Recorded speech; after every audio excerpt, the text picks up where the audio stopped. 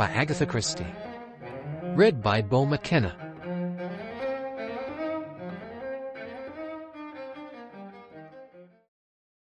Chapter 1. The Majestic Hotel. No seaside town in the south of England is, I think, as attractive as St. Lou. It is well named the Queen of Watering Places, and reminds one forcibly of the Riviera. The Cornish coast is to my mind every bit as fascinating as that of the south of France. I remarked as much to my friend Hercule Poirot. "So it said on our menu in the restaurant car yesterday, mon ami.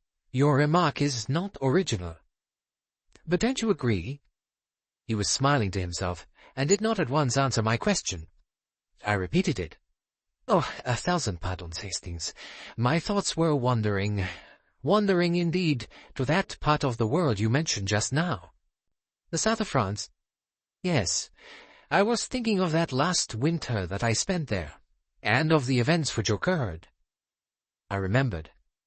A murder had been committed on the Blue Train, and the mystery, a complicated and baffling one, had been solved by Peril with his usual unerring acumen. "How I wish I'd been with you," I said with deep regret. "I too," said Poirot. "Your experience will have been invaluable to me." I looked at him sideways. As a result of long habit, I distrust his compliment, but he appeared perfectly serious. And after all, why not? I have a very long experience of the methods he employs. "What I particularly missed was your vivid imagination, Hastings," he went on dreamily. "One needs a certain amount of light relief. My valet Georges, an admirable man with whom I sometimes permitted myself to discuss a point, has no imagination whatever." This remark seemed to me quite irrelevant. "Tell me, Poirot," I said, "are you never tempted to renew your activities? This passive life suits me admirably, my friend. To sit in the sun, what could be more charming? To step from your pedestal at the zenith of your fame. What could be a grander gesture, they say of me, that is Hercule Poirot, the great, the unique. There was never anyone like him, there never will be. Eh bien, I am satisfied. I ask no more. I am modest." I should not myself have used the word modest. It seemed to me that my little friend's egotism had certainly not declined with his years. He leaned back in his chair, caressing his moustache and almost purring with self-satisfaction. We were sitting on one of the terraces of the Majestic Hotel. It is the biggest hotel in St. Lou and stands in its own grounds on a headland overlooking the sea. The gardens of the hotel lay below us, freely interspersed with palm trees. The sea was of a deep and lovely blue, the sky clear, and the sun shining with all the single-hearted fervor an August sun should, but in England so often does not have. There was a vigorous humming of bees, a pleasant sound, and altogether nothing could have been more ideal. We had only arrived last night, and this was the first morning of what we proposed should be a week's stay. If only these weather conditions continued, we should indeed have a perfect holiday. I picked up the morning paper, which had fallen from my hand, and resumed my perusal of the morning's news. The political situation seemed unsatisfactory but uninteresting. There was trouble in China. There was a long account of a rumoured city swindle, but on the whole there was no news of a very thrilling order. "Curious thing, this parrot disease," I remarked as I turned the sheet. "Very curious. 2 more deaths at Leeds, I see. Most regrettable." I turned a page. Still no news of that flying fellow, Seaton, in his round-the-world flight. Pretty plucky, these fellows. That amphibian machine of his, the Albatross, must be a great invention. Too bad if he's gone west. Not that they've given up hope yet. He may have made one of the Pacific Islands. "The Solomon Islanders are still cannibals, are they not?" inquired Poirot pleasantly. "Must be a fine fellow. That sort of thing makes one feel it's a good thing to be an Englishman after all." "It consoles for the defeats at Wimbledon," said Poirot. "Oh, I didn't mean—" I began. My friend waved my attempted apology aside gracefully. "Me," he announced, "I am not amphibian like the machine of the poor Captain Seaton, but I am cosmopolitan, and for the English I have always had, as you know, a great admiration. The thorough way, for instance, in which they read the daily paper. My attention had strayed to political news. "They seem to be giving the Home Secretary a pretty bad time of it," I remarked with a chuckle. "The poor man. He has his troubles, that one. Ah, yes, so much so that he seeks for help in the most improbable quarters." I stared at him. With a slight smile, Poirot drew from his pocket his morning's correspondence, neatly secured by a rubber band. From this he selected one letter which he tossed across to me. "It must have missed us yesterday," he said. I read the letter with a pleasurable feeling of excitement. "But, Poirot," I cried, "this is most flattering. You think so, my friend? He speaks in the warmest terms of your ability." "He is right," said Poirot, modestly averting his eyes. "He begs you to investigate this matter for him. Puts it as a personal favor." "Quite so. It is unnecessary to repeat all this to me, you understand, my dear Hastings. I have read the letter myself." "It's too bad," I cried. "This will put an end to our holiday." No, calmez-vous. There is no question of that. But the Home Secretary says the matter is urgent. He may be right. Or then again, he may not. These politicians, they are easily excited. I have seen myself in the Chambre des Députés in Paris. Yes, but Poirot, surely we ought to be making arrangements. The express to London is gone. It leaves at 12 o'clock. The next— Calm yourself, Hastings. Calm yourself, I pray of you. Always the excitement, the agitation. We are not going to London today, nor yet tomorrow. But this summons does not concern me. I do not belong to your police force, Hastings. I am asked to undertake a case as a private investigator. I refuse." "You refuse?" "Certainly. I write with perfect politeness, tender my regrets, my apologies, explain that I am completely desolated, but what will you? I have retired. I am finished." "You are not finished," I exclaimed warmly. Poirot patted my knee. "There speaks the good friend, the faithful dog. And you have reason, too. The grey cells, they still function. The order, the method, it is still there. But when I have retired, my friend, I have retired. It is finished. I am not a stage favourite who gives the world a dozen farewells. In all generosity, I say, let the young men have a chance. They may possibly do something creditable. I doubt it, but they may. Anyway, they will do well enough for this doubtless tiresome affair of the Home Secretary's. But Poirot, the compliment. Me? I am above compliments. The Home Secretary, being a man of sense, realizes that if he can only obtain my services, all would be successful. What will you? He is unlucky. Hercule Poirot has solved his last case. I looked at him. In my heart of hearts I deplored his obstinacy. The solving of such a case, as was indicated, might add still further lustre to his already worldwide reputation. Nevertheless, I could not but admire his unyielding attitude. Suddenly, a thought struck me, and I smiled. "I wonder," I said, "that you're not afraid." Such an emphatic pronouncement will surely tempt the gods. "Impossible," he replied, "that anyone should shake the decision of Hercule Poirot. Impossible, Poirot. You are right, mon ami. One should not use such a word. Et ma foi, I do not say that if a bullet should strike the wall above my head, I would not investigate the matter. One is human, after all." I smiled. A little pebble had just struck the terrace beside us, and Poirot's fanciful analogy from it tickled my fancy. He stooped now and picked up the pebble as he went on. "Yes, one is human. One is the sleeping dog. Well and good. But the sleeping dog can be roused. There is a proverb in your language that says so. In fact," I said, "if you find a dagger planted by your pillow tomorrow morning, let the criminal who put it there beware." He nodded, but rather absently. Suddenly, to my surprise, he rose and descended the couple of steps that led from the terrace to the garden. As he did so, a girl came in sight, hurrying up towards us. I had just registered the impression that she was a decidedly pretty girl, when my attention was drawn to Poirot, who, not looking where he was going, had stumbled over a root and fallen heavily. He was just abreast of the girl at the time, and she and I between us helped him to his feet. My attention was naturally on my friend, but I was conscious of an impression of dark hair, an impish face, and big, dark blue eyes. "A 1,000 pardons," stammered Poirot. "Mademoiselle, you are most kind. I regret exceedingly. Ow! Oh! My foot! It pains me considerably. No. It is nothing really. The turned ankle, that is all. In a few minutes all will be well. But if you could help me, Hastings, you and Mademoiselle between you, if she will be so kind. I am ashamed to ask it of her." With me on one side and the girl on the other, we soon got Poirot onto a chair on the terrace. I then suggested fetching a doctor, but this my friend negatived sharply. "It is nothing, I tell you. The ankle turned, that is all. Painful for the moment, but soon over." He made a grimace. "See, in a little minute I shall have forgotten. Mademoiselle, I thank you 1,000 times. You are most kind. Sit down, I beg of you." The girl took a chair. "It's nothing," she said. "But I wish you'd let it be seen to. Mademoiselle, I assure you, it is a bagatelle. In the pleasure of your society, the pain passes already."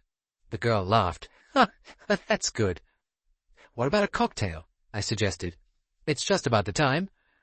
"Well," she hesitated, "thanks very much." "Martini?" "Yes, please. Dry martini." I went off. On my return, having ordered the drinks, I found Poirot and the girl engaged in animated conversation. "Imagine, Hastings," he said, "that house there, the one on the point that we have admired so much, it belongs to Mademoiselle here." "Indeed," I said, though I was unable to recall having expressed any admiration. In fact, I'd hardly noticed the house. It looked rather eerie and imposing, standing there by itself, far from anything. "It's called End House," said the girl. "I love it. But it's a tumble-down old place, going to rack and ruin."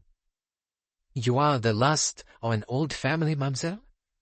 "Oh, we're nothing important. But there have been Buckleys there for 200 or 300 years. My brother died 3 years ago, so I'm the last of the family." "Oh, that is sad. You live there alone, mademoiselle?" "Oh, I'm away a good deal, and when I'm at home there's usually a cheery crowd coming and going." "That is so modern. Me, I was picturing you in a dark, mysterious mansion, haunted by a family curse. How marvelous! What a picturesque imagination you must have." "No, it's not haunted. Or if so, the ghost is a beneficent one. I've had 3 escapes from sudden death in as many days, so I must bear a charmed life." Poirot sat up alertly. "Escapes from death? That sounds interesting, mademoiselle." "Oh, they weren't very thrilling. Just accidents, you know." She jerked her head sharply as a wasp flew past. "Curse these wasps. There must be a nest of them round here." "The bees and the wasps, you do not like them, mademoiselle. You have been stung, yes?" "No, but I hate the way they come right past your face." "The bee in the bonnet," said Poirot. "Your English phrase." At that moment the cocktails arrived. We all held up our glasses and made the usual inane observations. "I'm due in the hotel for cocktails, really," said Miss Buckley. "I expect they're wondering what's become of me." Poirot cleared his throat and set down his glass. "Ah, for a cup of good, rich chocolate," he murmured. "But in England they make it not. Still, in England you have some very pleasing customs. The young girls, their hats come on and off so prettily, so easily." The girl stared at him. "What do you mean? Why shouldn't they?" "You ask that because you are young, so young, mademoiselle. But to me, the natural thing seems to have a coiffure high and rigid, so, and the hat attached with many hatpins. La, la, la, et la." He executed 4 vicious jabs in the air. "But how frightfully uncomfortable." "Ah, I should think so," said Poirot. "No martyred lady could have spoken with more feeling. When the wind blew it was agony.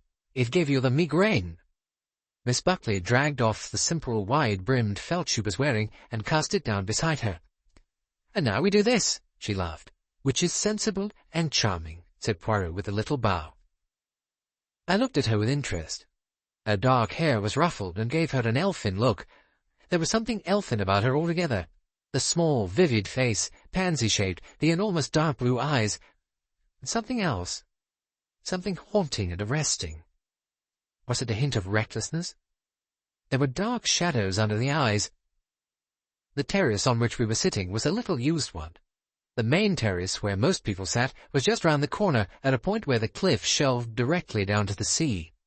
From round this corner now there appeared a man, a red-faced man with a rolling carriage, who carried his hands half clenched by his sides. There was something breezy and carefree about him, a typical sailor. "I can't think where the girl's got to," he was saying in tones that easily carried to where we sat. "Nick!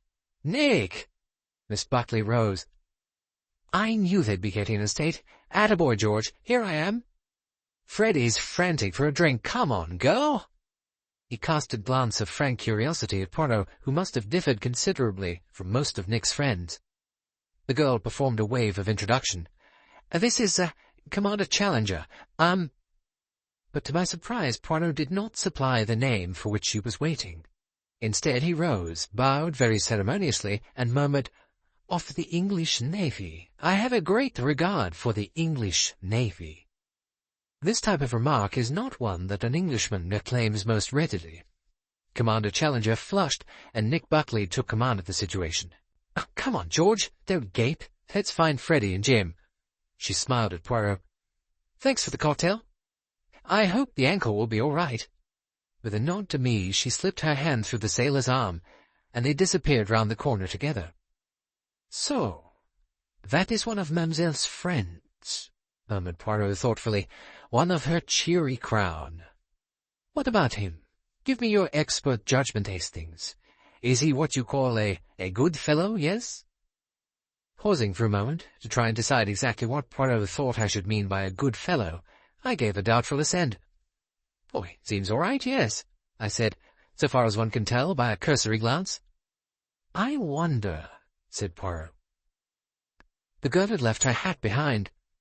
Poirot stooped to pick it up, and twirled it round absent-mindedly on his finger. "He has a tendresse for her. What do you think, Hastings?" "My dear Poirot, how can I tell?" "Here, give me that hat. The lady will want it. I'll take it to her." Poirot paid no attention to my request. He continued to revolve the hat slowly on his finger. "Pas encore. Ça m'amuse." "Really, Poirot?" "Yes, my friend. I grow old and childish, do I not?" This was so exactly what I was feeling that I was somewhat disconcerted to have it put into words. Poirot gave a little chuckle. Then, leaning forward, he laid a finger against the side of his nose. "But no, I am not so completely imbecile as you think. We will return the hat, but assuredly. But later. We will return it to End House, and thus we shall have the opportunity of seeing the charming Miss Nick again." "Poirot," I said, "I believe you've fallen in love. She is a pretty girl, huh?" "Well, you saw for yourself. Why ask me?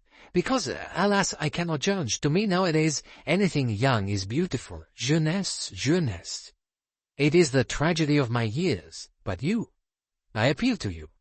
Your judgment is not up to date, naturally, having lived in the Argentine so long. You admire the figure of 5 years ago, but you are at any rate more modern than I am.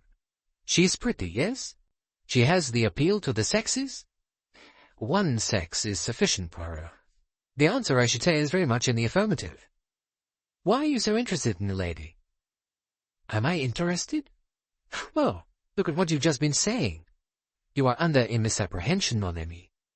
I may be interested in the lady, yes, but I am much more interested in her hat." I stared at him, but he appeared perfectly serious.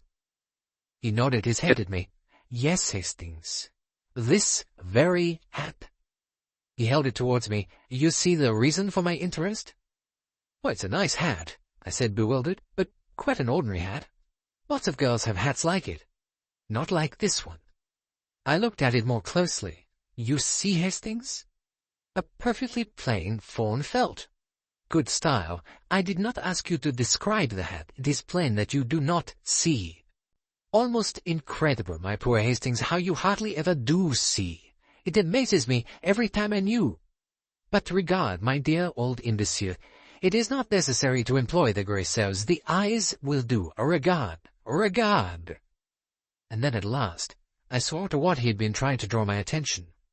The slowly turning hat was revolving on his finger, and that finger was stuck neatly through a hole in the brim of the hat. When he saw that I had realized his meaning, he drew his finger out and held the hat towards me. It was a small, neat hole, quite round, and I could not imagine its purpose, if purpose it had. Did you observe the way Mademoiselle Nick flinched when a bee flew past? The bee in the bonnet, the hole in the hat. But a bee couldn't make a hole like that. Exactly, Hastings. What acumen! It could not, but a bullet could, mon cher. A bullet? Mais oui. A bullet like this. He held out his hand with a small object in the palm of it. A spent bullet, mon ami. It was that which hit the terrace just now when we were talking. A spent bullet. You mean... I mean that 1 inch of a difference, and that hole would not be through the hat, but through the head. Now do you see why I am interested, Hastings? You were right, my friend, when you told me not to use the word impossible. Yes, one is human. Ah, but he made a grave mistake, that would-be murderer, when he shot at his victim within a dozen yards of Hercule Poirot. For him it is indeed la mauvaise chance. But you see now why we must make our entry into End House and get into touch with Mademoiselle. 3 near escapes from death in 3 days. That is what she said. We must act quickly, Hastings. The peril is very close at hand. Chapter 2. End House. Poirot, I said, I've been thinking. An admirable exercise, my friend. Continue it. We were sitting facing each other at lunch at a small table in the window. This shot must have been fired quite close to us, and yet we did not hear it. And you think that in the peaceful stillness, with the rippling waves, the only sound, we should have done so? Well, it's odd. No, it is not odd. Some sounds, you get used to them so soon that you hardly notice they are there.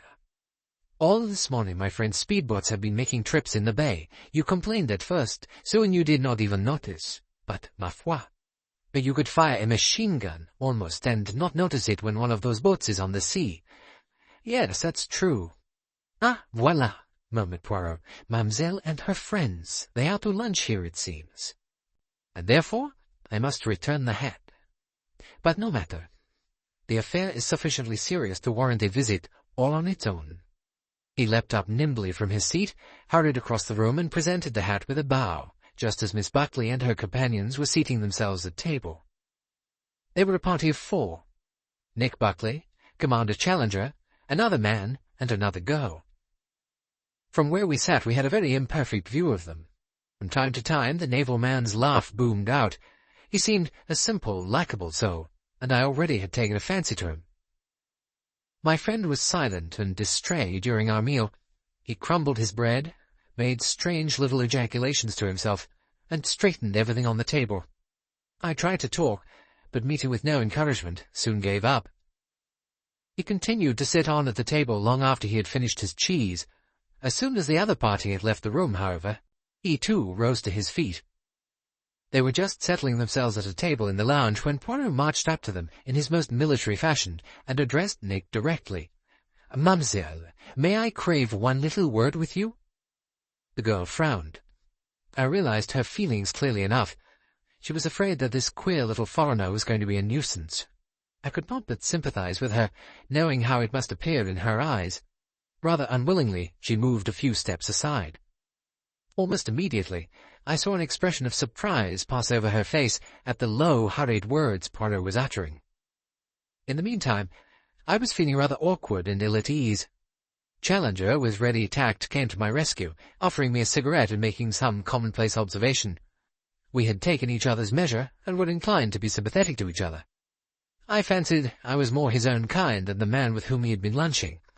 I now had the opportunity of observing the latter. A tall, fair, rather exquisite young man with a rather fleshy nose and overemphasized good looks. He had a supercilious manner and a tired drawl. There was a sleekness about him that I especially disliked. Then I looked at the woman. She was sitting straight opposite me in a big chair, and had just thrown off her hat. She was an unusual type. A weary Madonna describes it best. She had fair, almost colorless hair parted in the middle and drawn straight down over her ears to a knot in the neck. Her face was dead white and emaciated, yet curiously attractive. Her eyes were very light grey with large pupils. She had a curious look of detachment. She was staring at me.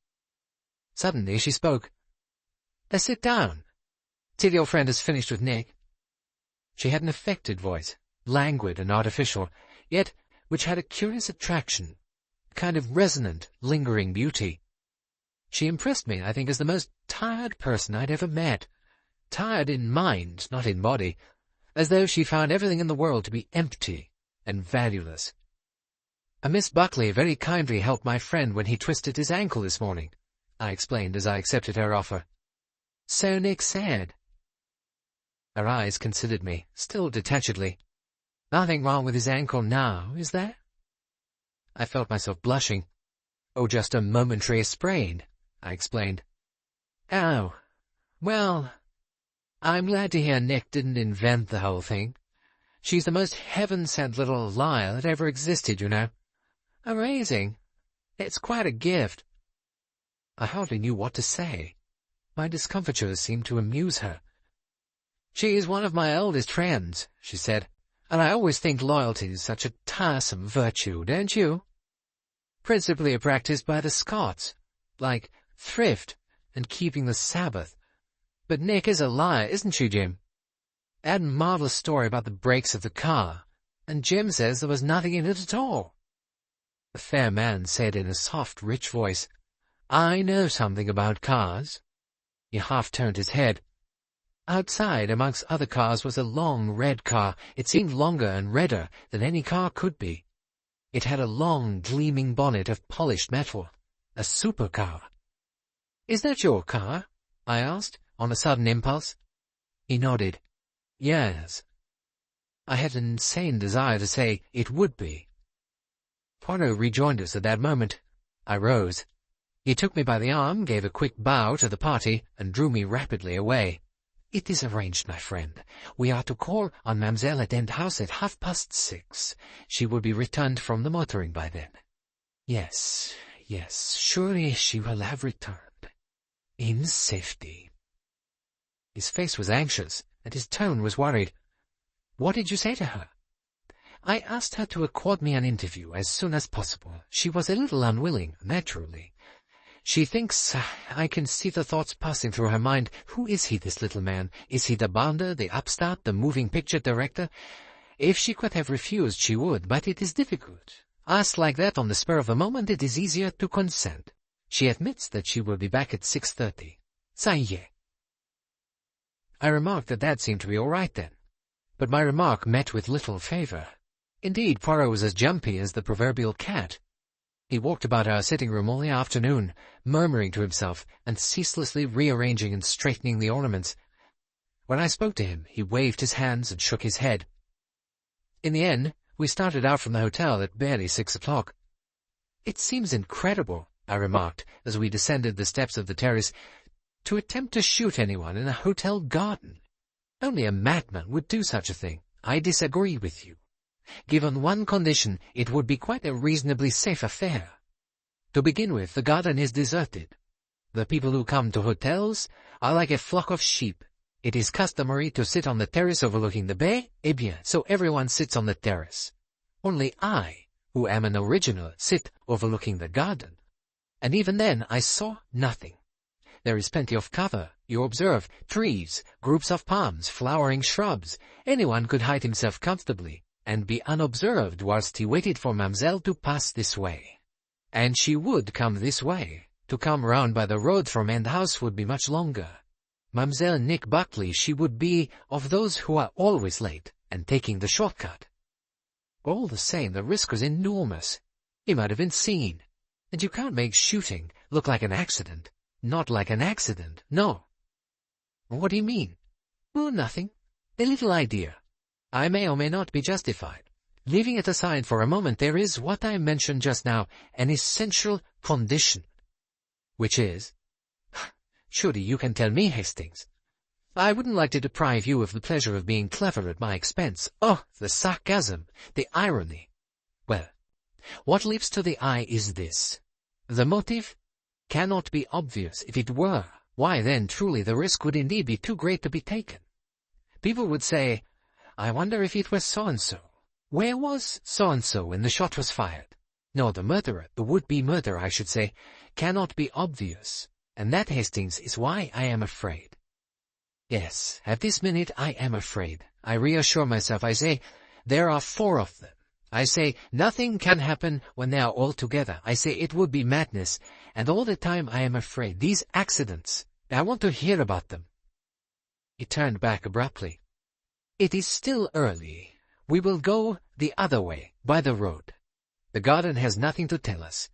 Let us inspect the orthodox approach to End House. Our way led out of the front gate of the hotel and up a sharp hill to the right. At the top of it was a small lane with a notice on the wall, to End House only. We followed it, and after a few hundred yards the lane gave an abrupt turn, and ended in a pair of dilapidated entrance gates, which would have been the better for a coat of paint. Inside the gates to the right was a small lodge. This lodge presented a piquant contrast to the gates and to the condition of the grass-grown drive. The small garden round it was spick and span. The window frames and sashes had been lately painted, and there were clean, bright curtains at the windows. Bending over a flower bed was a man in a faded Norfolk jacket. He straightened up as the gate creaked and turned to look at us. He was a man of about 60, 6 foot at least, with a powerful frame and a weather-beaten face. His head was almost completely bald. His eyes were a vivid blue and twinkled. He seemed a genial soul. "Good afternoon," he observed as we passed. I responded in kind, and as we went on up the drive I was conscious of those blue eyes raking our backs inquisitively. "I wonder," said Poirot thoughtfully. He left it at that without vouchsafing any explanation of what it was that he wondered. The house itself was large and rather dreary-looking. It was shut in by trees, the branches of which actually touched the roof. It was clearly in bad repair. Poirot swept it with an appraising glance before ringing the bell, an old-fashioned bell that needed a Herculean pull to produce any effect, and which, once started, echoed mournfully on and on. The door was opened by a middle-aged woman, a decent woman in black. So I felt she should be described. Very respectable, rather mournful, completely uninterested. Miss Buckley, she said, had not yet returned. Poirot explained that we had an appointment. He had some little difficulty in gaining his point. She was the type that is apt to be suspicious of foreigners. Indeed, I flatter myself that it was my appearance which turned the scale. We were admitted and ushered into the drawing-room to await Miss Buckley's return. There was no mournful note here. The room gave on the sea and was full of sunshine. It was shabby and betrayed conflicting styles. Ultra-modern of a cheap variety, superimposed on solid Victorian. The curtains were of faded brocade, but the covers were new and gay, and the cushions were positively hectic. On the walls were hung family portraits. Some of them, I thought, looked remarkably good. There was a gramophone, and there were some records lying idly about. There were a portable wireless, practically no books, and one newspaper flung open on the end of the sofa. Poirot picked it up, then laid it down with a grimace. It was the St. Lou Weekly Herald and Directory. Something impelled him to pick it up a second time, and he was glancing at a column when the door opened and Nick Buckley came into the room. "Bring the ice, Ellen," she called over her shoulder, then addressed herself to us. "Well, here I am, and I've shaken off the others. I'm devoured with curiosity. Am I the long-lost heroine that is badly wanted for the talkies? You were so very solemn," she addressed herself to Poirot, "that I feel it can't be anything else. Do make me a handsome offer." "Alas, mademoiselle," began Poirot. "Oh, don't say it's the opposite," she begged him. "Don't say you paint miniatures and you want me to buy one. But no, with that moustache, and staying at the Majestic, which has the nastiest food and the highest prices in England, no, it simply can't be." The woman who had opened the door to us came into the room with ice and a tray of bottles. Nick mixed cocktails, expertly, continuing to talk. I think at last Poirot's silence, so unlike him, impressed itself upon her. She stopped in the very act of filling the glasses and said sharply, "Well?" "That is what I wish it to be. Well, mademoiselle." He took the cocktail from her hand. "To your good health, mademoiselle. To To your continued good health." The girl was no fool. The significance of his tone was not lost on her. "Is anything the matter?" "Yes, mademoiselle. This." He held out his hand to her, with the bullet on the palm of it. She picked it up with a puzzled frown. "You know what that is?" "Well, yes, of course I know. It's a bullet." "Exactly, mademoiselle. It was not a wasp that flew past your face this morning. It was this bullet." "Do you mean, was some criminal idiot shooting bullets in a hotel garden?" "It would seem so." "Well, I'm damned," said Nick frankly. "I do seem to bear a charmed life. That's number 4. "Yes," said Poirot, "that is number 4. I want mademoiselle to hear about the other 3 accidents." She stared at him. "I want to be very sure, mademoiselle, that they were accidents." "Why, of course.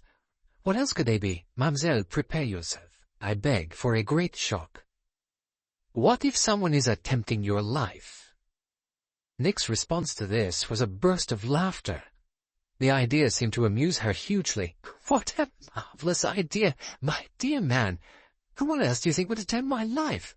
I'm not the beautiful young heiress whose death releases millions. I wish somebody was trying to kill me. That would be a thrill if you like, but I'm afraid there's not a hope." "Will you tell me, mademoiselle, about those accidents?" "Of course, but there's nothing in it. They were just stupid things. There's a heavy picture hangs over my bed. It fell in the night. Just by pure chance I had happened to hear a door banging somewhere in the house, and went down to find it and shut it, and so I escaped. It probably would have bashed my head in. That's number 1. Poirot did not smile. "Continue, mademoiselle. Let us pass on to number 2. Oh, that's weaker still. There's a scrambly cliff path down to the sea. I go down that way to bathe. There's a rock you can dive off. A boulder got dislodged somehow and came roaring down, just missing me. The third thing was quite different. Something went wrong with the brakes of the car. I don't know quite what. The garage man explained, but I didn't follow it.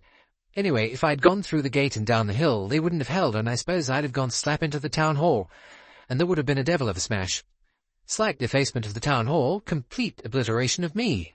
But owing to my always leaving something behind, I turned back and merely ran into the laurel hedge."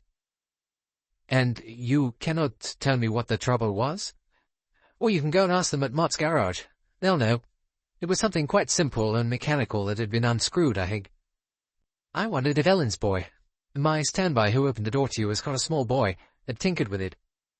Boys do like messing about with cars. Of course, Ellen swore he'd never been near the car. I think something must have worked loose in spite of what Mott said." "Where is your garage, mademoiselle?" "Around the other side of the house." "Is it kept locked?" Nick's eyes widened in surprise. "No, of course not." "Anyone could tamper with the car unobserved?" "Well, yes, I suppose so. But it's so silly." "No, mademoiselle, it is not silly. You do not understand. You are in danger. Grave danger. I tell it to you, and you do not know who I am." "No," said Nick breathlessly. "I am Hercule Poirot." "Oh," said Nick, in a rather flat tone. "Oh, yes." "You know my name, huh?" "Oh, yes." She wriggled uncomfortably. A hunted look came into her eyes. Poirot observed her keenly. "You are not at ease. That means, I suppose, that you have not read my books." "Well, no, not all of them. But I know the name, of course. Mademoiselle, you are a polite little liar." I started remembering the words spoken at the Majestic Hotel that day after lunch. "I forget. You are only a child. You would not have heard. So quickly does fame pass. My friend there, he will tell you." Nick looked at me. I cleared my throat, somewhat embarrassed. "Monsieur Poirot is, was, a great detective," I explained. "Ah, my friend," cried Poirot, "is that all you can find to say? Mais dis donc, say then to mademoiselle that I am a detective unique, unsurpassed, the greatest that ever lived." "That is now unnecessary," I said coldly. "You have told her yourself." Ah, yes, but it is more agreeable to have been able to preserve the modesty. One should not sing one's own praises. One should not keep a dog and have to bark oneself, agreed Nick with mock sympathy. Who is the dog, by the way? Dr. Watson, I presume? My name is Hastings, I said coldly. Battle of 1066, said Nick. Who said I wasn't educated? Well, this is all too marvellous. Do you think someone really wants to do away with me? It would be thrilling, but of course that sort of thing doesn't really happen.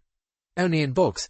I expect Monsieur Poirot is like a surgeon who's invented an operation, or a doctor who's found an obscure disease and wants everyone to have it. Sacré tonnerre, thundered Poirot. Will you be serious? The young people of today, will nothing make you serious? It would not have been a joke, mademoiselle, if you had been lying in the hotel garden, a pretty little corpse with a nice little hole through your head instead of your hat. You would not have laughed then, huh? Unearthly laughter heard at a séance, said Nick. But seriously, Monsieur Poirot, it's very kind of you and all that, but the whole thing must have been an accident. You are as obstinate as the devil. Well, that's where I got my name from. My grandfather was popularly supposed to have sold his soul to the devil. Everyone round here called him Old Nick. He was a wicked old man, but great fun. I adored him. I went everywhere with him, and so they called us Old Nick and Young Nick. My real name is Magdala. But that is an uncommon name. Yes, it's a kind of family name. There have been lots of Magdalas in the Buckley family. There's one up there. She nodded at a picture on the wall. Ah, said Poirot. Then, looking at a portrait hanging over the mantelpiece, he said, Is that your grandfather, mademoiselle? Yes. Rather an arresting portrait, isn't it? Jim Lazarus offered to buy it. I wouldn't sell. I've got an affection for Old Nick. Ah. Poirot was silent for a minute. Then he said very earnestly, Revenons à nos moutons. Listen, mademoiselle. I implore you to be serious. You are in danger. Today, somebody shot at you with a Mauser pistol. A Mauser pistol? For a moment she was startled. Yes. Why, do you know of anyone who has a Mauser pistol? She smiled. I've got one myself. You have? Yes, it was Dad's. He brought it back from the war. It's been knocking round here ever since. I saw it only the other day in that drawer. She indicated an old-fashioned bureau. Now, as though suddenly struck by an idea, she crossed to it and pulled the drawer open. She turned rather blankly. Her voice held a new note. Oh, she said, it's gone. Chapter 3. Accidents? It was from that moment that the conversation took on a different tone. Up to now, Poirot and the girl had been at cross purposes. They were separated by a gulf of years. His fame and reputation meant nothing to her. She was of the generation that knows only the great names of the immediate moment. She was therefore unimpressed by his warnings. He was to her only a rather comic elderly foreigner with an amusingly melodramatic mind. And this attitude baffled Poirot. To begin with, his vanity suffered.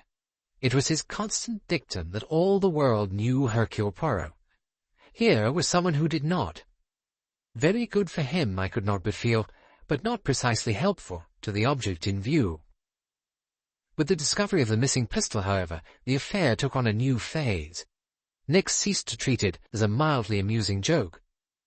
She still treated the matter lightly because it was her habit and her creed to treat all occurrences lightly, but there was a distinct difference in her manner.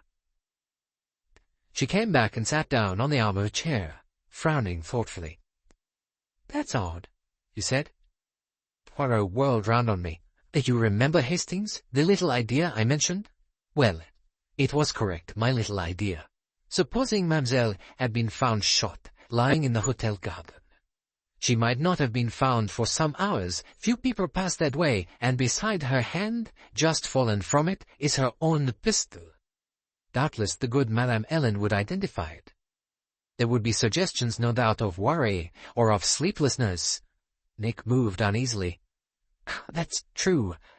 I have been worried to death. Everybody's been telling me I'm nervy. Yes, they'd all say that.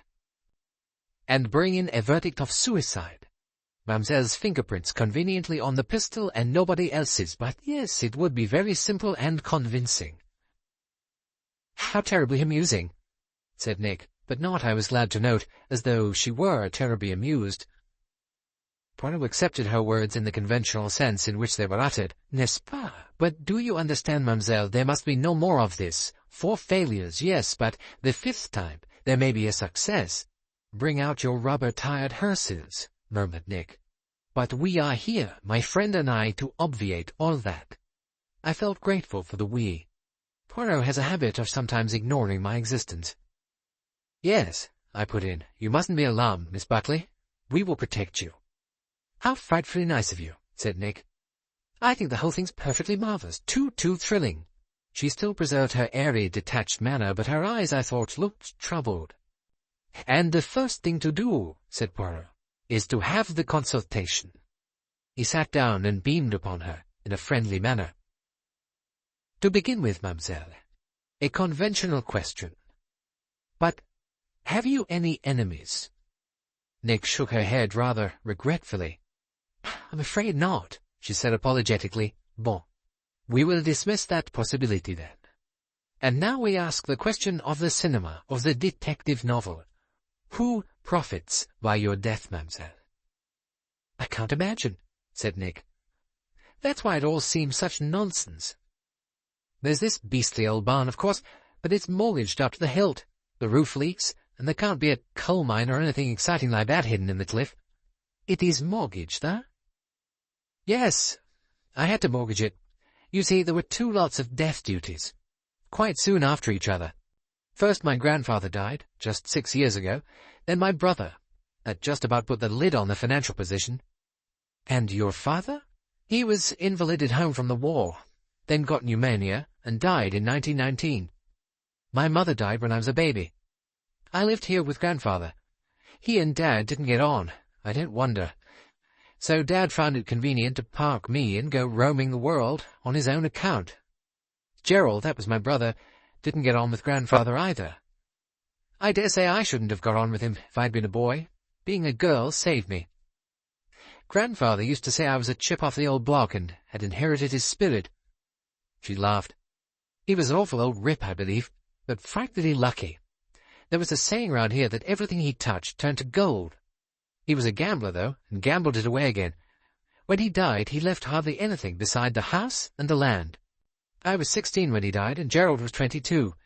Gerald was killed in a motor accident just 3 years ago, and the place came to me. And after you, mademoiselle, who is your nearest relation? Oh, my cousin, Charles Vyse. He's a lawyer down here, quite good and worthy, but very dull.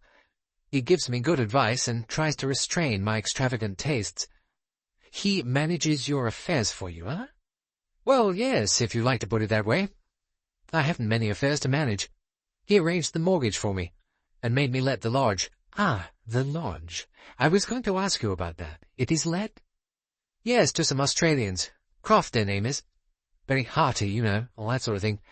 Simply oppressively kind, always bringing up sticks of celery and early peas and things like that. They're shocked at the way I let the garden go. They're rather a nuisance, really. At least he is. Too terribly friendly for words. She's disabled, poor thing. Lies on a sofa all day. Anyway, they pay the rent. That's the great thing. How long have they been here? Oh, about 6 months. I see. Now, beyond this cousin of yours, on your father's side, or your mother's, by the way? Mother's. My mother was Amy Vyse. Yeah. Now, beyond this cousin, as I was saying, have you any other relatives? Some very distant cousins in Yorkshire. Buckleys. No one else? No. Well, that is lonely. Nick stared at him. Lonely? What a funny idea. I'm not down here much, you know. I'm usually in London. Relations are too devastating as a rule. They fuss and interfere. It's much more fun to be on one's own. I will not waste the sympathy. You are a modern, I see, mademoiselle. Now, your household. How grand that sounds. Ellen's the household, and her husband, who's a sort of gardener. Not a very good one. I pay them frightfully little because I let them have the child here. Ellen does for me when I'm down here, and If I have a party, we get in who and what we can to help. I'm giving a party on Monday. It's regatta week, you know. Monday, and today is Saturday. Yes. Yes, and now, mademoiselle, your friends, the ones with whom you were lunching today, for instance. Well, Freddie Rice, the fair girl, is practically my greatest friend. She's had a rotten life. Married to a beast, a man who drank and drugged and was altogether a queer of the worst description. She had to leave him a year or two ago. Since then, she's drifted round. I wish to goodness she'd get a divorce and marry Jim Lazarus. Lazarus? The art dealer in Bond Street. Yes, Jim's the only son, rolling in money, of course. Did you see that car of his? And he's devoted to Freddie. They go about everywhere together. They're staying at the Majestic over the weekend and are coming to me on Monday. And Mrs. Rice's husband? The mess? Oh, he's dropped out of everything. Nobody knows where he is. It makes it horribly awkward for Freddie. You can't divorce a man when you don't know where he is. Évidemment. Poor Freddie, said Nick pensively. She's had rotten luck. The thing was all fixed once. She got hold of him and put it to him, and he said he was perfectly willing, but he simply hadn't got the cash to take a woman to a hotel. So the end of it all was, she forked out, and he took it, and off he went, and has never been heard of from that day to this. Pretty mean, I call it. Good heavens, I exclaimed. My friend Hastings is shocked, remarked Poirot. You must be more careful, mademoiselle. He is out of date, you comprehend. He has just returned from those great clear open spaces, etc., and he has yet to learn the language of nowadays. Well, there's nothing to get shocked about, said Nick, opening her eyes very wide. I mean, everybody knows, don't they, that there are such people. But I call it a low-down trick all the same. Poor old Freddie was so damned hard up at the time, she didn't know where to turn. Yes, not a very pretty affair. And your other friend, mademoiselle, the good Commander Challenger. George? Oh, I've known George all my life. Well, for the last 5 years, anyway. He's a good scout, George. He wishes you to marry him? Well, he does mention it now and again, in the small hours of the morning, or after the second glass of port. But you remain hard-hearted. What would be the use of George and me marrying one another? We've neither of us got a bean. And one would get terribly bored with George, that playing for one side, good old school manner. After all, he's 40 vis a day. The remark made me wince slightly. In fact, he has 1 foot in the grave, said Poirot. Oh, don't mind me, mademoiselle. I am a grandpapa, and nobody. And now, tell me more about these accidents. The picture, for instance. Oh, it's been hung up again, on a new cord. You can come and see it if you like. She led the way out of the room, and we followed her. The picture in question was an oil painting, in a heavy frame. It hung directly over the bedhead. With a murmured, "You permit, mademoiselle?" Poirot removed his shoes and mounted upon the bed. He examined the picture and the cord, and gingerly tested the weight of the painting. With an elegant grimace, he descended. To have that descend on one's head, no, it would not be pretty. The cord by which it was hung, mademoiselle, was it like this one, a wire cable? Yes, but not so thick. I got a thicker one this time. That is comprehensible. And you examined the break. The edges were frayed? I think so, but I didn't notice particularly. Why should I? Exactly as you say, why should you? All the same, I should much like to look at that piece of wire. It is about the house anywhere? It was still on the picture. I expect the man who put the new wire on just threw the old one away. A pity. I should like to have seen it. You don't think it was just an accident after all? Surely it couldn't have been anything else. It may have been an accident, it is impossible to say, but the damage to the brakes of your car, that was not an accident. And the stone that rolled down the cliff, I should like to see the spot where that accident occurred. Nick took us out in the garden and led us to the cliff edge. The sea glittered blue below us. A rough path led down the face of the rock. Nick described just where the accident occurred, and Poirot nodded thoughtfully. Then he asked, "How many ways are there into your garden, mademoiselle?" Well, there's the front way, past the lodge, and a tradesman's entrance, a door in the wall halfway up that lane. Then there's a gate just along here on the cliff edge. It leads out onto a zigzag path that leads up from that beach to the Majestic Hotel, And then, of course, you can go straight through a gap in the hedge into the majestic garden. That's the way I went this morning. To go through the majestic garden is a shortcut to the town anyway. And your gardener, where does he usually work? Well, he usually potters around the kitchen garden, or else he sits in the potting shed and pretends to be sharpening the shears. Around the other side of the house, that is to say. So that if anyone were to come in here and dislodge a boulder, he would be very unlikely to be noticed. Nick gave a sudden little shiver. Do you really think that is what happened? She asked. I can't believe it somehow. It seems so perfectly futile. Poirot drew the bullet from his pocket again and looked at it. That was not futile, mademoiselle, he said gently. It must have been some madman. Possibly. It is an interesting subject of after-dinner conversation. Are all criminals really madmen? There may be a malformation in their little grey cells. Yes, it is very likely. That, it is the affair of the doctor. For me, I have different work to perform. I have the innocent to think of, not the guilty. The victim, not the criminal. It is you I am considering now, mademoiselle, not your unknown assailant. You are young and beautiful, and the sun shines, and the world is pleasant, and there is life and love ahead of you. It is all that of which I think, mademoiselle. Tell me, these friends of yours, Mrs. Rice and Mr. Lazarus, they have been down here how long? Freddie came down on Wednesday to this part of the world. She stopped with some people near Tavistock for a couple of nights. She came on here yesterday. Jim has been touring around, I believe. And Commander Challenger? He's at Devonport. He comes over in his car whenever he can, weekends mostly. Poirot nodded. We were walking back to the house. There was a silence, and then he said suddenly, Have you a friend whom you can trust, mademoiselle?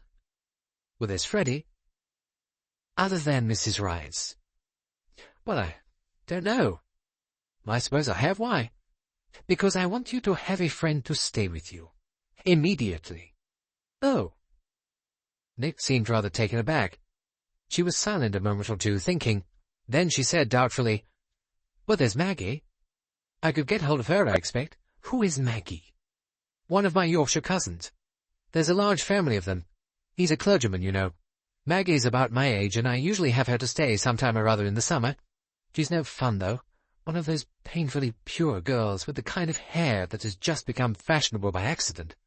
I was hoping to get out of having her this year, but not at all. Your cousin, mademoiselle, will do admirably. Just the type of person I had in mind.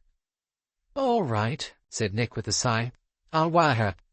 I certainly don't know who else I could get hold of just now. Everyone's fixed up. But if it isn't the choir boys' outing or the mother's bean feast, she'll come all right. Though what you expect her to do... Could you arrange for her to sleep in your room? I suppose so. She would not think that an odd request?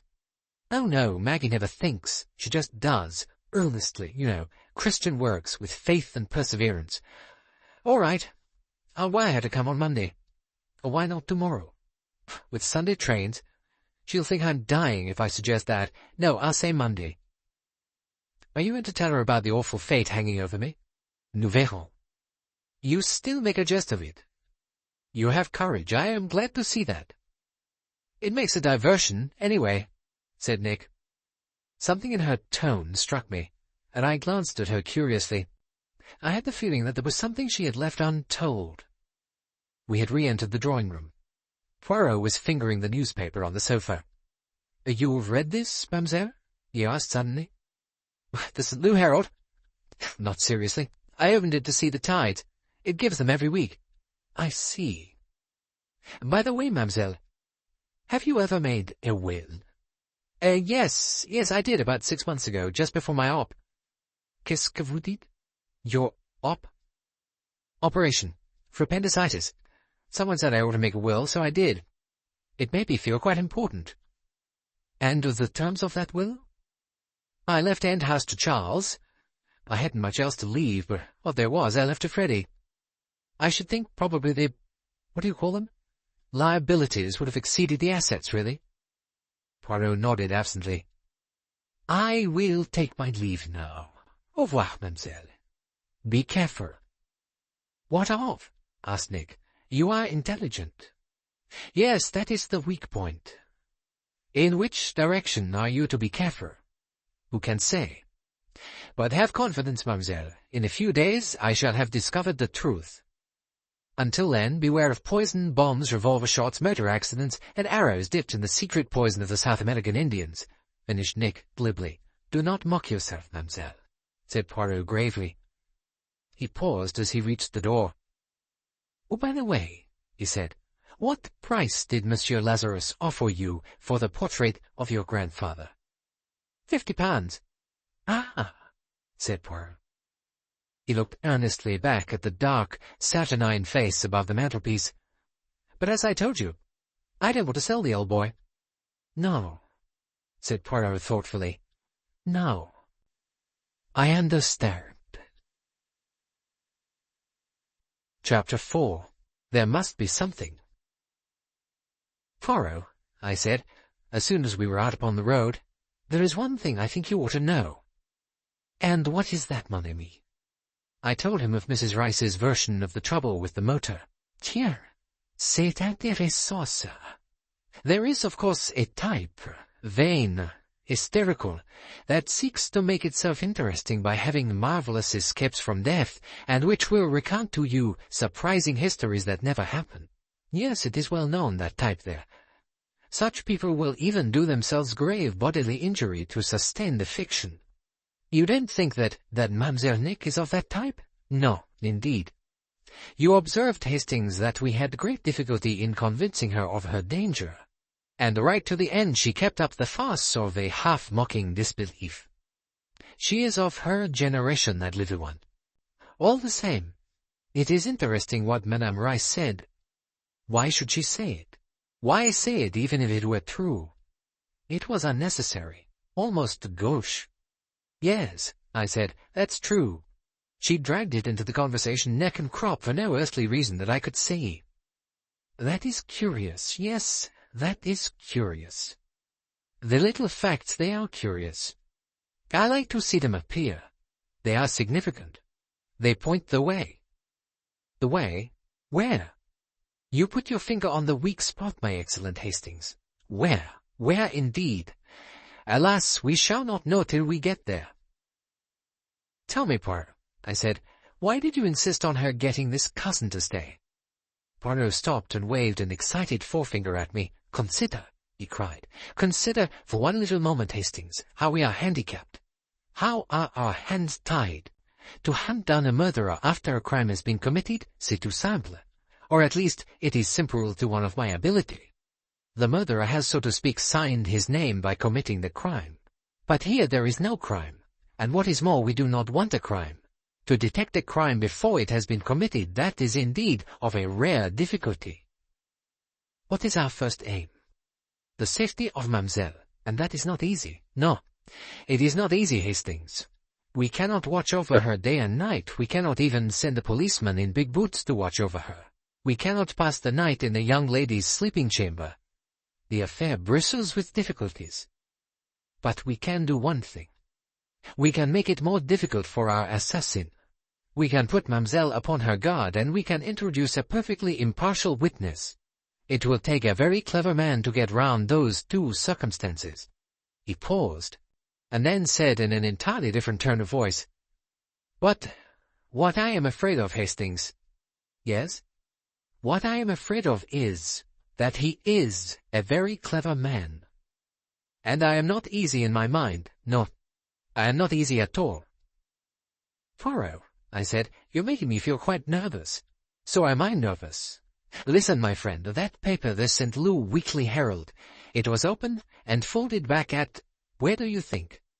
A little paragraph which said, among the guests staying at the Majestic Hotel are Monsieur Hercule Poirot and Captain Hastings.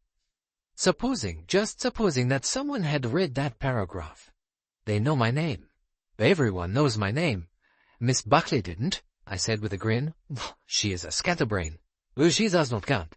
A serious man, a criminal, would know my name, and he would be afraid, he would wonder, he would ask himself questions. 3 times he has attempted the life of Mademoiselle, and now Hercule Poirot arrives in the neighborhood. Is that coincidence? He would ask himself. And he would fear that it might not be coincidence. What would he do then? Or lie low and hide his tracks, I suggested. Yes, or else, if he had real audacity, he would strike quickly, without loss of time. Before I had time to make inquiries, poof, Mademoiselle is dead. That is what a man of audacity would do. But why do you think that somebody read that paragraph other than Miss Buckley? It was not Miss Buckley who read the paragraph. When I mentioned my name, it meant nothing to her. It was not even familiar. Her face did not change. Besides, she told us she opened the paper to look at the tides, nothing else.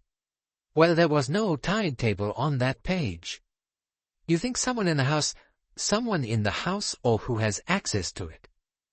And that last is easy. The window stands open. Without doubt, Miss Buckley's friends pass in and out. Have you any idea? Any suspicion? Poirot flung out his hands. Nothing. Whatever the motive, it is, as I predicted, not an obvious one. That is the would-be murderer's security. That is why he could act so daringly this morning. On the face of it, no one seems to have any reason for desiring the little Nick's death.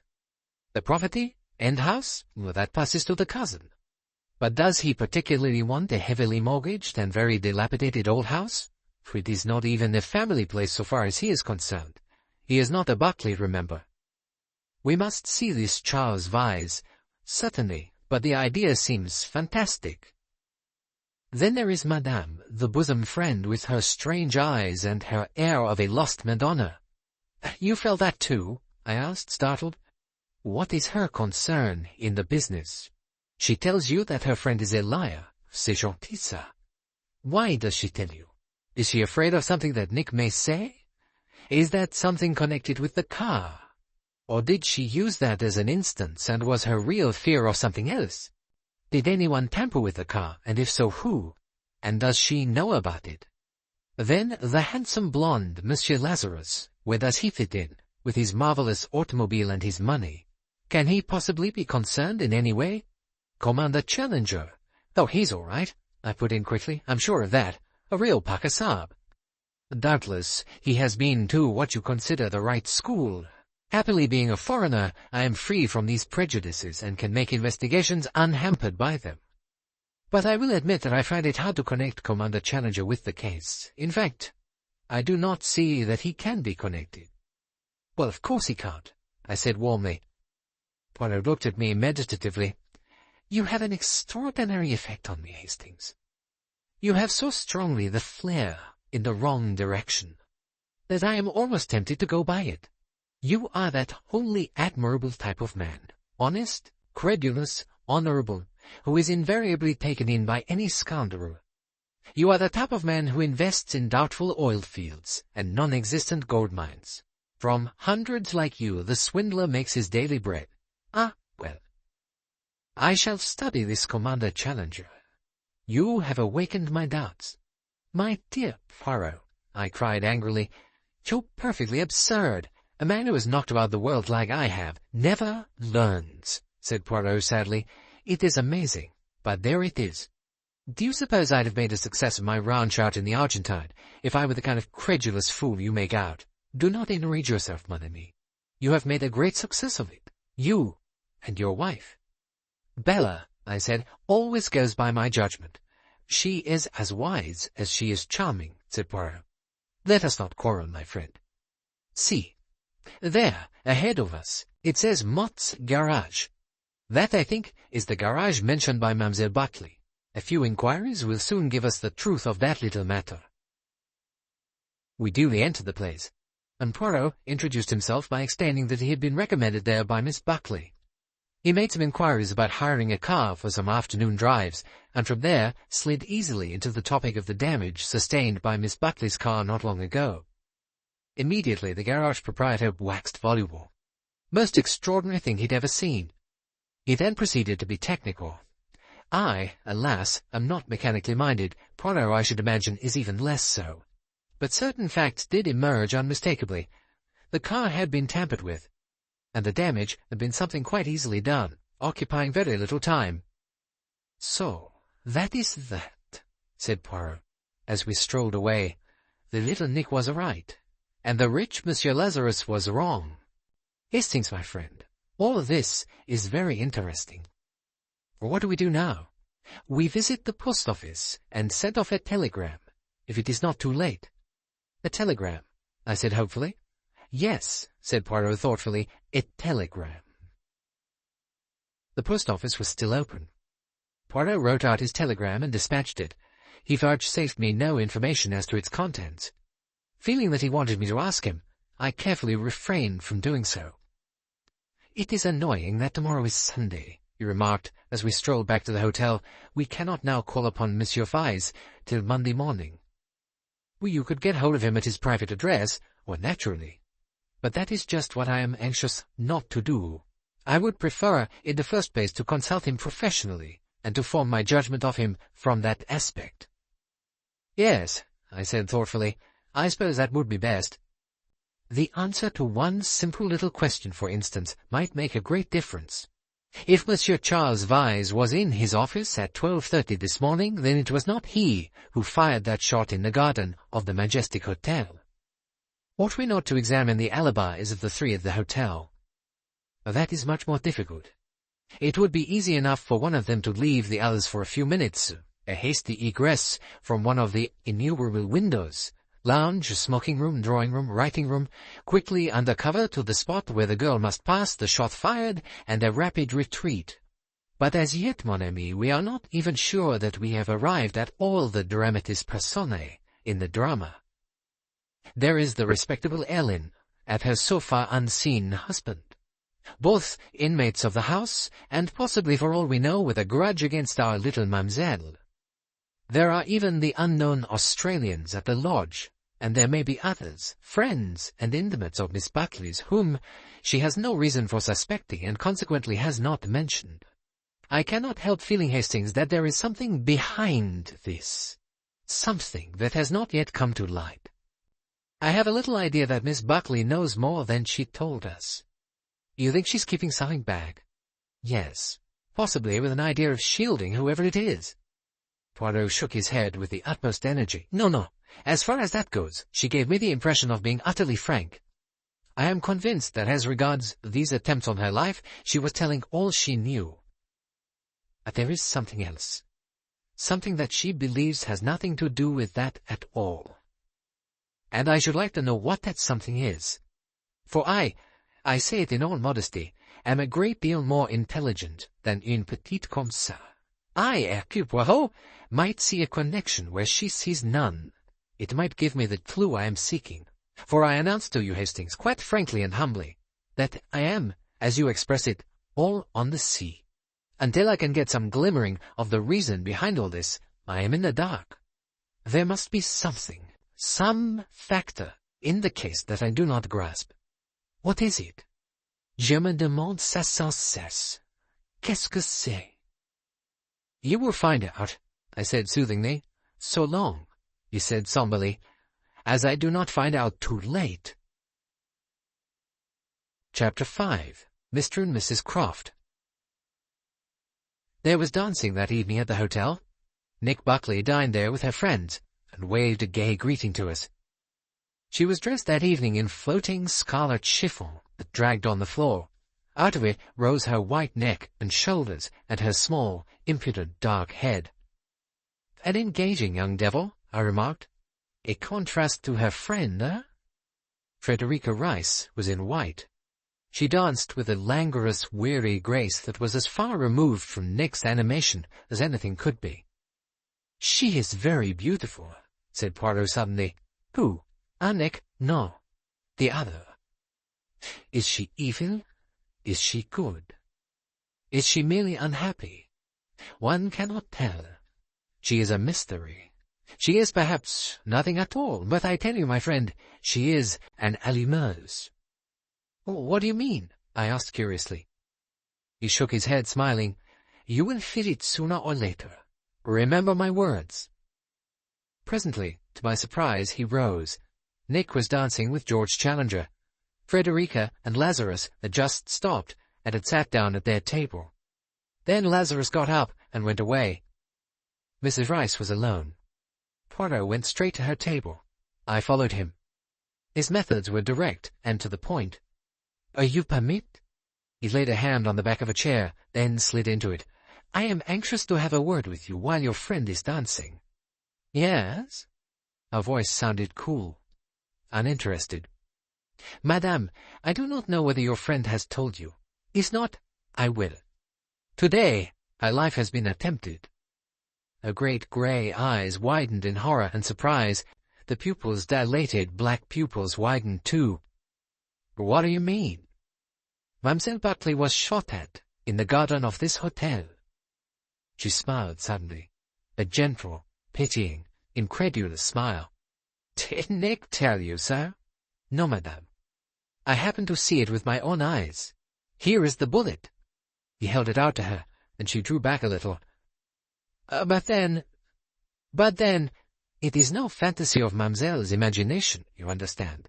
I vouch for that. And there is more. Several very curious accidents have happened in the last few days. You will have heard, well, no, perhaps you will not. You only arrived here yesterday, did you not?" "Yes, yesterday." "Before that you were staying with friends, I understand, at Tavistock." "Yes." "I wonder, madame, what were the names of the friends with whom you were staying?" She raised her eyebrows. "Is there any reason I should tell you that?" she asked coldly. Poirot was immediately all innocent surprise. "Oh, 1,000 pardons, madame.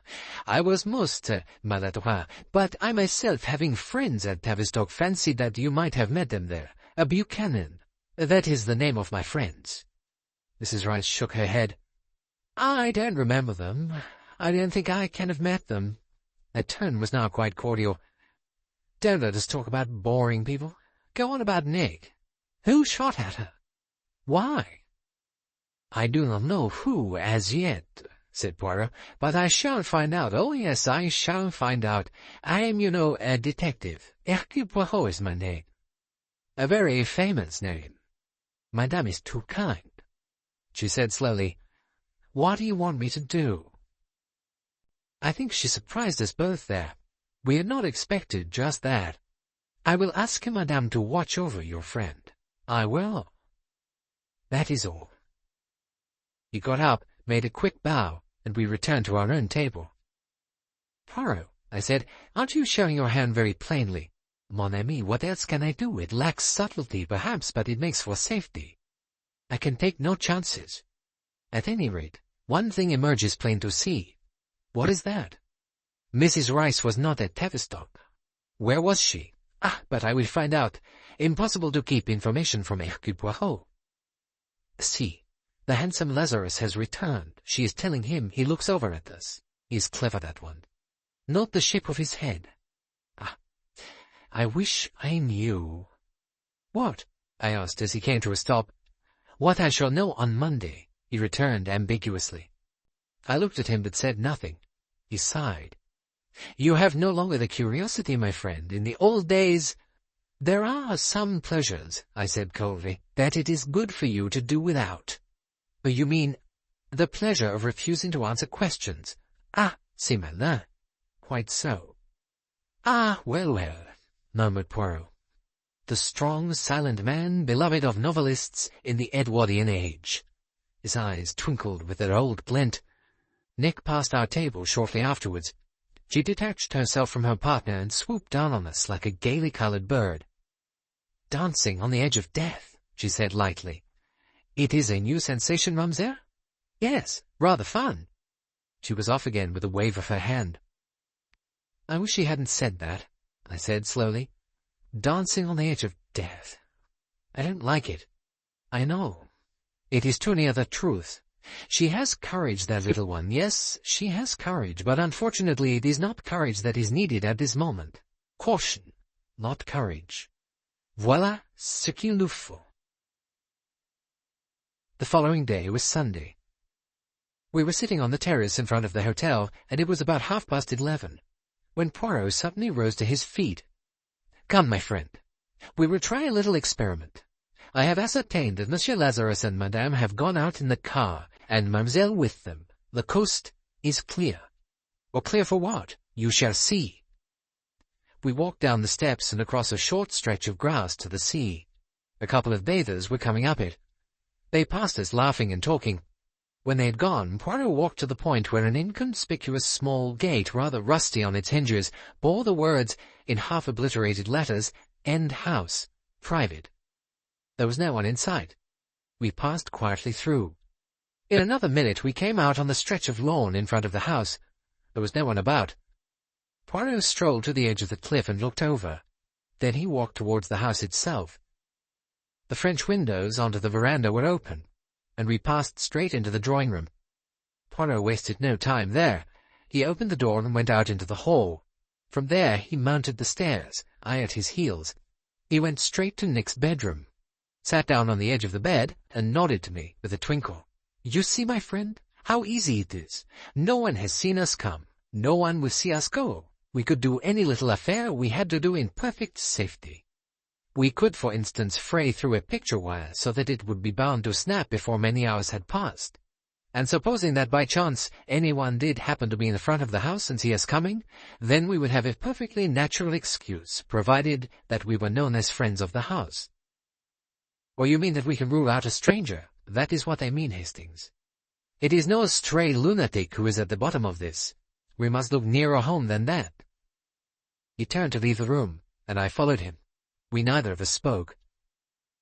We were both, I think, troubled in mind.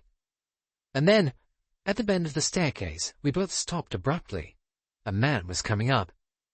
He, too, stopped. His face was in shadow, but his attitude was one of one completely taken aback. He was the first to speak, in a loud, rather bullying voice. "What the hell are you doing here? I'd like to know." "Ah," said Poirot, "Monsieur Croft, I think. Oh, that's my name. But what— Shall we go into the drawing-room to converse? It would be better, I think." The other gave way, turned abruptly, and descended, we following close on his heels. In the drawing-room, with the door shut, Poirot made a little bow. "I will introduce myself, Hercule Poirot, at your service." The other's face cleared a little. "Oh," he said slowly, "you're the detective chap. I've read about you." "In the St. Louis Herald." "Huh?" "Oh, I've read about you way back in Australia. French, aren't you?" "Belgian. It makes no matter. This is my friend, Captain Hastings. Oh, glad to meet you.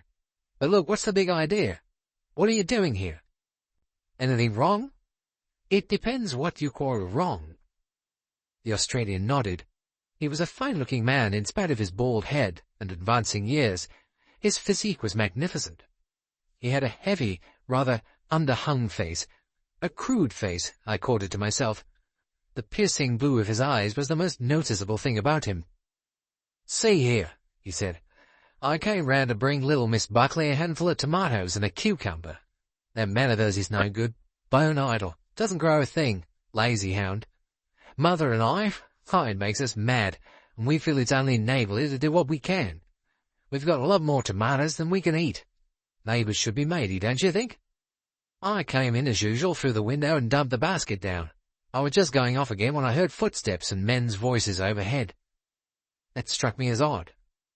We don't deal much in burglars round here, but after all it was possible.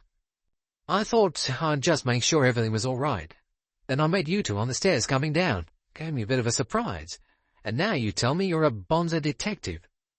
What's it all about?" "It is very simple," said Poirot, smiling. "Mademoiselle had a rather alarming experience the other night. A picture fell above her bed. She may have told you of it." "Well, she did. A mighty fine escape. To make all secure, I promised to bring her some special chain. It will not do to repeat the occurrence, eh? She tells me she is going out this morning, but I may come and measure what amount of chain will be needed. Voila, it is simple." He flung out his hands with a childlike simplicity, and his most engaging smile. Croft drew a deep breath. "So, that's all, is it?" "Yes, you have had the scare for nothing. We are very law-abiding citizens, my friend and I." "Didn't I see you yesterday?" said Croft slowly. "Yesterday evening it was. You passed our little place." "Ah, yes, you were working in the garden, and were so polite as to say good afternoon when we passed." "Ah, that's right." "Well, well, and you're the Monsieur Hercule Poirot I've heard so much about. Tell me, are you busy, Mr. Poirot? Because if not, I wish you'd come back with me now. Have a cup of morning tea, Australian fashion, and meet my old lady. She's read all about you in the newspapers. You are too kind, Monsieur Croft. Oh, we have nothing to do, and shall be delighted. Oh, that's fine. You have the measurements correctly, Hastings? Asked Poirot, turning to me. I assured him that I had the measurements correctly, and we accompanied our new friend.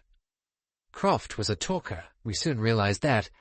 He told us of his home near Melbourne, of his early struggles, of his meeting with his wife, of their combined efforts, and of his final good fortune and success. Right away we made up our minds to travel, he said. We'd always wanted to come to the old country. Well, we did. We came down to this part of the world, tried to look up some of my wife's people. They came from round about here, but we couldn't trace any of them. Then we took a trip on the continent. Paris, Rome, the Italian lakes, Florence, all those places. It was while we were in Italy that we had the train accident. My poor wife was badly smashed up. Cruel, wasn't it? I've taken her to the best doctors, and they all say the same. There's nothing for it but time. Time and lying up. It's an injury to the spine. What a misfortune. Hard luck, isn't it? Well, there it was, and she'd only got one kind of fancy to come down here. She kind of felt if we had a little place of our own, something small, it would make all the difference. We saw a lot of messy-looking shacks, and then by good luck we found this. Nice and quiet and tucked away, no cars passing or gramophones next door. I took it right away. With the last words, we had come to the lodge itself. He sent his voice echoing forth in a loud coo-ee, to which came an answering coo-ee. "Come in," said Mr. Croft. He passed through the open door and up the short flight of stairs to a pleasant bedroom. There, on a sofa, was a stout, middle-aged woman with pretty grey hair and a very sweet smile. "Who do you think this is, Mother?" said Mr. Croft. "The extra special, world-celebrated detective, Mr. Hercule Poirot. I brought him right along to have a chat with you." If that isn't too exciting for words," cried Mrs. Croft, shaking Poirot warmly by the hand. "Read about that blue train business, I did, and you just happening to be on it, and a lot about your other cases. Since this trouble with my back, I've read all the detective stories that ever were, I should think. Nothing else seems to pass the time away so quick. Bird, dear, call out to Edith to bring the tea along. Right you are, Mother." "She's a kind of nurse attendant, Edith is," Mrs. Croft explained. "She comes along each morning to fix me up. We're not bothering the servants. Bert's as good a cook and a house parliament as you'll find anywhere, and it gives him occupation. That and the garden." "Here we are," cried Mr. Croft, reappearing with a tray. "Here's the tea. This is a great day in our lives, Mother." "I suppose you're staying down here, Mr. Poirot?" Mrs. Croft asked, as she leaned over a little and wielded the teapot. "Why, yes, madame. I take the holiday." "But surely I read that you'd retired, that you'd taken a holiday for good and all." "Madame, you must not believe everything you read in the papers." "Well, that's true enough. So, you still carry on business?" "When I find a case that interests me." "Sure you're not down here on work?" inquired Mr. Croft shrewdly. "Calling it a holiday might be all part of a game." "You mustn't ask him embarrassing questions, Bert," said Mrs. Croft, "or he won't come again. We are simple people, Mr. Poirot, and you're giving us a great treat coming here today, you and your friend. You really don't know the pleasure you're giving us." She was so natural and so frank in her gratification that my heart quite warmed to her. "That was a bad business about that picture," said Mr. Croft. "That poor little girl might have been killed," said Mrs. Croft with deep feeling. "She is a live wire, livens the place up when she comes down here. Not much liked in the neighbourhood, so I've heard. But that's the way in these stuck English places. They don't like life and gaiety in a girl. I don't wonder she doesn't spend much time down here. And that long-nosed cousin of hers has no more chance of persuading her to settle down here for good and all than, well, I don't know what." "Don't gossip, Milly," said her husband. "Aha!" said Poirot. "The wind is in that quarter. Trust the instinct of Madame. So, Monsieur Charles Vyse is in love with our little friend." "Oh, he's silly about her," said Mrs. Croft. "But she won't marry a country lawyer, and I don't blame her. He's a poor stick anyway. I'd like her to marry that nice sailor. What's his name? The Challenger. Many a smart marriage might be worse than that. He's older than she is, but what of that? Steadying, that's what she needs. Flying about all over the place, the continent even, all alone, or with that queer-looking Mrs. Rice. She's a sweet girl, Mr. Poirot. I know that well enough. But I'm worried about her. She's looked none too happy lately. She's had what I call a haunted kind of look, and that worries me. I've got my reasons for being interested in that girl, haven't I, Bert? Mr. Croft got up from his chair rather suddenly. No need to go into that, Milly, he said. I wonder, Mr. Poirot, if you'd care to see some snapshots of Australia. The rest of our visit passed uneventfully. 10 minutes later, we took our leave. Nice people, I said. So simple and unassuming. Typical Australians. You liked them? Well, didn't you? They were very pleasant, very friendly. Well, what is it then? There's something I can see. They were perhaps just a shade too typical, said Poirot thoughtfully. That cry of cooee, that insistence on showing us snapshots. Was it not the playing a part just a little too thoroughly? What a suspicious old devil you are. You are right, mon ami. I am suspicious of everyone, of everything. I am afraid, Hastings. Afraid. Chapter 6. A Call upon Mr. Vyse. Poirot clung firmly to the continental breakfast. To see me consuming eggs and bacon upset and distressed him, so he always said. Consequently, he breakfasted in bed upon coffee and rolls, and I was free to start the day with the traditional Englishman's breakfast of bacon and eggs and marmalade. I looked into his room on Monday morning as I went downstairs. He was sitting up in bed, arrayed in a very marvellous dressing-gown. Bonjour, Hastings. I was just about to ring. This note that I have written, will you be so good as to get it taken over to End House and delivered to Mademoiselle at once? I held out my hand for it. Poirot looked at me and sighed. If only, Hastings, you would part your hair in the middle instead of at the side. What a difference it would make to the symmetry of your appearance. And your moustache. If you must have a moustache, let it be a real moustache, a thing of beauty such as mine. Repressing a shudder at the thought, I took the note firmly from Poirot's hand and left the room. I had rejoined him in our sitting-room when word was sent up to say Miss Buckley had called. Poirot gave the order for her to be shown up. She came in gaily enough, but I fancied that the circles under her eyes were darker than usual. In her hand she held a telegram, which she handed to Poirot. "There," she said, "I hope that will please you." Poirot read it aloud. "Arrive at 5:30 today, Maggie." "My nurse and guardian," said Nick. "But you're wrong, you know. Maggie's got no kind of brains. Good works is about all she's fit for. That and never seeing the point of jokes. Freddie would be 10 times better at spotting hidden assassins, and Jim Lazarus would be better still. I never feel one has got to the bottom of Jim." "And the Commander Challenger?" "Oh, George! He'd never see anything until it was under his nose. But he'd let them have it when he did see. Very useful when it came to a showdown, George would be." She tossed off her hat and went on. "I gave orders for the man you wrote about to be let in." "Sounds mysterious. Is he installing a dictaphone or something like that?" Poirot shook his head. No, nothing scientific. A very simple little matter of opinion, mademoiselle. Something I wanted to know." "Oh, well," said Nick. "It's all great fun, isn't it?" "Is it, mademoiselle?" asked Poirot gently. She stood for a minute with her back to us, looking out of the window. Then she turned. All the brave defiance had gone out of her face. It was childishly twisted awry, as she struggled to keep back the tears. "No," she said, It isn't really. I'm afraid, hideously afraid. And I always thought I was brave. So you are, mon enfant, so you are. Both Hastings and I, we have both admired your courage." "Yes, indeed," I put in warmly. "No," said Nick, shaking her head. "I'm not brave. It's the waiting, wondering the whole time if anything more is going to happen, and how it'll happen, and expecting it to happen. Yes, it is the strain. Last night, I pulled my bed out into the middle of the room and fastened my window and bolted my door. When I came here this morning, I came round by the road. I simply couldn't come through the garden. It's as though my nerve had gone all of a sudden. It's this thing coming on top of everything else." What do you mean exactly by that, mademoiselle, on top of everything else? There was a momentary pause before she replied, I don't mean anything in particular.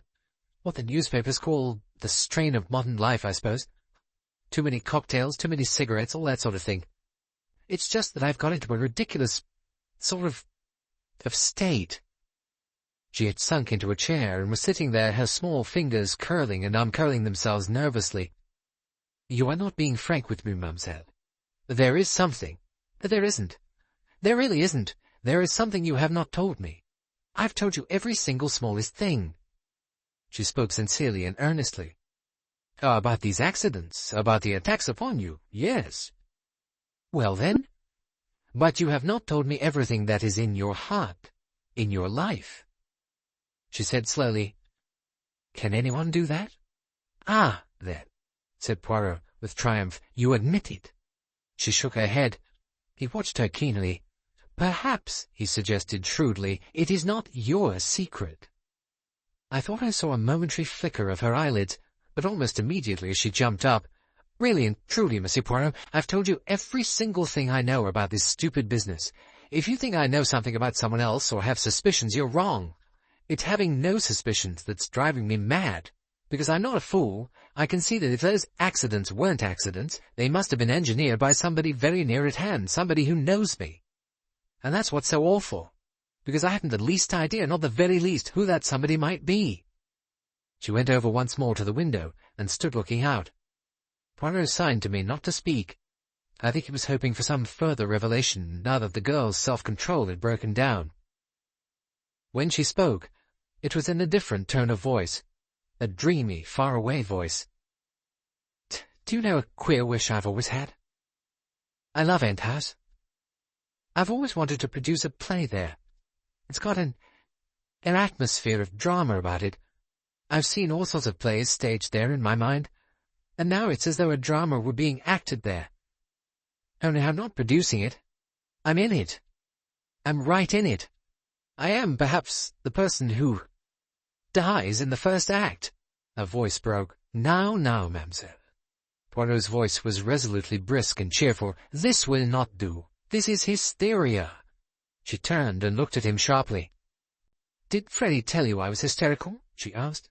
She says I am sometimes, but you mustn't always believe what Freddie says. There are times, you know, when she isn't quite herself. There was a pause. Then Poirot asked a totally irrelevant question. Tell me, mademoiselle, he said, have you ever received an offer for End House? Or to sell it, do you mean? That is what I meant. No. Would you consider selling it if you got a good offer? Nick considered for a moment. No, I don't think so. Not, I mean, unless it was such a ridiculously good offer that it would be perfectly foolish not to. Précisément. I don't want to sell it, you know, because I'm fond of it. Quite so. I understand. Nick moved slowly towards the door. Oh, by the way, there are fireworks tonight. Will you come? Dinner at 8 o'clock. The fireworks begin at 9:30. You can see them splendidly from the garden where it overlooks the harbour. I shall be enchanted. Both of you, of course, said Nick. Well, many thanks, I said. Nothing like a party for reviving the drooping spirits, remarked Nick, and with a little laugh she went out. Pauvre enfant, said Poirot. He reached for his hat and carefully flicked an infinitesimal speck of dust from its surface. We're going out? I asked. Mais oui. We have legal business to transact, mon ami. Of course, I understand. One of your brilliant mentality could not fail to do so, Hastings. The offices of Messrs. Vyse, Trevanion, and Wynnard were situated in the main street of the town. We mounted the stairs to the first floor and entered a room where 3 clerks were busily writing. Poirot asked to see Mr. Charles Vyse. A clerk murmured a few words down a telephone, received, apparently, an affirmative reply, and remarking that Mr. Vyse would see us now, he led us across the passage, tapped on a door, and stood aside for us to pass in. From behind a large desk covered with legal papers, Mr. Vyse rose up to greet us. He was a tall young man, rather pale, with impassive features. He was going a little bald on either temple, and wore glasses. His colouring was fair and indeterminate. Poirot had come prepared for the encounter. Fortunately, he had with him an agreement, as yet unsigned, and so on some technical points in connection with this, he wanted Mr. Vyse's advice. Mr. Vyse, speaking carefully and correctly, was soon able to allay Poirot's alleged doubts, and to clear up some obscure points of the wording. "I am very much obliged to you," murmured Poirot. "As a foreigner you comprehend these legal matters, and phrasings are most difficult." It was then that Mr. Vyse asked who had sent Poirot to him. "A Miss Buckley," said Poirot promptly. "Your cousin, is she not? A most charming young lady. I happened to mention that I was in perplexity, and she told me to come to you. I tried to see you on Saturday morning, about 12:30, but you were out." "Yes, I remember. I left early on Saturday." "Mademoiselle, your cousin, must find that large house very lonely. She lives there alone, I understand." "Quite so." "Tell me, Mr. Vyse, if I may ask, is there any chance of that property being in the market? Oh, not the least, I should say." "You understand, I do not ask idly. I have a reason. I am in search myself of just such a property. The climate of St. Loup enchants me. It is true that the house appears to be in bad repair. There has not been, I gather, much money to spend upon it. Under those circumstances, is it not possible that Mademoiselle would consider an offer?" "But not the least likelihood of it." Charles Vyse shook his head with the utmost decision. "My cousin is absolutely devoted to the place. Nothing would induce her to sell, I know. It is, you understand, a family place." "I comprehend that, but it is absolutely out of the question. I know my cousin. She has a fanatical devotion to the house." A few minutes later we were out in the street again. "Well, my friend," said Poirot, "and what impression did this Monsieur Charles Vyse make upon you?" I considered. "A very negative one," I said at last. "He's a curiously negative person. Not a strong personality, you would say." "No, indeed. The kind of man you would never remember on meeting him again. A mediocre person." "His appearance is certainly not striking. Did you notice any discrepancy in the course of our conversation with him?" "Yes," I said slowly, "I did." "With regard to the selling of End House?" "Exactly." "Would you have described Mademoiselle Buckley's attitude towards End House as one of fanatical devotion?" "It's a very strong term." "Yes. And Mr. Vyse is not given to using strong terms. His normal attitude, a legal attitude, is to rather than overstate. Yet he says that Mademoiselle has a fanatical devotion to the home of her ancestors."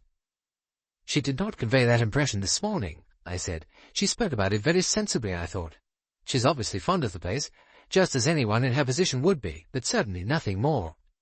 "So, in fact, one of the two is lying," said Poirot thoughtfully. "One would not suspect Vyse of lying." "Clearly a great asset, if one has any lying to do," remarked Peril. "Yes, he has quite the air of a George Washington, that one."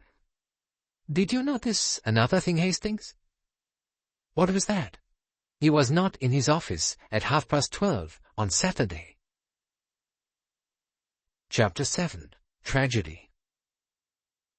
The first person we saw when we arrived at End House that evening was Nick. She was dancing about the hall, wrapped in a marvelous kimono covered with dragons. "Oh, it's only you, Mademoiselle. I am desolated." I know it did sound rude, but you see, I'm waiting for my dress to arrive. They promised, the brutes, promised faithfully. "Ah, if it is a matter of la toilette.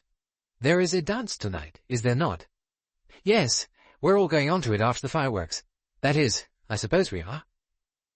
There was a sudden drop in her voice, but the next minute she was laughing. "Never give in, that's my motto. Don't think of trouble, and trouble won't come. I've got my nerve back tonight. I'm going to be gay and enjoy myself." There was a footfall on the stairs. Nick turned. "Oh, here's Maggie. Maggie, here are the sleuths that are protecting me from the secret assassin. Take them into the drawing-room, and let them tell you about it." In turn, we shook hands with Maggie Buckley, and as requested, she took us into the drawing-room. I formed an immediate favourable opinion of her. It was, I think, her appearance of calm good sense that so attracted me. A quiet girl, pretty in the old-fashioned sense, certainly not smart. Her face was innocent of make-up, and she wore a simple, rather shabby black evening dress. She had frank blue eyes and a pleasant, slow voice. "Nick has been telling me the most amazing things," she said. "Surely she must be exaggerating. Whoever would want to harm Nick? She can't have an enemy in the world." Incredulity showed strongly in her voice. She was looking at Poirot in a somewhat unflattering fashion. I realized that to a girl like Maggie Buckley, foreigners were always suspicious. "Nevertheless, Miss Buckley, I assure you that it is the truth," said Poirot quietly. She made no reply, but her face remained unbelieving. "Nick seems quite fey tonight," she remarked. "I don't know what's the matter with her. She seems in the wildest spirits." That word, fey, it sent a shiver through me. Also, something in the intonation of her voice had set me wondering. "Are you Scotch, Miss Buckley?" I asked abruptly. "Oh, my mother was Scottish," she explained. She viewed me, I noticed, with more approval than she viewed Poirot. I felt that my statement of the case would carry more weight with her than Poirot's would. "Your cousin is behaving with great bravery," I said. "She's determined to carry on as usual." "It's the only way, isn't it?" said Maggie. "I mean, whatever one's inward feelings are, it's no good making a fuss about them. That's only uncomfortable for everyone else." She paused, and then added in a soft voice, "I'm very fond of Nick. She's been good to me always." We could say nothing more, for at that moment Frederica Rice drifted into the room. She was wearing a gown of Madonna blue, and looked very fragile and ethereal. Lazarus soon followed her, and then Nick danced in. She was wearing a black frock, and round her was wrapped a marvellous old Chinese shawl of vivid lacquer red. "Hello, people," she said. "Cocktails?" We all drank, and Lazarus raised his glass to her. "That's a marvellous shawl, Nick," he said. "It's an old one, isn't it?" "Yes, brought back by great-great-great-Uncle Timothy from his travels. It's a beauty, a real beauty. You wouldn't find another to match it if you tried." "It's warm," said Nick. "It'll be nice when we're watching the fireworks. And it's gay. I hate black." "Yes," said Frederica. "I don't believe I've ever seen you in a black dress before, Nick. Why did you get it?" "Oh, I don't know," the girl flung aside with a petulant gesture, but I had caught a curious curl of her lips as though of pain. "Why does one do anything?" We went in to dinner. A mysterious manservant had appeared, hired, I presumed, for the occasion. The food was indifferent. The champagne, on the other hand, was good. "George hasn't turned up," said Nick. "A nuisance is having to go back to Plymouth last night. He'll get over this evening sometime or other, I expect. In time for the dance, anyway. I've got a man for Maggie. Presentable, if not passionately interesting." A faint roaring sound drifted in through the window. "Ugh, curse that speedboat," said Lazarus. "I get so tired of it." "That's not the speedboat," said Nick. "That's a seaplane." "I believe you're right." "Of course I'm right. The sound's quite different." "When are you going to get your moth, Nick?" "When I can raise the money," laughed Nick. "And then I suppose you'll be off to Australia, like that girl. What's her name?" "I'd love to." "I admire her enormously," said Mrs. Rice in her tired voice. "What marvellous nerve! All by herself, too." "I admire all these flying people," said Lazarus. "If Michael Seton had succeeded in his flight round the world, he'd have been the hero of the day, and rightly so. 1,000 pities he's come to grief. He's the kind of man England can't afford to lose."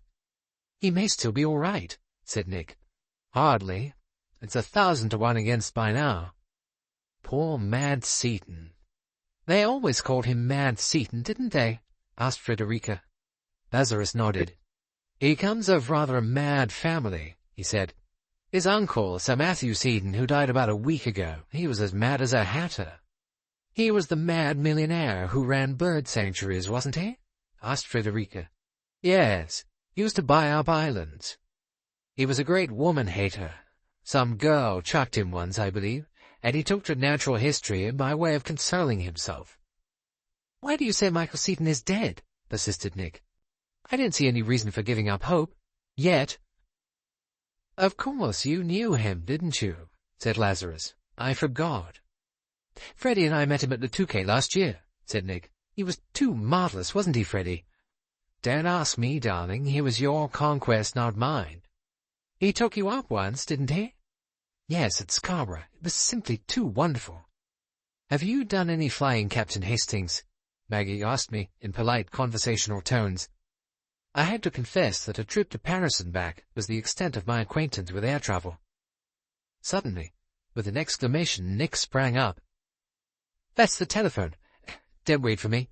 It's getting late, and I've asked lots of people. She left the room. I glanced at my watch. It was just 9 o'clock. Dessert was brought, and port. Poirot and Lazarus were talking art. Pictures, Lazarus was saying, were a great drug in the market just now. They went on to discuss new ideas in furniture and decoration. I endeavoured to do my duty by talking to Maggie Buckley, but I had to admit that the girl was heavy in hand. She answered pleasantly, but without throwing the ball back. It was uphill work. Frederica Rice sat dreamily silent, her elbows on the table, and the smoke from her cigarette curling round her fair head. She looked like a meditative angel. It was just 9:20 when Nick put her head round the door. "Come out of it, all of you.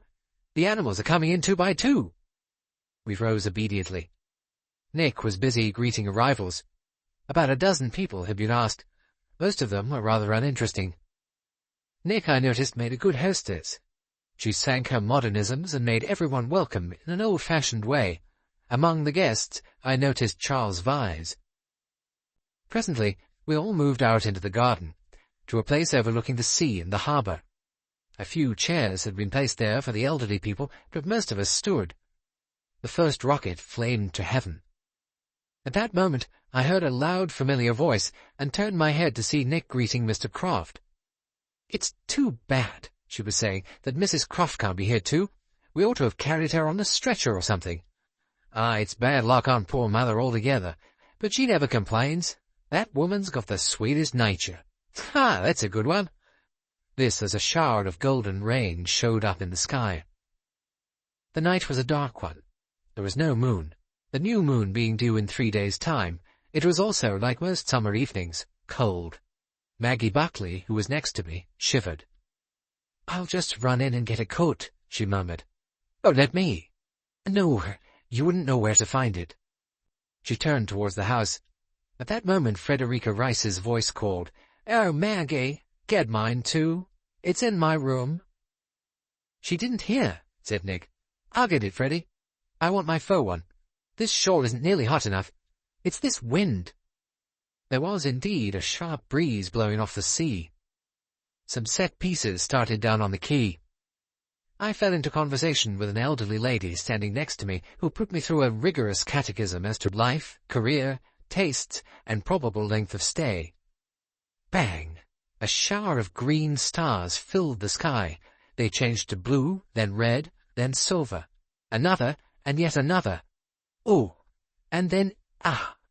"That is what one says," observed Poirot suddenly close to my ear. "At the end it becomes monotonous, do you not find? Pooh! The grass, it is damp to the feet. I shall suffer for this. A chill, and no possibility of obtaining a proper tisane. A chill on a lovely night like this. A lovely night. A lovely night. You say that because the rain, it does not pour down in sheets. Always when the rain does not fall, it is a lovely night. But I tell you, my friend, if there were a little thermometer to consult, you would see." "Well," I admitted, "I wouldn't mind putting on a coat myself. You are very sensible. You have come from a hot climate. I'll bring yours." Poirot lifted first one and then the other foot from the ground with a cat-like motion. "It is the dampness of the feet, I fear. Would it, think you, be possible to lay hands on a pair of goloshes?" I repressed a smile. "Not a hope," I said. "You understand, Poirot, that it is no longer done." "Then I shall sit in the house," he declared. "Just for the Guy Fawkes show, shall I want only enrhumer myself, and catch, perhaps, a flexion de poitrine?" Poirot still murmuring indignantly, we bent our footsteps towards the house. Loud clapping drifted up to us from the quay below, where another set piece was being shown. A ship, I believe, with "Welcome to our visitors" displayed across it. "We are all children at heart," said Poirot thoughtfully. "Les feux d'artifice, the party, the games with balls, yes, and even the conjurer, the man who deceives the eye, however carefully it watches. Mais, qu'est-ce que vous avez? I had caught him by the arm and was clutching him with one hand, while with the other I pointed. We were within 100 yards of the house, and just in front of us, between us and the open French window, there lay a huddled figure, wrapped in a scarlet Chinese shawl. Mon Dieu, whispered Poirot. Mon Dieu. Chapter 8. The Fatal Shawl. I suppose it was not more than 40 seconds that we stood there, frozen with horror, unable to move, but it seemed like an hour. Then Poirot moved forward, shaking off my hand. He moved stiffly, like an automaton. "It has happened," he murmured, and I can hardly describe the anguished bitterness of his voice. "In spite of everything, in spite of all my precautions, it has happened. Ah, miserable criminal that I am, why did I not guard her better? I should have foreseen, not for one instant, should I have left her side." "You mustn't blame yourself," I said. My tongue stuck to the roof of my mouth, and I could hardly articulate. Poirot only responded with a sorrowful shake of his head. He knelt down by the body. And at that moment we received a second shock.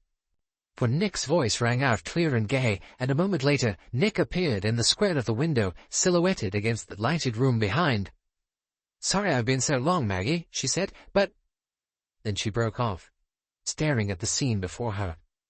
With a sharp exclamation, Poirot turned over the body on the lawn, and I pressed forward to see. I looked down into the dead face of Maggie Buckley.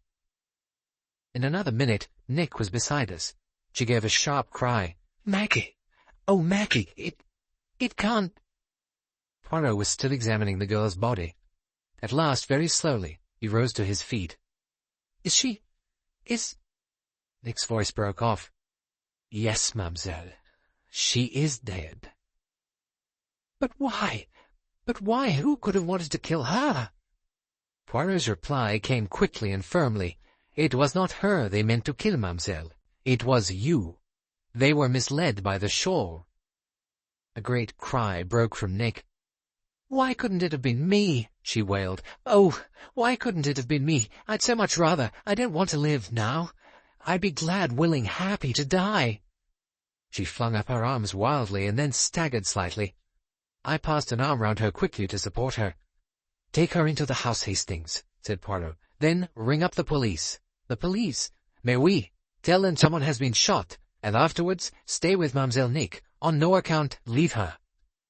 I nodded comprehension of these instructions, and supporting the half-fainting girl, made my way through the drawing-room window.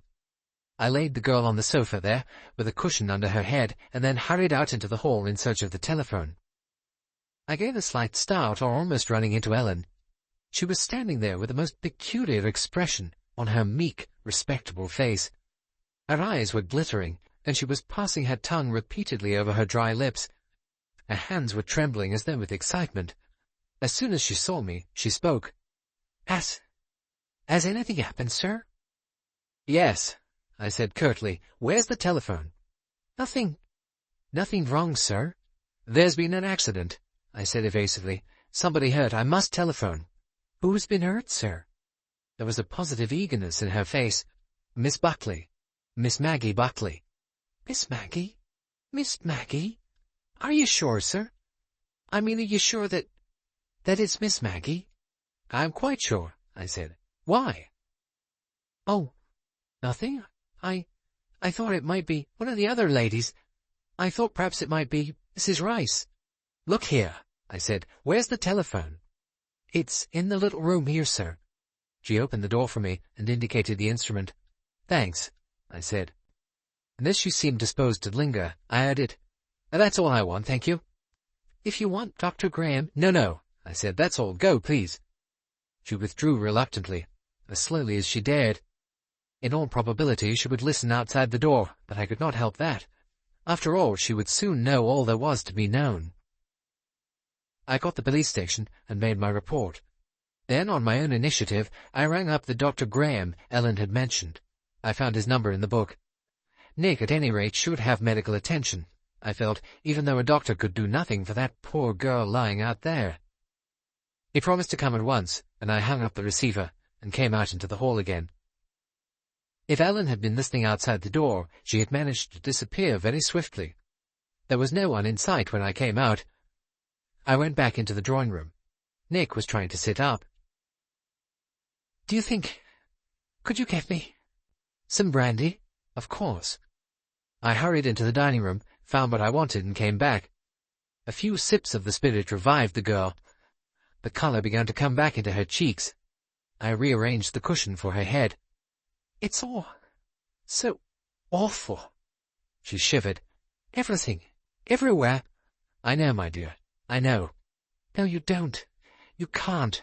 And it's all such a waste.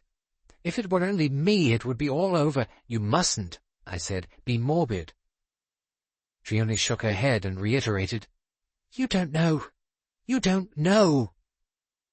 Then suddenly she began to cry, a quiet, hopeless sobbing like a child.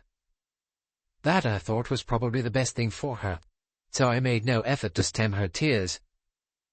When their first violence had died down a little, I stole across to the window and looked out.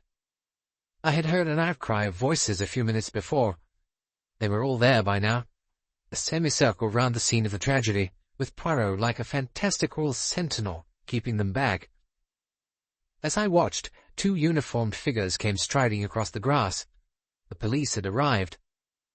I went quietly back to my place by the sofa. Nick lifted her tear-stained face.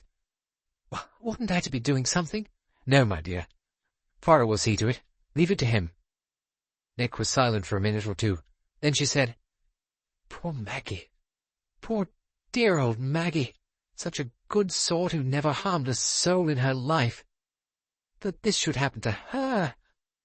I feel as though I'd killed her, bringing her down in the way that I did." I shook my head sadly. How little one can foresee the future. When Poirot insisted on Nick's inviting a friend, how little did he think that he was signing an unknown girl's death warrant. We sat in silence. I longed to know what was going on outside, but I loyally fulfilled Poirot's instructions and stuck to my post. It seemed hours later when the door opened and Poirot and a police inspector entered the room. With them came a man who was evidently Dr. Graham. He came over at once to Nick. "And how are you feeling, Miss Buckley?" This must have been a terrible shock. His fingers were on her pulse. "Not too bad." He turned to me. "Has she had anything?" "Some brandy," I said. "I'm all right," said Nick bravely. "Able to answer a few questions, eh?" "Of course." The police inspector moved forward with a preliminary cough. Nick greeted him with the ghost of a smile. "Not impeding the traffic this time," she said. I gathered that they were not strangers to each other. "This is a terrible business, Miss Buckley," said the inspector. "I'm very sorry about it. Now, Mr. Poirot here, whose name I'm very familiar with, and proud we are to have him with us, I'm sure, tells me that to the best of his belief you were shot at in the grounds of the Majestic Hotel the other morning." Nick nodded. "I thought it was just a wasp," she explained. "But it wasn't." "And you'd had some rather peculiar accidents before that." "Yes. At least, it was odd their happening so close together." She gave a brief account of the various circumstances. "Just so.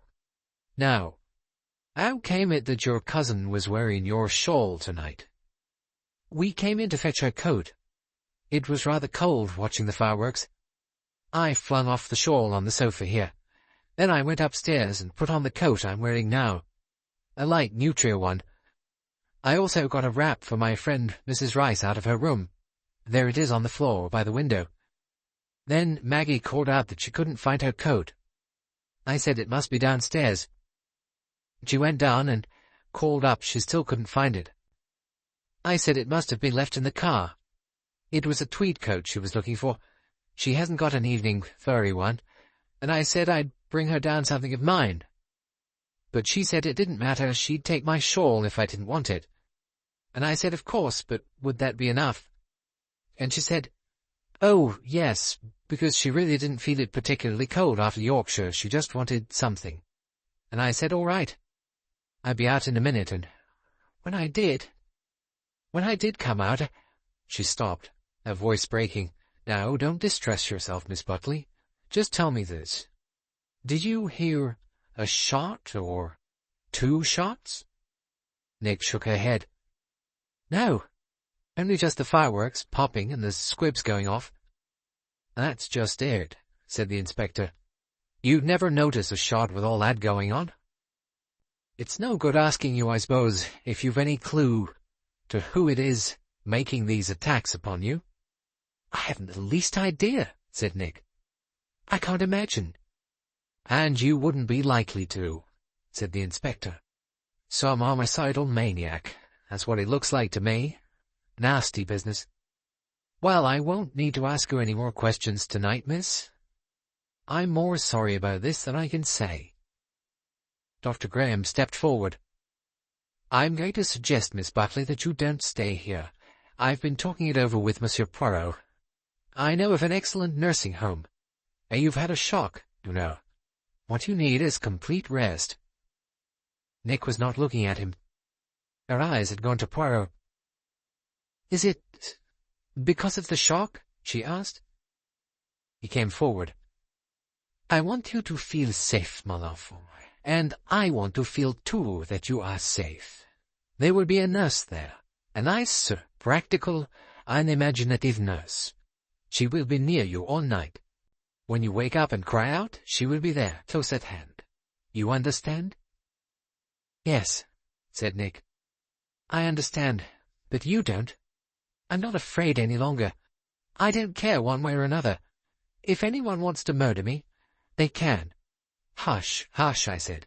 You're overstrung. You don't know. None of you know. I really think Monsieur Poirot's plan is a good one. The doctor broke in soothingly. I will take you in my car, and we will give you a little something to ensure a good night's rest. Now, what do you say?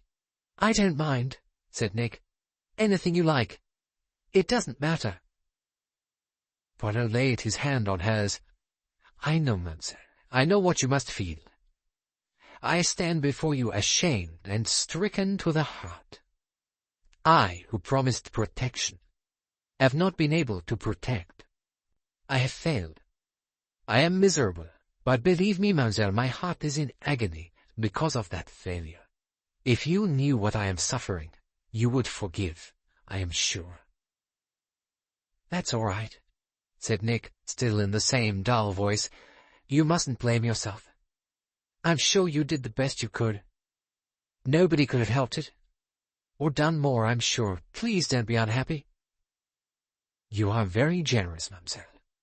No, There was an interruption. The door flew open, and George Challenger rushed into the room. What's all this? He cried. I've just arrived to find a policeman at the gate, and a rumor that somebody's dead. What is it all about? For God's sake, tell me. Is it Nick? The anguish in his tone was dreadful to hear. I suddenly realized that Poirot and the doctor between them completely blotted out Nick from his sight. Before anyone had time to answer, he repeated his question. Tell me. It can't be true. Nick isn't dead. No, mon ami, said Poirot gently. She is alive. And he drew back so the Challenger could see the little figure on the sofa. For a moment or two, Challenger stared at her incredulously. Then, staggering a little, like a drunken man, he muttered, Nick, Nick, and suddenly dropping on his knees beside the sofa and hiding his head in his hands, he cried, in a muffled voice, Nick, my darling, I thought that you were dead. Nick tried to sit up. It's all right, George. Don't be an idiot. I'm quite safe. He raised his head and looked round wildly. But somebody's dead. The policeman said so. Yes, said Nick. Maggie. Poor old Maggie. Oh! A spasm twisted her face. The doctor and Poirot came forward. Graham helped her to her feet. He and Poirot, one on each side, helped her from the room. The sooner you get to your bed, the better, remarked the doctor. I'll take you along at once in my car. I've asked Mrs. Rice to pack a few things ready for you to take. They disappeared through the door. Challenger caught my arm. I don't understand. Where are they taking her? I explained. Oh, I see. Now then, Hastings, For God's sake, give me the hang of this thing. What a ghastly tragedy, that poor girl. Come and have a drink, I said. You're all to pieces. I don't mind if I do. We adjourned to the dining room. You see, he explained, as he put away a stiff whiskey and soda, I thought it was Nick. There was very little doubt as to the feelings of Commander George Challenger. A more transparent lover never lived. Chapter 9. A to J. I doubt if I shall ever forget the night that followed. Poirot was a prey to such an agony of self-reproach that I was really alarmed.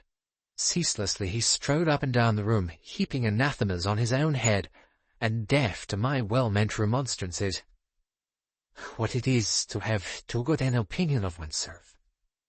I am punished. Yes, I am punished. Hercule Poirot, I was too sure of myself. No, no, I interpolated, but who would imagine?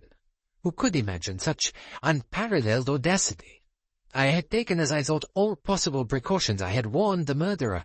Warned the murderer? Mais oui. I had drawn attention to myself. I had let him see that I suspected someone. I had made it, or so I thought, too dangerous for him to dare to repeat his attempts at murder. I had drawn a cordon round Mademoiselle, and he slips through it boldly. Under our very eyes almost, he slips through it. In spite of us all, of everyone being on the alert, he achieves his object. Only he doesn't, I reminded him. Well, that is the chance only. From my point of view, it is the same. A human life has been taken, Hastings. Oh, of course, I said. I didn't mean that. But on the other hand, what you say is true. And that makes it worse. 10 times worse. For the murderer is still as far as ever from achieving his object. Do you understand, my friend? The position is changed for the worse. It may mean that not 1 life, but 2 will be sacrificed. Not while you're about, I said stoutly. He stopped and wrung my hand. Merci, mon ami. Merci. You still have confidence in the old one. You still have the faith. You put new courage into me. Hercule Poirot will not fail again. No second life shall be taken. I will rectify my error. For, see you, there must have been an error. Somewhere there has been a lack of order and method in my usually so well-arranged ideas. I will start again. Yes, I will start at the beginning, and this time I will not fail. You really think, then, I said, that Nick Buckley's life is still in danger? My friend, for what other reason did I send her to this nursing home? Well, then it wasn't the shock. The shock? One can recover from shock as well in one's own home as in a nursing home. Better, for that matter. It is not amusing there, the floors of green linoleum, the conversation of the nurses, the meals on trays, the ceaseless washing. No, no. It is for safety, and safety only. I take the doctor into my confidence. He agrees. He will make all arrangements. No one, mon ami, not even her dearest friend, will be admitted to see Miss Buckley. You and I are the only ones permitted. Pour les autres, eh bien. Doctor's orders, they will be told. A phrase very convenient, and not one to be gainsaid. Yes, I said. Only what, Hastings? Well, that can't go on forever. A very true observation. But it gives us a little breathing space, and you realize, do you not, that the character of our operations has changed? In what way? Our original task was to ensure the safety of Mademoiselle. Our task now is a much simpler one, a task with which we are well acquainted. It is neither more nor less than the hunting down of a murderer. You call that simpler? Certainly it is simpler. The murderer has, as I said the other day, signed his name to the crime. He has come out into the open.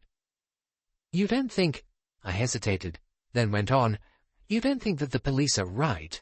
That this is the work of a madman, some wandering lunatic with a homicidal mania? I am more than ever convinced that such is not the case. You really think that— I stopped. Poirot took up my sentence, speaking very gravely. That the murderer is someone in Mademoiselle's own circle. Yes, mon ami. I do. But surely last night must almost rule out that possibility. We were all together, and— He interrupted. Could you swear, Hastings, that any particular person had never left our little company there on the edge of the cliff? Is there any one person there whom you could swear you had seen all the time? No, I said slowly, struck by his words. I don't think I could. It was dark. We all moved about, more or less. On different occasions I noticed Mrs. Rice, Lazarus, you, Croft, Vyse. But all the time, no. Poirot nodded his head. Exactly. It would be a matter of a very few minutes. The two girls go to the house. The murderer slips away unnoticed, hides behind that sycamore tree in the middle of the lawn. Nick Buckley, or so he thinks, comes out of the window, passes within a foot of him. He fires 3 shots in rapid succession. 3, I interjected. Yes. He was taking no chances this time. We found 3 bullets in the body. Well, that was risky, wasn't it? Less risky in all probability than 1 shot would have been. A Mauser pistol does not make a great deal of noise. It would resemble more or less the popping of the fireworks and blend in very well with the noise of them. Did you find the pistol? I asked. No. And there, Hastings, lies, to my mind, the indisputable proof that no stranger is responsible for this. We agree, do we not, that Miss Buckley's own pistol was taken in the first place for one reason only, to give her death the appearance of suicide? Yes. That is the only possible reason, is it not? But now, you observe, there is no pretense of suicide. The murderer knows that we should not any longer be deceived by it. He knows, in fact, what we know. I reflected, admitting to myself the logic of Poirot's deduction. What did he do with the pistol, do you think? Poirot shrugged his shoulders. For that, it is difficult to say. But the sea was exceedingly handy. A good toss of the arm and the pistol sinks, never to be recovered. We cannot, of course, be absolutely sure, but that is what I should have done. His matter-of-fact tone made me shiver a little. Do you think he realized that he'd killed the wrong person? I am quite sure he did not, said Poirot grimly. Yes, that must have been an unpleasant little surprise for him when he learnt the truth. To keep his face and betray nothing, it cannot have been easy. At that moment I bethought myself of the strange attitude of the maid, Ellen. I gave Poirot an account of her peculiar demeanour. He seemed very interested. She betrayed surprise, did she? That it was Maggie who was dead? Great surprise. That is curious. And yet the fact of a tragedy was clearly not a surprise to her. Yes, there is something there that must be looked into. Who is she, this Ellen? So quiet, so respectable in the English manner. Could it be she who— He broke off. If you're going to include the accidents, I said, surely it would take a man to have rolled that heavy boulder down the cliff. Not necessarily. It is very largely a question of leverage. Oh, yes, it could be done. He continued his slow pacing up and down the room. Anyone who was at End House last night comes under suspicion. But those guests? No. I do not think it was one of them. For the most part, I should say they were mere acquaintances. There was no intimacy between them and the young mistress of the house. Charles Vyse was there, I remarked. Yes, we must not forget him. He is logically our strongest suspect. He made a gesture of despair and threw himself into a chair opposite mine. Voila. It is always that we come back to motive. We must find the motive if we are to understand this crime. And it is there, Hastings, that I am continually baffled. Who can possibly have a motive for doing away with Mademoiselle Nick? I have let myself go to the most absurd suppositions. I, Hercule Poirot, have descended to the most ignominious flights of fancy. I have adopted the mentality of the cheap thriller. The grandfather, the old Nick, he who is supposed to have gambled his money away. Did he really do so? I have asked myself. Did he, on the contrary, hide it away? Is it hidden somewhere in End House? Buried somewhere in the grounds? With that end in view, I am ashamed to say it, I inquired of Mademoiselle Nick whether there had ever been any offers to buy the house. Do you know, Poirot, I said, I call that rather a bright idea. There may be something in it. Poirot groaned. You would say that. It would appeal, I knew, to your romantic but slightly mediocre mind. Buried treasure, yes, you would enjoy that idea. Well, I don't see why not, because, my friend, the more prosaic explanation is nearly always more probable. Then Mademoiselle's father. I have played with even more degrading ideas concerning him. He was a traveller. Supposing, I say to myself, that he has stolen a jewel, the eye of a god. Jealous priests are on his tracks. Yes, I, Hercule Poirot, have descended to depths such as these. I have had other ideas concerning this father, he went on, ideas at once more dignified and more probable. Did he, in the course of his wanderings, contract a second marriage? Is there a nearer heir than Monsieur Charles Vyse? But again, that leads nowhere. We are up against the same difficulty, that there is really nothing of value to inherit. I have neglected no possibility, even that chance reference of Mademoiselle Nix to the offer made her by Monsieur Lazarus, you remember, the offer to purchase her grandfather's portrait? I telegraphed on Saturday for an expert to come down and examine that picture. He was the man about whom I wrote to Mademoiselle this morning. Supposing, for instance, it were worth several £1,000s. Well, you surely don't think a rich man like young Lazarus, is he rich? Appearances are not everything. Even an old established firm with palatial showrooms and every appearance of prosperity may rest on a rotten basis. And what does one do then? Does one run about, crying out that times are hard? No. One buys a new and luxurious car. One spends a little more money than usual. One lives a little more ostentatiously, for credit, you see, is everything. But sometimes a monumental business has crashed for no more than a few £1,000s of ready money. Oh, I know, he continued, forestalling my protests, it is far-fetched. But it is not so bad as revengeful priests or buried treasure. It bears at any rate some relationship to things as they happen. And we can neglect nothing, nothing that might bring us nearer the truth. With careful fingers, he straightened the objects on the table in front of him. When he spoke, his voice was grave, and for the first time, calm. Motive, he said.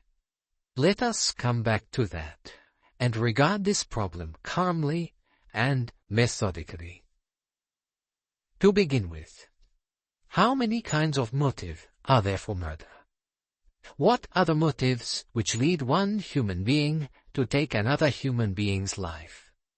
We exclude, for the moment, homicidal mania, because I am absolutely convinced that the solution of our problem does not lie there. We also exclude killing done on the spur of the moment, under the impulse of an ungovernable temper. This is cold-blooded, deliberate murder. What are the motives that actuate such a murder as that? There is first, gain. Who stood to gain by Mademoiselle Buckley's death, directly or indirectly? Well, we can put down Charles Vyse. He inherits a property that, from the financial point of view, is probably not worth inheriting. He might perhaps pay off the mortgage, build small villas on the land, and eventually make a small profit. It is possible. The place might be worth something to him if he had any deeply cherished love of it. If it were, for instance, a family place. That is undoubtedly an instinct very deeply implanted in some human beings, and it has, in cases I have known, actually led to crime. But I cannot see any such motive in Monsieur Vyse's case. The only other person who would benefit at all by Mademoiselle Buckley's death is her friend, Madame Rice. But the amount would clearly be a very small one. Nobody else, as far as I can see, gains by Mademoiselle Buckley's death. What is another motive? Hate, or love that has turned to hate. The crime passionnel. Well, there again we have the word of the observant Madame Croft that both Charles Vyse and Commander Challenger are in love with the young lady. I think we can say that we have observed the latter phenomenon for ourselves, I remarked with a smile. Oh yes, he tends to wear his heart on his sleeve, the honest sailor. For the other, we rely on the word of Madame Croft. Now, if Charles Vyse felt that he were supplanted, would he be so powerfully affected that he would kill his cousin, rather than let her become the wife of another man? It sounds very melodramatic, I said doubtfully. It sounds, you would say, un-English. I agree. But even the English have emotions. And a type such as Charles Vyse is the most likely to have them. He is a repressed young man, one who does not show his feelings easily. Such often have the most violent feelings. I would never suspect the Commander Challenger of murder for emotional reasons. No, he is not the type. But with Charles Vyse, yes, it is possible. But it does not entirely satisfy me. Another motive for crime: jealousy. I separate it from the last because jealousy may not necessarily be a sexual emotion. There is envy of possession, of supremacy. Such a jealousy as drove the Iago of your great Shakespeare to one of the cleverest crimes, speaking from the professional point of view, that has ever been committed. Why was it so clever? I asked, momentarily diverted. Parbleu! Because he got others to execute it. Imagine a criminal nowadays on whom one was unable to put the handcuffs because he had never done anything himself. But this is not the subject we were discussing. Can jealousy of any kind be responsible for this crime? Who has reason to envy Mademoiselle? Another woman? There is only Madame Rice, and as far as we can see, there was no rivalry between the two women. But again, that is only as far as we can see. There may be something there.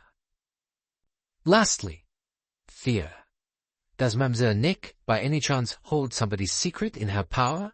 Does she know something which, if it were known, might ruin another life? If so, I think we can say very definitely that she herself is unaware of it. But that might be, you know. That might be. And if so, it makes it very difficult. Because whilst she holds the clue in her hands, she holds it unconsciously, and will be quite unable to tell us what it is. You really think that is possible? It is a hypothesis. I am driven to it by the difficulty of finding a reasonable theory elsewhere. When you have eliminated other possibilities, you turn to the one that is left and say, since the other is not, this must be so. He was silent a long time.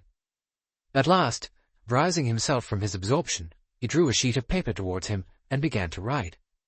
"What are you writing?" I asked curiously. "Mon ami, I am composing a list.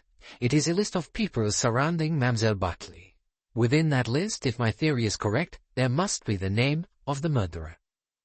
He continued to write for perhaps 20 minutes, then shoved the sheets of paper across to me. "Voilà, mon ami. See what you make of it." On the paper was a list. A. Ellen. B. A gardener husband. C. Their child. D. Mr. Croft. E. Mrs. Croft. F. Mrs. Rice. G. Mr. Lazarus. H. Commander Challenger. I. Mr. Charles Vyse. The letter J was blank. Remarks. A. Ellen. Suspicious circumstances. Her attitude and words on hearing of the crime. Best opportunity of anyone to have staged accidents and to have known of pistol, but unlikely to have tampered with car, and general mentality of crime seems above her level. Motive: none, unless hate arising out of some incident unknown. Note: further inquiries as to her antecedents and general relations with N.B. B. Her husband. Same as above. More likely to have tampered with car. Note: should be interviewed. C. Child. Can be ruled out. Note: should be interviewed. Might give valuable information. D. Mr. Croft. Only suspicious circumstance, the fact that we met him mounting the stair to bedroom 4. Had ready explanation, which may be true, but it may not. Nothing known of antecedents. Motive: none. E. Mrs. Croft. Suspicious circumstances: none. Motive: none. F. Mrs. Rice. Suspicious circumstances: full opportunity. Asked N.B. to fetch Rap, has deliberately tried to create impression that N.B. is a liar, and her account of accidents not to be relied on.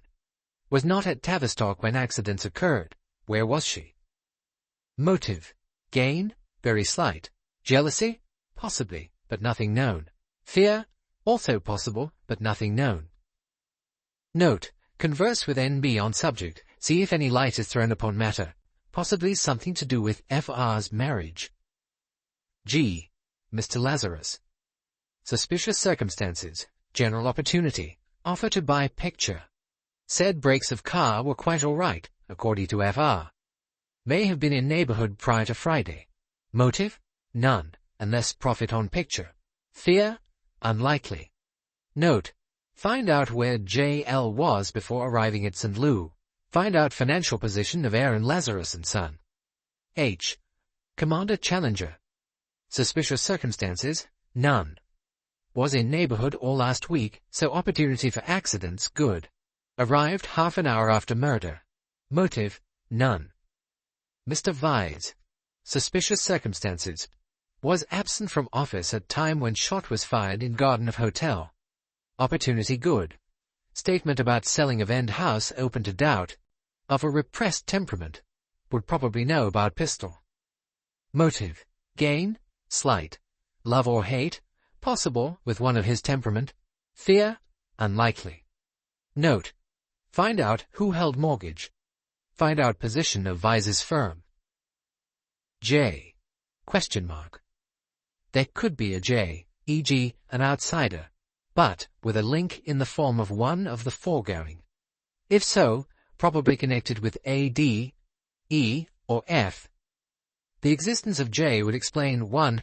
Ellen's lack of surprise at crime and her pleasurable satisfaction, but that might be due to natural pleasurable excitement of her class over deaths. 2. The reason for Croft and his wife coming to live in lodge. 3. Might supply motive for FR's fear of secret being revealed, or for jealousy. Poirot watched me as I read. "It is very English, is it not?" he remarked with pride. "I'm more English when I write than when I speak." "It's an excellent piece of work," I said warmly. "It sets all the possibilities out most clearly." "Yes," he said thoughtfully, as he took it back from me. "And one name leaps to the eye. My friend Charles Vyse. He has the best opportunities. We have given him the choice of 2 motives, ma foi. If that was a list of resources, he would start favorite, n'est-ce pas? He is certainly the most likely suspect. You have a tendency, Hastings, to prefer the least likely. That no doubt is from reading too many detective stories. In real life, 9 times out of 10, it is the most likely and the most obvious person who commits the crime. But you don't really think that is so this time. There is only one thing that is against it. The boldness of the crime. That has stood out from the first. Because of that, as I say, the motive cannot be obvious." "Yes, that's what you said at first. And that is what I say again." With a sudden, brusque gesture, he crumpled the sheets of paper and threw them on the floor. "No," he said, as I uttered an exclamation of protest, "that list has been in vain. Still, it has cleared my mind. Order and method. That is the first stage, to arrange the facts with neatness and precision. The next stage, yes, the next stage is that of the psychology, the correct employment of the little grey cells. I advise you, Hastings, to go to bed." "No," I said, "not unless you do. I'm not going to leave you, most faithful of dogs. But you see, Hastings, you cannot assist me to think. That is all I am going to do. Think." I still shook my head. "Well, you might want to discuss some point with me." "Well, well, you are a loyal friend. Take, at least, I beg of you, the easy chair." That proposal I did accept. Presently the room began to swim and dip. The last thing I remember was seeing Poirot carefully retrieving the crumpled sheets of paper from the floor and putting them away tidily in the waste paper basket. Then I must have fallen asleep. Chapter 10. Nick's Secret. It was daylight when I awoke. Poirot was still sitting where he had been the night before. His attitude was the same, but in his face was a difference. His eyes were shining with that queer cat-like green light that I knew so well. I struggled to an upright position, feeling very stiff and uncomfortable. Sleeping in a chair is a proceeding not to be recommended at my time of life. Yet one thing at least resulted from it. I awoke not in that present state of lazy somnolence, but with a mind and brain as active as when I fell asleep. "Poirot," I cried, "you've thought of something." He nodded. He leaned forward, tapping the table in front of him. "Tell me, Hastings, the answer to these 3 questions. Why has Mademoiselle Nick been sleeping badly lately? Why did she buy a black evening dress? She never wears black. Why did she say last night, 'I have nothing to live for now'?" I stared. The questions seemed beside the point. Answer those questions, Hastings. Answer them. Well, as to the first, she said she'd been worried lately. Precisely. What has she been worried about? Wearing the black dress. Well, everybody wants a change sometimes. For a married man, you have very little appreciation of feminine psychology. If a woman thinks she does not look well in the color, she refuses to wear it. And the last? Well, it was a natural thing to say after that awful shock. No, mon ami, it was not a natural thing to say. To be horror-struck by her cousin's death, to reproach herself for it, yes, all that is natural enough, but the other, no. She spoke of life with weariness, as of a thing no longer dear to her. Never before had she displayed that attitude. She had been defiant. Yes, she had snapped the fingers. Yes, and then, when that broke down, she was afraid. Afraid, mark you, because life was sweet, and she did not wish to die, but weary of life? No, that never. Even before dinner that was not so. We have there, Hastings, a psychological change. And that is interesting. What was it caused her point of view to change? For the shock of her cousin's death. I wonder. It was the shock that loosed her tongue. But suppose the change was before that. Is there anything else could account for it? Oh, I don't know of anything. Think, Hastings. Use your little grey cells. Or really, what was the last moment we had the opportunity of observing her? Well, actually, I suppose at dinner. Exactly. After that, we only saw her receiving guests, making them welcome, purely a formal attitude. What happened at the end of dinner, Hastings? She went to the telephone, I said slowly. À la bonne heure. You have got there at last. She went to the telephone, and she was absent a long time. 20 minutes at least. That is a long time for a telephone call. Who spoke to her over the telephone? What did they say? Did she really telephone? We have to find out, Hastings, what happened in that 20 minutes, for there, or so I fully believe, we shall find the clue we seek. You really think so? Mais oui, all along, Hastings. I have told you that Mademoiselle has been keeping something back. She doesn't think it has any connection with the murder, but I, Hercule Poirot, know better. It must have a connection, for all along I have been conscious that there is a factor lacking. If there were not a factor lacking, why, then the whole thing would be plain to me. And as it is not plain to me, eh bien, then the missing factor is the keystone of the mystery. I know I am right, Hastings. I must know the answer to these 3 questions, and then I shall begin to see. Well, I said, stretching my stiffened limbs, I think a bath and a shave are indicated. By the time I had had a bath and changed into day clothing, I felt better.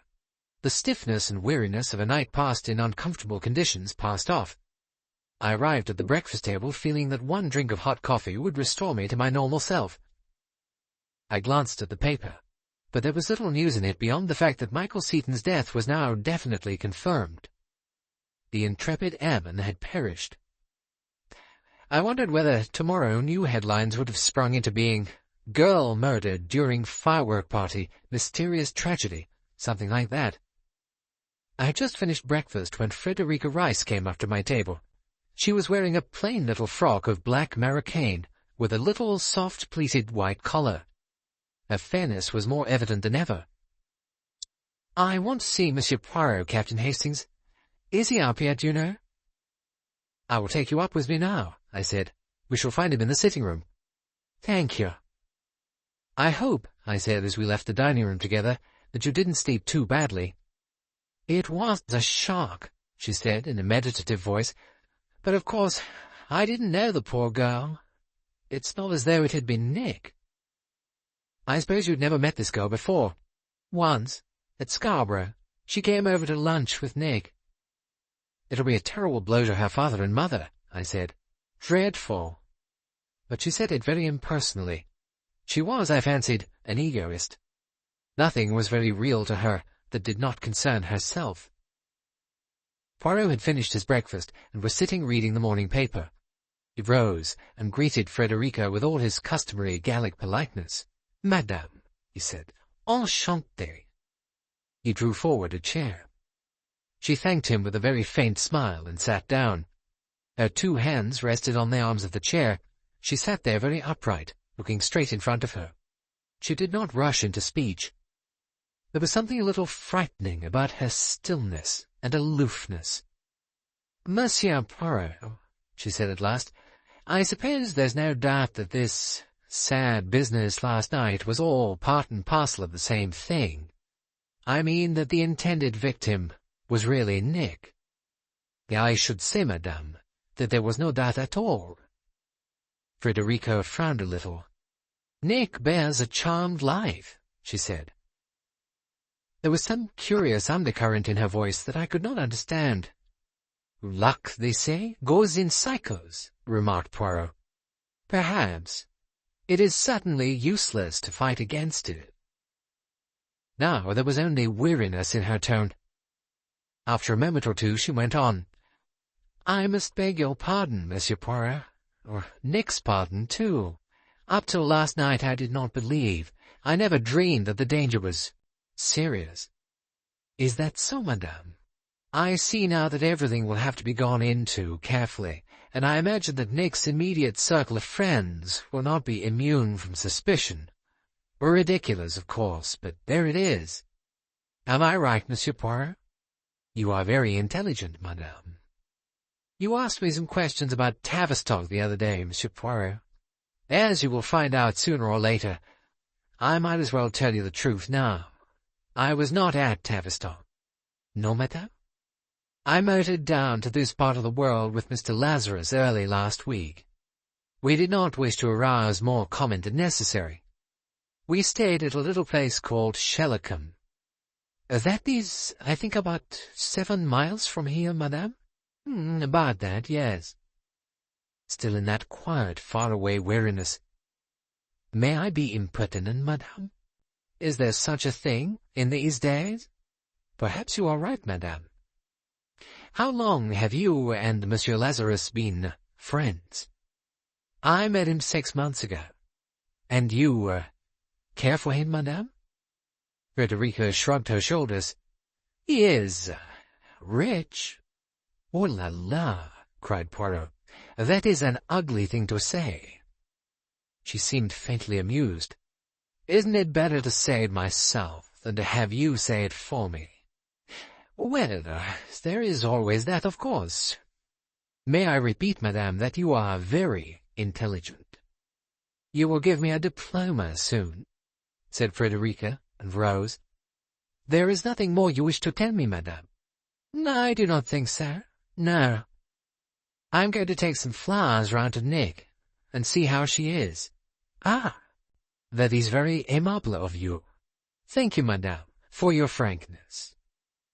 She glanced at him sharply, seemed about to speak, then thought better of it, and went out of the room, smiling faintly at me as I held open the door for her. "She is intelligent," said Poirot. "Yes, but so is Hercule Poirot." "What do you mean?" "That it is all very well and very pretty to force the richness of Monsieur Lazarus down my throat. I must say that rather disgusted me. Mon cher, always you have the right reaction in the wrong place. It is not for the moment a question of good taste or otherwise. If Madame Rice is a devoted friend who is rich and can give her all she needs, why then, obviously Madame Rice would not need to murder her dearest friend for a mere pittance." "Oh," I said, "précisément. Oh. Why didn't you stop her going to the nursing home? Why should I show my hand? Is it Hercule Poirot who prevents Mademoiselle Nick from seeing her friends? Quelle idée! It is the doctors and the nurses, those tiresome nurses, so full of rules and regulations and doctors' orders. You're not afraid they might let her in after all? Nick may insist. Nobody will be let in, my dear Hastings, but you and me. And for that matter, the sooner we make our way there, the better." The sitting-room door flew open, and George Challenger barged in. His tanned face was alive with indignation. "Now look here, Monsieur Poirot," he said. "What's the meaning of this? I rang up that damned nursing home where Nick is, asked how she was and what time I could come round and see her, and they say the doctor won't allow any visitors. I want to know the meaning of that. To put it plainly, is this your work, or is Nick really ill from shock? I assure you, monsieur, that I do not lay down rules for nursing homes. I would not dare. Why not ring up the good doctor? What was his name now? Ah, yes, Graham. I have. He says she's going on as well as could be expected, usual stuff. But I know all the tricks. My uncle's a doctor. Harley Street, nerve specialist. Psychoanalysis, all the rest of it. Putting relations and friends off with soothing words. I've heard about it all. I don't believe Nick isn't up to seeing anyone. I believe you're at the bottom of this, Monsieur Poirot. Poirot smiled at him in a very kindly fashion. Indeed, I've always observed that Poirot has a kindly feeling for a lover. Now listen to me, mon ami, he said. If one guest is admitted, others cannot be kept out, you comprehend? It must be all or none. We want Mademoiselle's safety, you and I, do we not? Exactly. Then you understand. It must be none. I get you, said Challenger slowly. But then, shit, we will say no more. We will forget even what we have said. The prudence, the extreme prudence, is what is needed at present. I can hold my tongue, said the sailor quietly. He turned away to the door, pausing as he went out to say, No embargo on flowers, is there? So long as they're not white ones. Poirot smiled. And now, he said, as the door shut behind the impetuous Challenger, whilst Monsieur Challenger and Madame and perhaps Monsieur Lazarus all encounter each other in the flower shop, you and I will drive quietly to our destination. And ask for the answer to those 3 questions, I said. Yes, we will ask. Though, as a matter of fact, I know the answer. What? I exclaimed. Oh, yes. But when did you find out? Whilst I was eating my breakfast, Hastings. It stared me in the face. Tell me. No. I will leave you to hear it from Mademoiselle. Then, as if to distract my mind, he pushed an open letter across to me. It was a report by the expert Poirot had sent to examine the picture of old Nicholas Buckley. It stated definitely that the picture was worth, at most, £20. So, that is one matter cleared up, said Poirot. No mouse in that mouse-hole, I said, remembering a metaphor of Poirot's on one past occasion. Ah, you remember that. No, as you say, no mouse in that mouse-hole. £20, and Monsieur Lazarus offered 50. What an error of judgment for a seemingly astute young man. But there. We must start on our errand. The nursing home was set high on a hill overlooking the bay. A white-coated orderly received us. We were put into a little room downstairs, and presently a brisk-looking nurse came to us. One glance at Poirot seemed to be enough. She had clearly received her instructions from Dr. Graham, together with a minute description of the little detective. She even concealed a smile. Miss Buckley has passed a very fair night, she said. Come up, will you? In a pleasant room with the sun streaming into it, we found Nick. In the narrow iron bed, she looked like a tired child. Her face was white, and her eyes were suspiciously red, and she seemed listless and weary. It's good of you to come, she said in a flat voice. Poirot took her hand in both of his. Courage, mademoiselle. There is always something to live for. The word startled her. She looked up in his face. Oh, she said, oh. Will you not tell me now, mademoiselle, what it was that has been worrying you lately? Or shall I guess? And may I offer you, mademoiselle, my very deepest sympathy? Her face flushed. So you know. Oh, well, it doesn't matter who knows now. Now that it's all over. Now that I shall never see him again. Her voice broke. Courage, mademoiselle. I haven't got any courage left.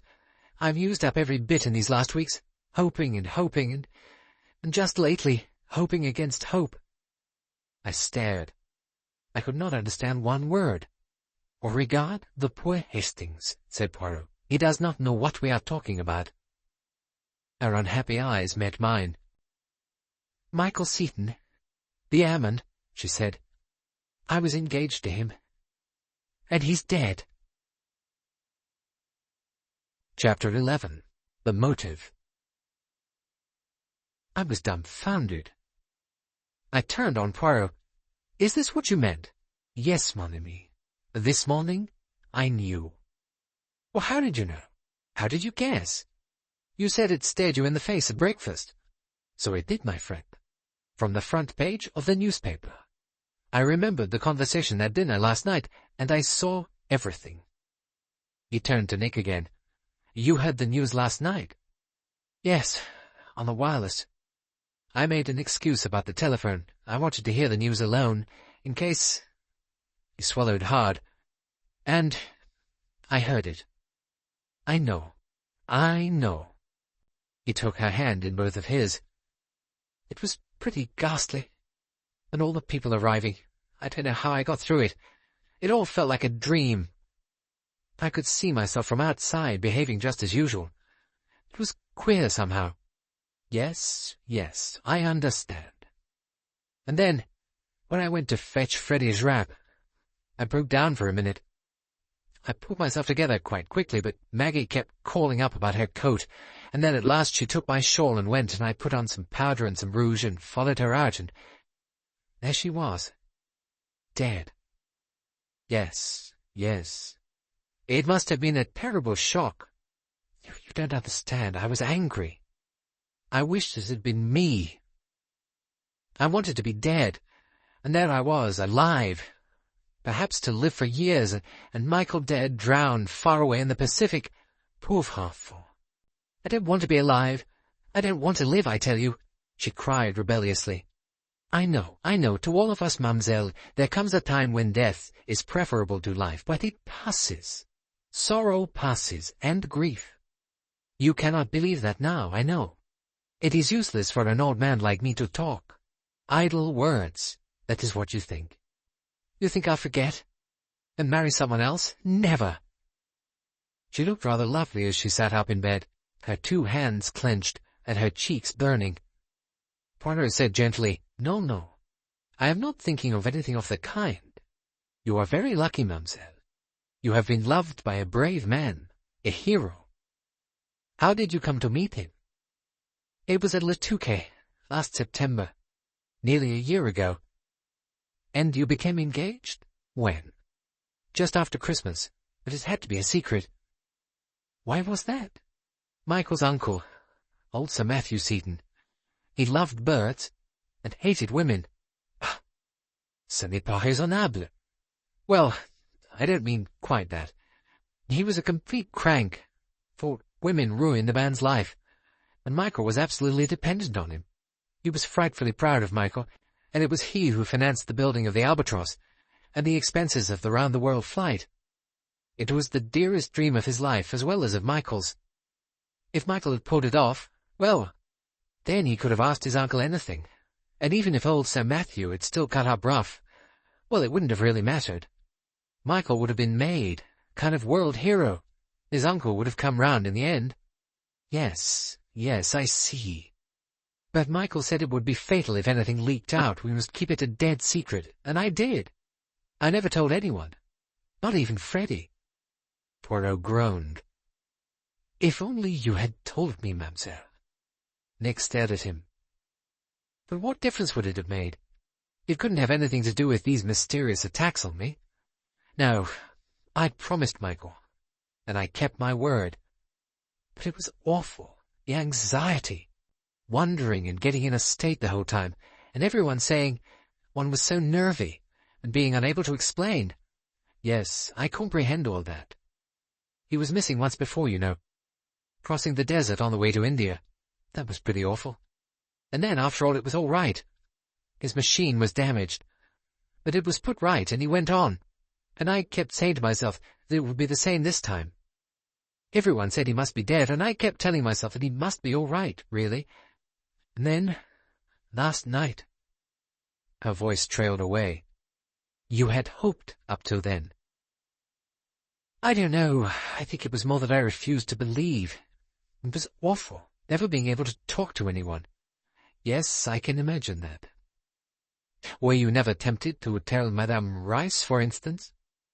"Sometimes I wanted to frightfully." "You do not think she guessed?" "I don't think so." Nick considered the idea carefully. "She never said anything. Of course, she used to hint things sometimes, about our being great friends and all that." "You never considered telling her when Monsieur Seton's uncle died? You know that he died about a week ago." "I know. He had an operation or something." I suppose I might have told anybody then, but it wouldn't have been a nice way of doing it, would it?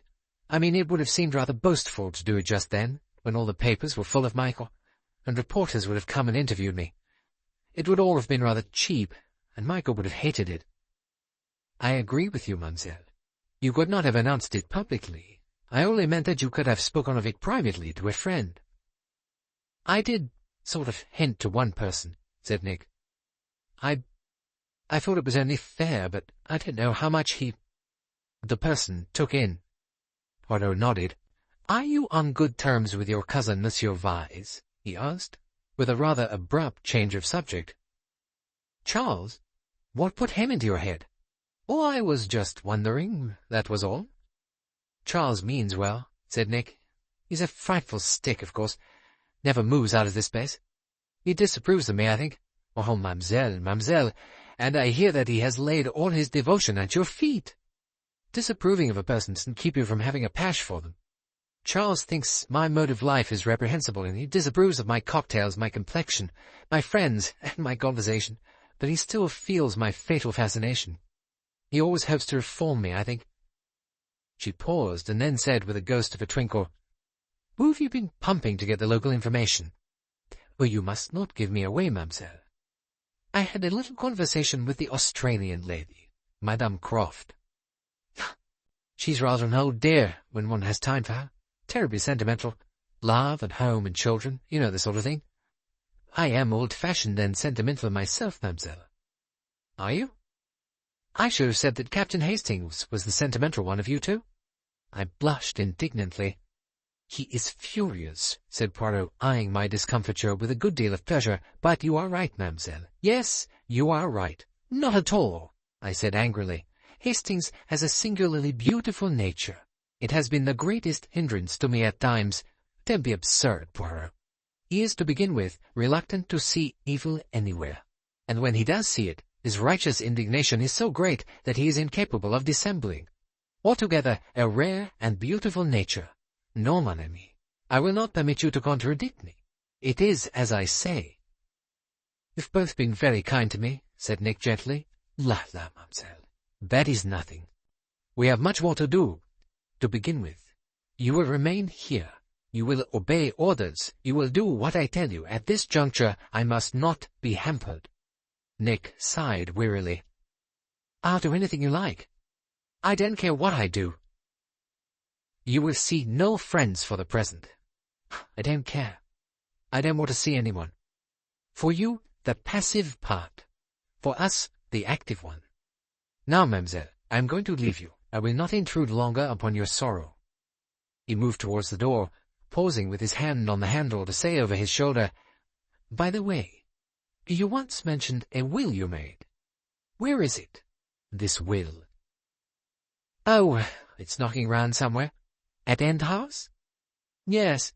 In this safe? Locked up in your desk? I really don't know. It's somewhere about. She frowned. I'm frightfully untidy, you know. Papers and things like that would be mostly in the writing table in the library. That's where most of the bills are. The will is probably with them. Or it might be in my bedroom. You permit me to make the search, yes? If you want to. Yes. Look at anything you like. Merci, mademoiselle. I will avail myself of your permission. Chapter 12. Ellen. Poirot said no word till we had emerged from the nursing home into the outer air. Then he caught me by the arm. You see, Hastings? You see? Ah, sacré tonnerre. I was right. I was right. Always I knew there was something lacking, some piece of the puzzle that was not there, and without that missing piece the whole thing was meaningless. His almost despairing triumph was double Dutch to me. I could not see that anything very epoch-making had occurred. It was there all the time, and I could not see it. But how should I? To know there is something, that yes, but to know what that something is, ça c'est bien plus difficile. Do you mean that this has some direct bearing on the crime? Ma foi, do you not see? As a matter of fact, I don't. Is it possible? Why, it gives us what we have been looking for, the motive, the hidden, obscure motive. I may be very dense, but I can't see it. Do you mean jealousy of some kind? Jealousy? No, no, my friend. The usual motive. The inevitable motive. Money, my friend. Money. I stared. He went on, speaking more calmly. Listen, mon ami. Just over a week ago, Sir Matthew Seton dies, and Sir Matthew Seton was a millionaire, one of the richest men in England. Oui, yes, but attendez, one step at a time. He has a nephew, whom he idolizes, and to whom we may safely assume he has left his vast fortune. But, mais oui. Legacies? Yes. An endowment to do with his hobby? Yes, but the bulk of the money will go to Michael Seton. Last Tuesday, Michael Seton is reported missing, and on Wednesday the attacks on Mademoiselle's life begin. Supposing, Hastings, that Michael Seton made a will before he started on his flight, and that in that will he left all he had to his fiancée. That's pure supposition. It is supposition, yes, but it must be so. Because, if it is not so, there is no meaning in anything that has happened. It is no paltry inheritance that is at stake. It is an enormous fortune. I was silent for some minutes, turning the matter over in my mind. It seemed to me that Poirot was leaping to conclusions in a most reckless manner, and yet I was secretly convinced that he was right. It was his extraordinary flair for being right that influenced me. Yet it seemed to me that there was a good deal to be proved still. But if nobody knew of the engagement, I argued, pah, somebody did know. For the matter of that, somebody always does know. If they do not know, they guess. Madame Rice suspected. Mademoiselle Nick admitted as much. She may have had means of turning those suspicions into certainties. How? Well, for one thing, there must have been letters from Michael Seton to Mademoiselle Nick. They had been engaged some time, and her best friend could not call that young lady anything but careless. She leaves things here and there and everywhere. I doubt if she has ever locked up anything in her life. Oh yes, there would be means of making sure. And Frederica Rice would know about the will that her friend had made. Well, doubtless. Oh yes. It narrows down now. You remember my list? A list of persons numbered from A to J? It has narrowed down to only 2 persons. I dismiss the servants. I dismiss Commander Challenger. Even though he did take 1 hour and a half to reach here from Plymouth, and the distance is only 30 miles, I dismiss Monsieur Lazarus, who offered £50 for a picture that was only worth 20. It is odd that, when you come to think of it, most uncharacteristic. I dismiss the Australians, so hearty and so pleasant. I keep 2 people on my list still. One is Frederica Rice, I said slowly. I had a vision of her face, the golden hair, the white fragility of the features. Yes, she is indicated very clearly. However carelessly worded Mademoiselle's will may have been, she would be plainly indicated as a residuary legatee. Apart from End House, everything was to go to her. If Mademoiselle Nick instead of Mademoiselle Maggie had been shot last night, Madame Rice would be a rich woman today. I can hardly believe it. You mean that you can hardly believe that a beautiful woman can be a murderess?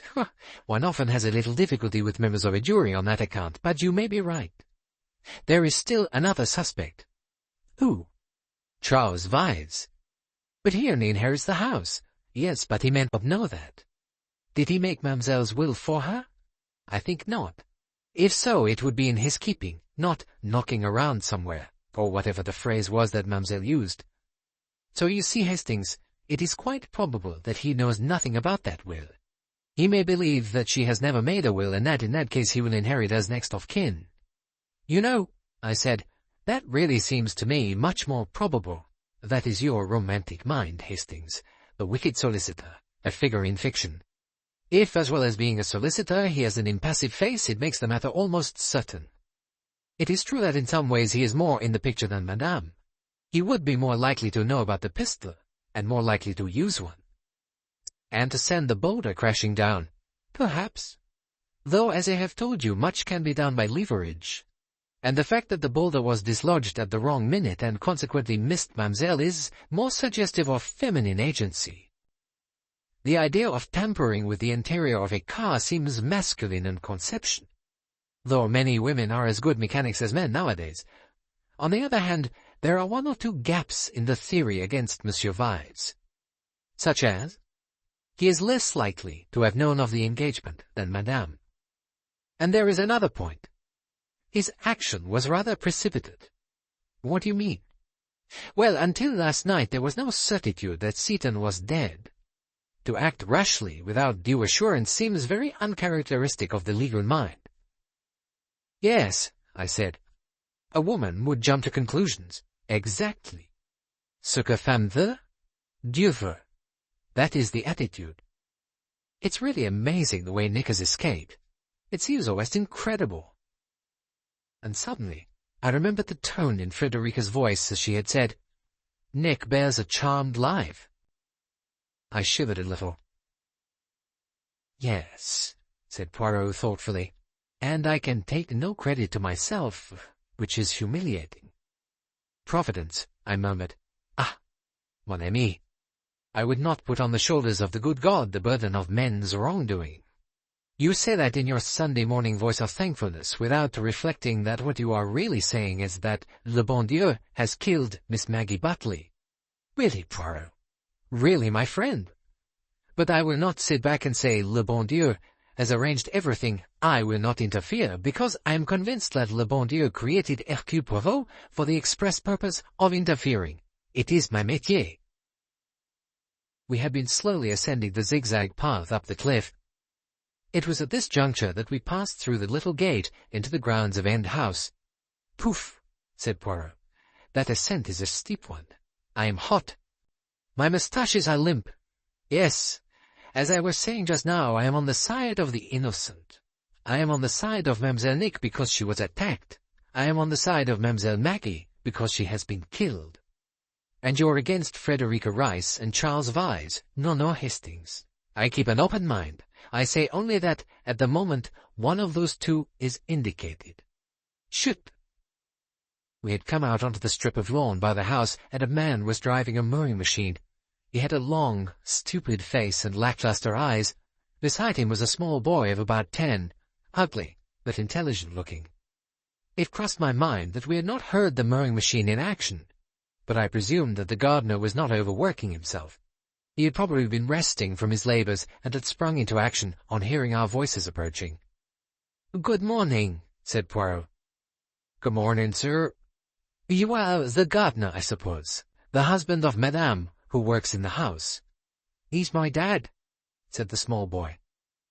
"That's right, sir," said the man. "You'll be the foreign gentleman, I take it, that's really a detective. Is there any news of the young mistress, sir?" "I come from seeing her at the immediate moment. She has passed a satisfactory night." "We've had a policeman here," said the small boy. "That's where the lady was killed, here by the steps. I seen a pig here once, haven't I, Dad?" "Ah," said his father, unemotionally. "Dad used to kill pigs when he worked on a farm, didn't you, Dad? I seen a pig killed. I liked it." "Young'uns like to see pigs killed," said the man, as though stating one of the unalterable facts of nature. "Shot with a pistol, the lady was," continued the boy. "She didn't have her throat cut, no." We passed on to the house, and I felt thankful to get away from the ghoulish child. Poirot entered the drawing-room, the windows of which were open, and rang the bell. Ellen, neatly attired in black, came in answer to the bell. She showed no surprise at seeing us. Poirot explained that we were here by permission of Miss Buckley, to make a search of the house. "Very good, sir." "The police have finished?" "They said they'd seen everything they wanted, sir. They've been about the garden since very early in the morning. I don't know whether they found anything." She was about to leave the room when Poirot stopped her with a question. "Were you very surprised last night when you heard Miss Buckley had been shot?" "Yes, sir. Very surprised. Miss Maggie was a nice young lady, sir. I can't imagine anyone being so wicked as to want to harm her. If it had been anyone else, she would not have been so surprised, eh?" "I don't know what you mean, sir." "When I came into the hall last night, you asked at once whether anyone had been hurt. Were you expecting anything of the kind?" She was silent. Her fingers pleated a corner of her apron. She shook her head and murmured, "You gentlemen wouldn't understand." "Oh, yes, said Poirot, "I would understand. However fantastic what you may say, I would understand." She looked at him doubtfully, then seemed to make up her mind to trust him. "You see, sir, this isn't a good house." I was surprised, and a little contemptuous. Poirot, however, seemed to find the remark not in the least unusual. "You mean it is an old house?" "Yes, sir." "Not a good house." "You have been here long?" "6 years, sir. But I was here as a girl, in the kitchen as kitchen maid. That was in the time of old Sir Nicholas. It was the same then." Poirot looked at her attentively. "In an old house," he said, "there is sometimes an atmosphere of evil." "That's it, sir," said Ellen eagerly. "Evil. Bad thoughts, and bad deeds, too. It's like dry rot in a house, sir. You can't get it out. It's a sort of feeling in the air. I always knew something bad would happen in this house, some day." "Well, you have been proved right." "Yes, sir." There was a very slight, underlying satisfaction in her tone, the satisfaction of one whose gloomy prognostications have been shown to be correct. "But you didn't think it would be Miss Maggie?" "No, indeed, I didn't, sir. Nobody hated her. I'm sure of it." It seemed to me that in those words was a clue. I expected Poirot to follow it up, but to my surprise he shifted to quite a different subject. "You didn't hear the shots fired?" "I couldn't have told with the fireworks going on. Very noisy they were." "You weren't out watching them?" "No, I hadn't finished clearing up dinner." "Was the waiter helping you?" "No, sir. He'd gone out into the garden to have a look at the fireworks." "But you didn't go?" "No, sir." "Why was that?" "I wanted to get finished." "You don't care for fireworks?" "Oh, yes, sir. It wasn't that, but you see, there's 2 nights of them, and William and I get the evening off tomorrow and go down to the town and see them from there." "I comprehend." "And you heard Mademoiselle Maggie asking for her coat and unable to find it?" "I heard Miss Nick run upstairs, sir, and Miss Buckley call up from the front hall, saying she couldn't find something, and I heard her say, 'All right, I'll take the shawl.'" "Pardon?" Poirot interrupted. "You did not endeavour to search for the coat for her, or get it from the car where it had been left?" "I had my work to do, sir." "Quite so. And doubtless neither of the 2 young ladies asked you because they thought you were out looking at the fireworks?" "Yes, sir."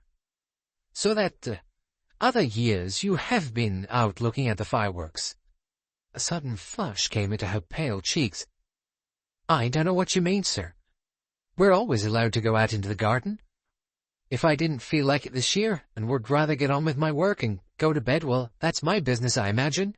Mais oui, I did not intend to offend you. Why should you not do as you prefer? To make a change, it is pleasant." He paused and then added, "Now, another little matter in which I wonder whether you can help me. This is an old house. Are there, do you know, any secret chambers in it?" "Well, there's a kind of sliding panel in this very room. I remember being shown it as a girl, only I can't remember just now where it is." "Or was it in the library?" "I can't say, I'm sure. Big enough for a person to hide in?" "Oh, no, indeed, sir. A little cupboard place, a kind of niche. About 1 foot square, sir, not more than that." "Oh, no, that is not what I meant at all." The blush rose to her face again. "If you think I was hiding anywhere, I wasn't. I heard Miss Nick run down the stairs and out, and I heard her cry out, and I came into the hall to see if anything was the matter, and that's the gospel truth, sir. That's the gospel truth." Chapter 13. Letters. Having successfully got rid of Ellen, Poirot turned a somewhat thoughtful face towards me. "I wonder now. Did she hear those shots?" "I think she did." "She heard them? She opened the kitchen door. She heard Nick rush down the stairs and out. And she herself came into the hall to find out what had happened. Well, that is natural enough. But why did she not go out and watch the fireworks that evening? That is what I should like to know, Hastings. What was your idea in asking about a secret hiding place? A mere fanciful idea that, after all, we might not have disposed of J. J? Yes, the last person on my list, the problematical outsider. Supposing for some reason connected with Ellen that J had come to the house last night, he, I assume a he, conceals himself in a secret chamber in this room. A girl passes through, whom he takes to be Nick. He follows her out and shoots her. No, c'est idiot. And anyway, we know there is no hiding place. Ellen's decision to remain in the kitchen last night was a pure hazard. Come, let us search for the will of Mademoiselle Nick. There were no papers in the drawing-room. We adjourned to the library, a rather dark room, looking out on the drive. Here there was a large, old-fashioned walnut bureau writing table. It took us some time to go through it. Everything was in complete confusion. Bills and receipts were mixed up together, letters of invitation, letters pressing for payment of accounts, letters from friends. "We will arrange these papers," said Poirot sternly, "with order and method." He was as good as his word. Half an hour later, he sat back with a pleased expression on his face. Everything was neatly sorted, docketed, and filed. "C'est bien, sir. One thing is at least to the good. We have had to go through everything so thoroughly that there is no possibility of our having missed anything." "No, indeed. Not there's been much to find. Except, possibly, this." He tossed across a letter. It was written in large, sprawling handwriting, almost indecipherable. "Darling, party was too marvelous. Feel rather a worm today. You were wise not to touch that stuff. Don't ever start, darling. It's too damned hard to give up. I'm writing the boyfriend to hurry up the supply. What hell life is. Yours, Freddie." "Dated last February," said Poirot thoughtfully. "She takes drugs, of course. I knew that as soon as I looked at her." "Really? I never suspected such a thing. It is fairly obvious. You only have to look at her eyes. And then there are her extraordinary variations of mood. Sometimes she is all on edge, strung up. Sometimes she is lifeless, inert. Drug-taking affects the moral sense, does it not? Inevitably. But I do not think Madame Rice is a real addict. She is at the beginning, not the end. And Nick? Well, there are no signs of it. She may have attended a dope party now and then for fun, but she is no taker of drugs. I'm glad of that." I remembered suddenly what Nick had said about Frederica, that she was not always herself. Poirot nodded, and tapped the letter he held. This is what she was referring to, undoubtedly. "Well, we have drawn the blank, as you say, here. Let us go up to Mademoiselle's room." There was a desk in Nick's room also, but comparatively little was kept in it. Here again there was no sign of a will. We found the registration book of her car and a perfectly good dividend warrant of a month back. Otherwise there was nothing of importance. Poirot sighed in an exasperated fashion. The young girls, they are not properly trained nowadays. The order, the method, it is left out of their bringing up. She is charming, Mademoiselle Nick, but she is a featherhead. Decidedly, she is a featherhead. He was now going through the contents of a chest of drawers. "Surely, Poirot," I said with some embarrassment, "those are underclothes." He paused in surprise. "And why not, my friend? What don't you think? I mean, we can hardly—" He broke into a roar of laughter. "Decidedly, my poor Hastings, you belong to the Victorian era. Mademoiselle Nick would tell you so if she were here. In all probability, she would say that you had the mind like the sink.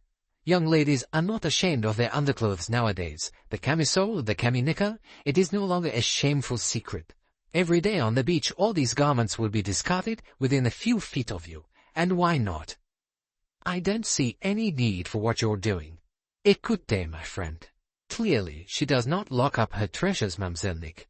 If she wished to hide anything from sight, where would she hide it? Underneath the stockings and the petticoats. Ah, what have we here?" He held up a packet of letters, tied with a faded pink ribbon. "The love letters of Monsieur Michael Seaton, if I mistake not." Quite calmly, he untied the ribbon and began to open out the letters. Poirot, I cried, scandalized. You really can't do that. It isn't playing the game. I am not playing a game, mon ami. His voice rang out suddenly harsh and stern. I am hunting down a murderer. Oh, yes, but private letters may have nothing to tell me. On the other hand, they may. I must take every chance, my friend. Come, you might as well read them with me. 2 pairs of eyes are no worse than 1 pair. Console yourself with the thought that the staunch Ellen probably knows them by heart. I did not like it. Still, I realized that in Poirot's position he could not afford to be squeamish, and I consoled myself by the quibble that Nick's last word would have been, "Look at anything you like." The letters spread over several dates, beginning last winter. New Year's Day. Darling, the new year is in, and I am making good resolutions. It seems too wonderful to be true that you should actually love me. You've made all the difference to my life. I believe we both knew from the very first moment we met. Happy New Year, my lovely girl. Yours forever, Michael. February the 8th. Dearest love, how I wish I could see you more often. This is pretty rotten, isn't it? I hate all this beastly concealment, but I explained to you how things are. I know how much you hate lies and concealment. I do too, but honestly, it might upset the whole apple cart. Uncle Matthew has got an absolute bee in his bonnet about early marriages and the way they wreck a man's career. As though you could wreck mine, you dear angel. Cheer up, darling, everything will come out right. Yours, Michael. March the 2nd. I oughtn't to write to you 2 days running, I know, but I must. When I was up yesterday, I thought of you. I flew over Scarborough. Blessed, blessed, blessed Scarborough. The most wonderful place in the world. Darling, you don't know how I love you. Yours, Michael. April the 18th. Dearest, the whole thing is fixed up, definitely. If I pull this off, and I shall pull it off, I shall be able to take a firm line with Uncle Matthew, and if he doesn't like it, well, what do I care? It's adorable of you to be so interested in my long, technical descriptions of the albatross. How I long to take you up in her. Some day. Don't for goodness sake worry about me. The thing isn't half so risky as it sounds. I simply couldn't get killed now that I know you care for me. Everything will be all right, sweetheart. Trust your Michael. April the 20th. You angel, every word you say is true, and I shall treasure that letter always. I'm not half good enough for you. You are so different from everybody else. I adore you. Your Michael. The last was undated. Dearest, well, I'm off tomorrow, feeling tremendously keen and excited and absolutely certain of success. The old albatross is all tuned up. She won't let me down. Cheer up, sweetheart, and don't worry. There's a risk, of course, but all life's a risk, really. By the way, somebody said I ought to make a will. Tactful fellow, but he meant well, so I have, on half a sheet of notepaper, and sent it to old Whitfield. I'd no time to go round there. Somebody once told me that a man made a will of 3 words, all to mother, and it was legal all right. My will was rather like that. I remembered your name was really Magdala, which was clever of me. A couple of the fellows witnessed it. Don't take all this solemn talk about wills to heart, will you? I didn't mean that pun. An accident. I shall be as right as rain. I'll send you telegrams from India and Australia and so on, and keep up heart. It's going to be all right. See? Good night, and God bless you. Michael. Poirot folded the letters together again. You see, Hastings, I had to read them, to make sure. It is as I told you. Well, surely you could have found out some other way. Non, mon cher. That is just what I could not do. It had to be this way. We have now some very valuable evidence. In what way? We now know that the fact of Michael's having made a will in favor of Mademoiselle Nick is actually recorded in writing. Anyone who read these letters would know the fact. And with letters carelessly hidden like that, anyone could read them. Ellen, almost certainly I should say. We will try a little experiment on her before passing out. There is no sign of the will.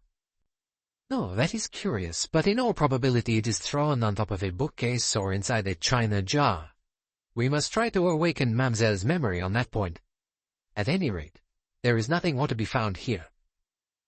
Ellen was dusting the hall as we descended. Poirot wished her good morning very pleasantly as we passed. He turned back from the front door to say, "You knew, I suppose, that Miss Buckley was engaged to the airman, Michael Seaton?" She stared. "What? The one there's all the fuss in the papers about?" "Yes." "Well, I never. To think of that! Engaged to Miss Nick." Complete and absolute surprise registered very convincingly, I remarked as we got outside. Yes, it really seemed genuine.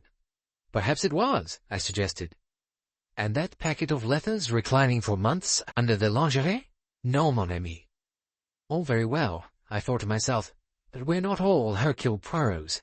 We do not all go nosing into what does not concern us. But I said nothing. This Ellen, she is an enigma, said Poirot. I do not like it. There is something here that I do not understand. Chapter 14. The Mystery of the Missing Will. We went straight back to the nursing home. Nick looked rather surprised to see us. Yes, mademoiselle, said Poirot, answering her look. I am like the Jack in the Kiss. I pop up again. To begin with, I will tell you that I have put the order in your affairs. Everything is now neatly arranged. Well, I expect it was about time, said Nick, unable to help smiling. Are you very tidy, Monsieur Poirot? Ask my friend Hastings here. The girl turned an inquiring gaze on me. I detailed some of Poirot's minor peculiarities. Toast that had to be made from a square loaf, eggs matching in size, his objection to golf as a game shapeless and haphazard, whose only redeeming feature was the tea boxes. I ended by telling her the famous case which Poirot had solved by his habit of straightening ornaments on the mantelpiece. Poirot sat by, smiling. He makes a good tale of it, yes, he said, when I had finished, but on the whole it is true. Figure to yourself, mademoiselle, that I never ceased trying to persuade Hastings to part his hair in the middle instead of on the side. See what an air lopsided and unsymmetrical it gives him. Well, then you must disapprove of me, Monsieur Poirot, said Nick. I wear a side parting, and you must approve of Freddie, who parts her hair in the middle. He was certainly admiring her the other evening, I put in maliciously. Now I know the reason. C'est assez, said Poirot. I am here on serious business. Mademoiselle, this will of yours, I find it not. Oh, she wrinkled her brows. But does it matter so much? After all, I'm not dead, and wills aren't really important till you are dead, are they? Ooh, that is correct. All the same, I interest myself in this will of yours. I have various little ideas concerning it. Think, mademoiselle. Try to remember where you placed it, where you saw it last. I don't suppose I put it anywhere particular, said Nick. I never do put things in places. I probably shoved it into a drawer. You did not put it in the secret panel by any chance? The secret what? Your maid, Ellen, said that there is a secret panel in the drawing-room, or the library. Nonsense, said Nick. I've never heard of such a thing.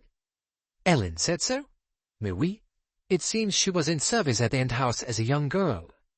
The cook showed it to her. It's the first I've ever heard of it. I suppose grandfather must have known all about it. But if so, he didn't tell me, and I'm sure he would have told me. Monsieur Poirot, are you sure Ellen isn't making it all up? No, mademoiselle. I am not at all sure. It me semble that there is something odd about this Ellen of yours. Oh, I wouldn't call her odd. William's a half-wit, and the child is a nasty little brute, but Ellen's all right. The essence of respectability. Did you give her leave to go out and see the fireworks last night, mademoiselle? Oh, of course, they always do. They cleared up afterwards. Yet she did not go out. Oh, yes, she did. How do you know, mademoiselle? Oh, well, I suppose I don't know. I told her to go, and she thanked me, and so of course I assumed she did go. On the contrary, she remained in the house. But how very odd. You think it odd? Well, yes, I do. I'm sure she's never done such a thing before. Did she say why? She did not tell me the real reason. Of that I am sure. Nick looked at him questioningly. Is it important? Poirot flung out his hands. That is just what I cannot say, mademoiselle. C'est curieux. I leave it like that. This panel business, too, said Nick reflectively. I can't help thinking that it's frightfully queer and unconvincing.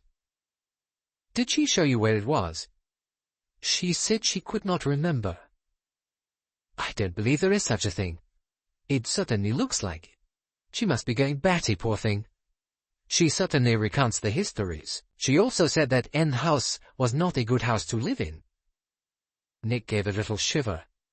Oh, perhaps she's right there, she said slowly. Sometimes I've felt that way myself. There's a queer feeling in that house. Her eyes grew large and dark. They had a fated look. Poirot hastened to recall her to other topics.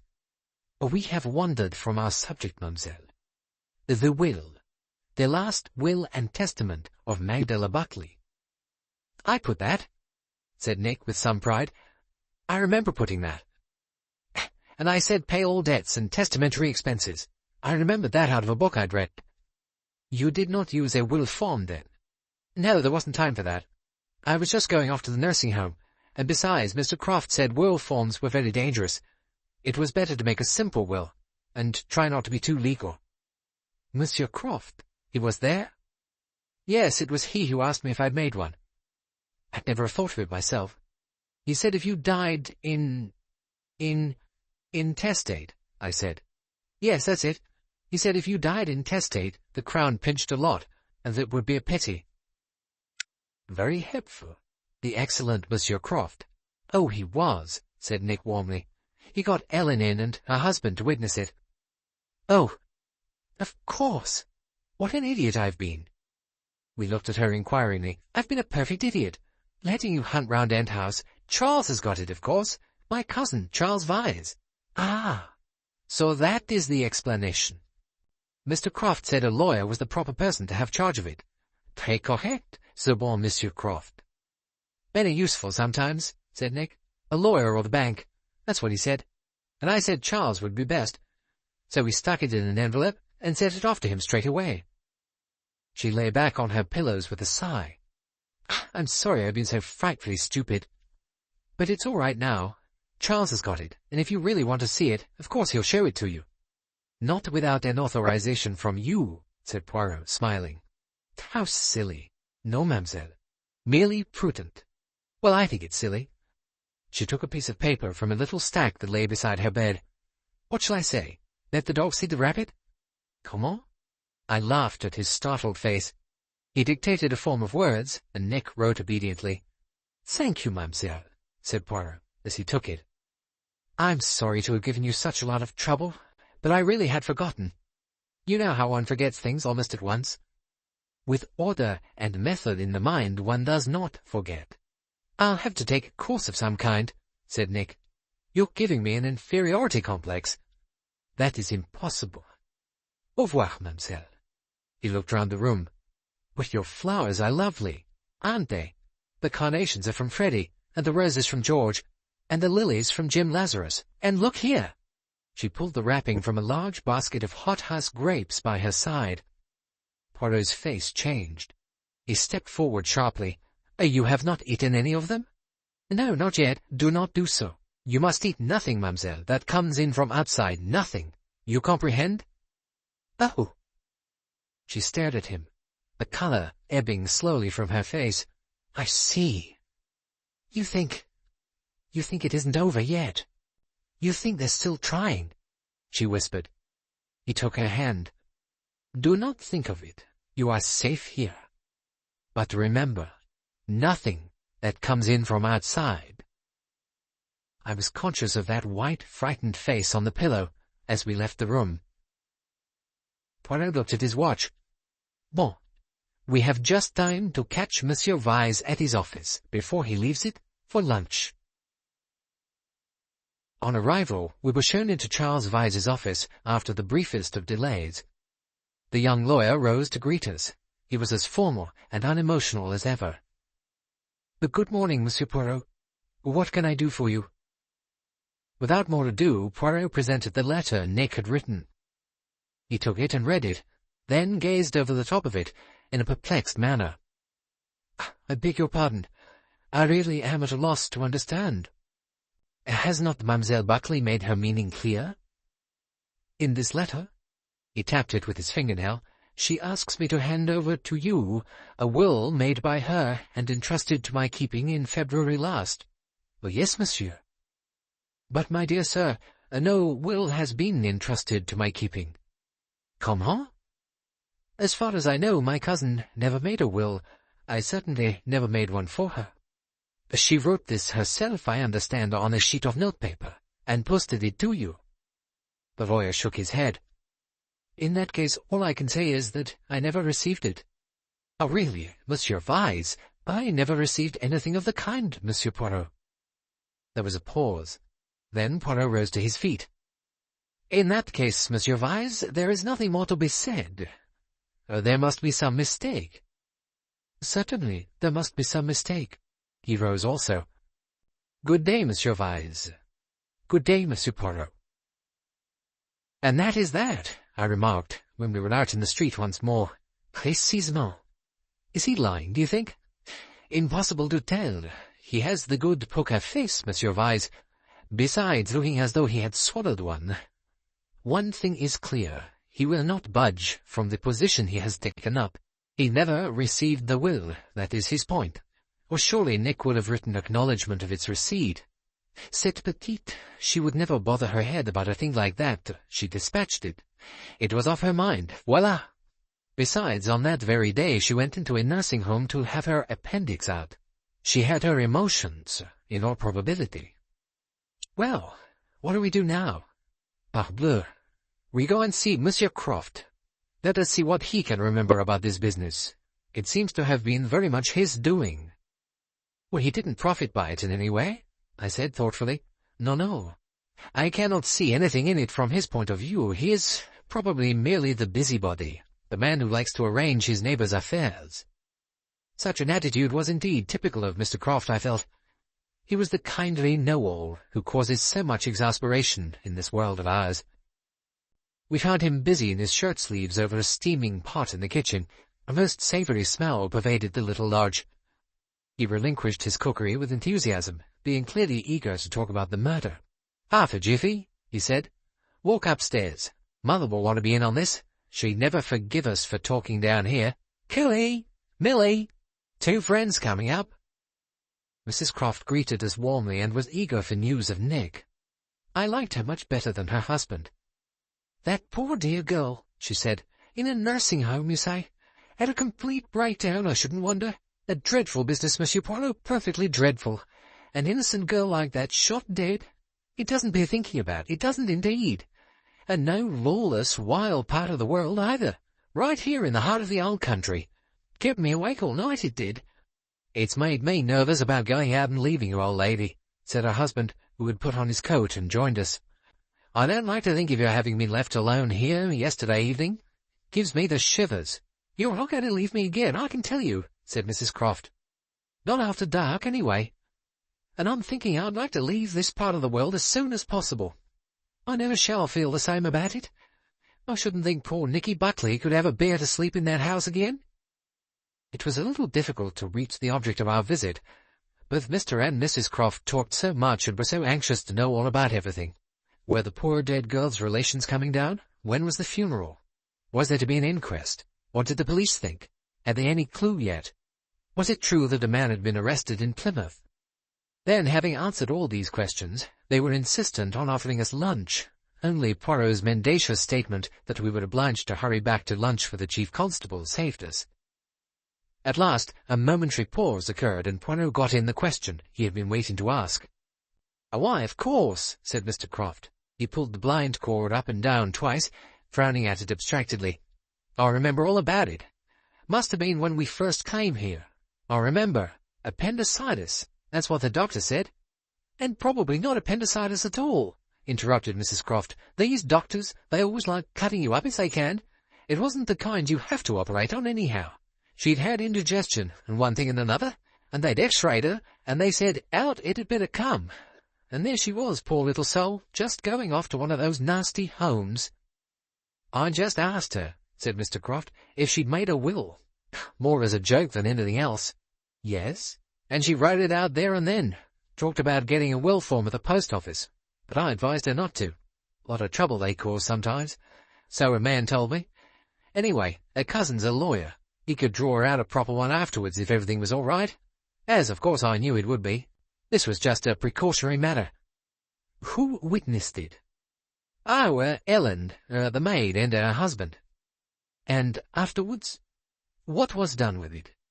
Oh, we posted it to Vyse, the lawyer, you know. You know that it was posted? My dear Monsieur Poirot, I posted it myself, right in this box here by the gate.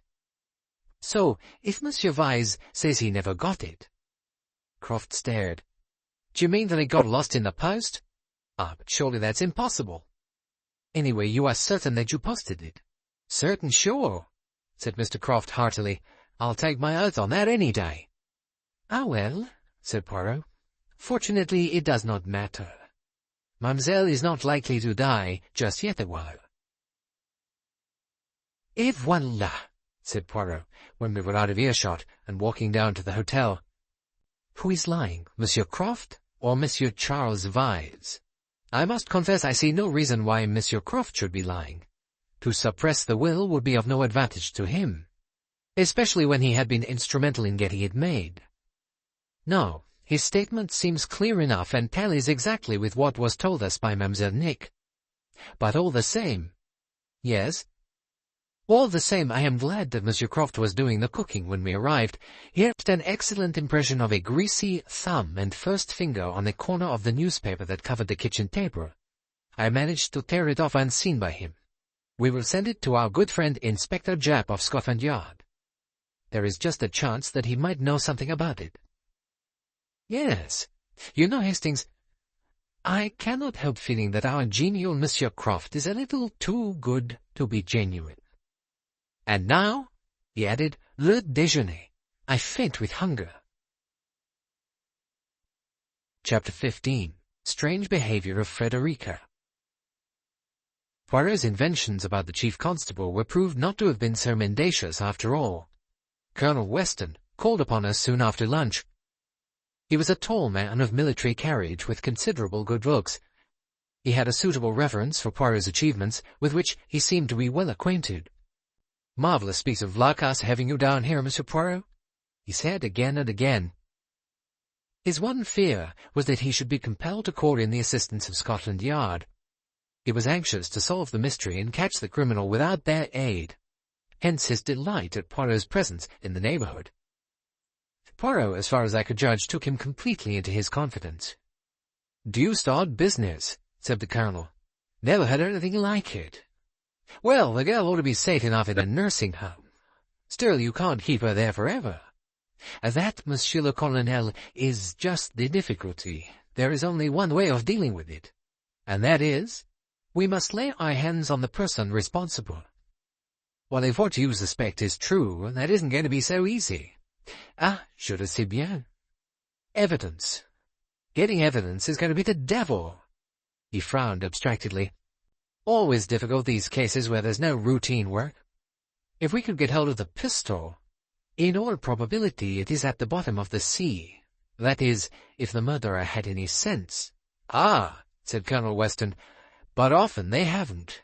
You'd be surprised at the fool things people do. I'm not talking of murders. We don't have many murders down in these parts, I'm glad to say. But in ordinary police court cases, the sheer damn foolishness of these people would surprise you. They are of a different mentality, though. Yes, perhaps. If Vyse is the chap, well, we'll have our work cut out. He's a cautious man and a sound lawyer. He'll not give himself away. The woman, well, there would be more hope there. 10 to 1, she'll try again. Women have no patience. He rose. Inquest tomorrow morning. Coroner will work in with us, and give away as little as possible. We want to keep things dark at present. He was turning towards the door when he suddenly came back. Upon my soul, I'd forgotten the very thing that would interest you most, and that I want your opinion about. Sitting down again, he drew from his pocket a torn scrap of paper with writing on it, and handed it to Poirot. My police found this when they were searching the grounds, not far from where you were all watching the fireworks. It's the only suggestive thing they did find. Poirot smoothed it out. The writing was large and straggling. It read, "Must have money at once. If not, you... What will happen? I am warning you." Poirot frowned. He read it and reread it. "This is interesting," he said. "May I keep it?" "Well, certainly. There are no fingerprints on it. I'll be glad if you can make anything of it." Colonel Weston got to his feet again. "I really must be off. Inquest tomorrow, as I said. By the way, you are not being called as witness. Only Captain Hastings. Don't want the newspaper people to get wise to your being on the job." "I comprehend. What of the relations of the poor young lady?" "The father and mother are coming from Yorkshire today. They'll arrive about 5:30. Poor souls. I'm heartily sorry for them. They're taking the body back with them the following day." He shook his head. "Unpleasant business. I'm not enjoying this, Monsieur Poirot." "Who could, Monsieur le Colonel? It is, as you say, an unpleasant business." When he had gone, Poirot examined the scrap of paper once more. "An important clue?" I asked. He shrugged his shoulders. "How can one tell? There is a hint of blackmail about it. Someone of our party that night was being pressed for money in a very unpleasant way. Of course it is possible that it was one of the strangers." He looked at the writing through a little magnifying glass. "Does this writing look at all familiar to you, Hastings?" "It reminds me a little of something." "Ah, I have it. That note of Mrs. Rice's." "Yes," said Poirot slowly. "There are resemblances. Decidedly there are resemblances. It is curious. Yet I do not think that this is the writing of Madame Rice." "Come in," he said as a knock came at the door. It was Commander Challenger. "I just looked in," he explained. "Wanted to know if you were any further forward." "Parbleu," said Poirot. "At this moment I am feeling that I am considerably further back. I seem to progress en reculant." "Well, that's bad. But I don't really believe it, Monsieur Poirot. I've been hearing all about you, and what a wonderful chap you are. Never had a failure, they say." "Well, that is not true," said Poirot. "I had a bad failure in Belgium in 1893. You recollect, Hastings? I recounted it to you. The affair of the box of chocolates." "I remember," I said. And I smiled. For at the time that Poirot told me that tale, he had instructed me to say chocolate box to him if ever I should fancy he was growing conceited. He was then bitterly offended when I used the magical words only a minute and a quarter later. "Oh, well," said Challenger. "That is such a long time ago it hardly counts. You are going to get to the bottom of this, aren't you?" "That I swear, on the word of Hercule Poirot. I am the dog who stays on the scent and does not leave it." "Good. Got any ideas?" "I have suspicions of two people." "Well, I suppose I mustn't ask you who they are." "I should not tell you. You see, I might possibly be in error." "My alibi is satisfactory, I trust?" said Challenger with a faint twinkle. Poirot smiled indulgently at the bronzed face in front of him.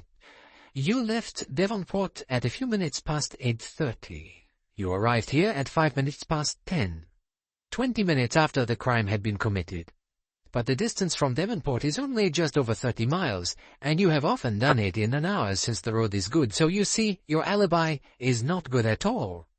"Well, you comprehend, I inquire into everything. Your alibi, as I say, is not good, but there are other things beside alibis. You would like, I think, to marry Mademoiselle Nick." "I've always wanted to marry her," Challenger said huskily. "Precisely. Eh bien, Mademoiselle Nick was engaged to another man. A reason, perhaps, for killing the other man. But that is unnecessary. He dies the death of a hero." "So it is true that Nick was engaged to Michael Seaton. There's a rumor to that effect all over the town this morning." "Yes. It is interesting how soon news spreads." "You never suspected it before?" "Well, I knew Nick was engaged to someone. She told me so 2 days ago. But she didn't give me a clue as to whom it was. Entre nous, he has left her, I fancy, a very pretty fortune." "Ah! Assuredly it is not a moment for killing Mademoiselle Nick from your point of view. She weeps for her lover now, but the heart consoles itself. And I think, monsieur, that she is very fond of you." "If it should be," Challenger murmured. There was a tap on the door. It was Frederica Rice. "I've been looking for you," she said to Challenger. "They told me you were here. I wanted to know if you'd got my wristwatch back yet." "Oh, yes, I called for it this morning." He took it from his pocket and handed it to her. It was a watch of rather an unusual shape, round like a globe, set on a strap of plain black moire. I remembered that I had seen one the same shape on Nick Buckley's wrist. She looked from one to the other of us. "Am I interrupting a conference?" "No, indeed, madame.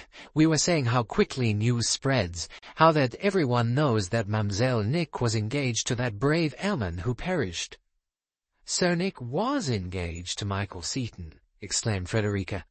"Certainly, I thought he was very taken with her last autumn, and then after Christmas they seemed to cool off." "The secret, they kept it very well." "Well, that was because of old Sir Matthew, I suppose. Tell me, Monsieur Poirot, did you—" She stopped, and her face turned whiter still. Her eyes were fixed on the center of the table. "You are not well, madame?" I pushed forward a chair and helped her into it. She shook her head, murmured, "I'm all right," and leaned forward, her face between her hands. We watched her awkwardly. She sat up in a minute. "Don't look so worried. I've got a head. I think I'll go and lie down. Perhaps tomorrow they'll let me see Nick." She left the room abruptly. Challenger frowned. "You never know what that woman's up to. Nick may have been fond of her, but I don't believe she was fond of Nick. But there, you can't tell with women. It's darling, darling, darling all the time, and damn you would probably express it much better. Are you going out, Monsieur Poirot?" Well, Poirot had risen and was carefully brushing a speck off his hat. "Yes, I am going into the town." "I've got nothing to do. May I come with you?" "Assuredly, it would be a pleasure." We left the room. Poirot, with an apology, went back. "My stick," he explained, as he rejoined us. Challenger winced slightly, and indeed the stick, with its embossed gold band, was somewhat ornate. Poirot's first visit was to a florist. "I must send some flowers to Mademoiselle Nick," he explained. He proved difficult to suit. In the end, he chose an ornate gold basket to be filled with orange carnations, the whole to be tied up with a large blue bow. The shopwoman gave him a card, and he wrote on it with a flourish, "With the compliments of Hercule Poirot." "I sent her some flowers this morning," said Challenger. "I might send her some fruit." "Inutile," said Poirot. "What?" "I said it was useless. The eatable, it is not permitted." "Well, who says so?" "I say so. I have made the rule. It has already been impressed on Mademoiselle Nick. She understands." "Good Lord," said Challenger. He looked thoroughly startled. He stared at Poirot curiously. "So that's it, is it?" he said. "You're still afraid?" Chapter 16. Interview with Mr. Whitfield. The inquest was a dry proceeding, mere bare bones. There was evidence of identification. Then I gave evidence of finding the body. Medical evidence followed. The inquest was adjourned for a week. The St. Loup murder had jumped into prominence in the daily press. It had in fact succeeded, Seaton still missing, unknown fate of missing airman.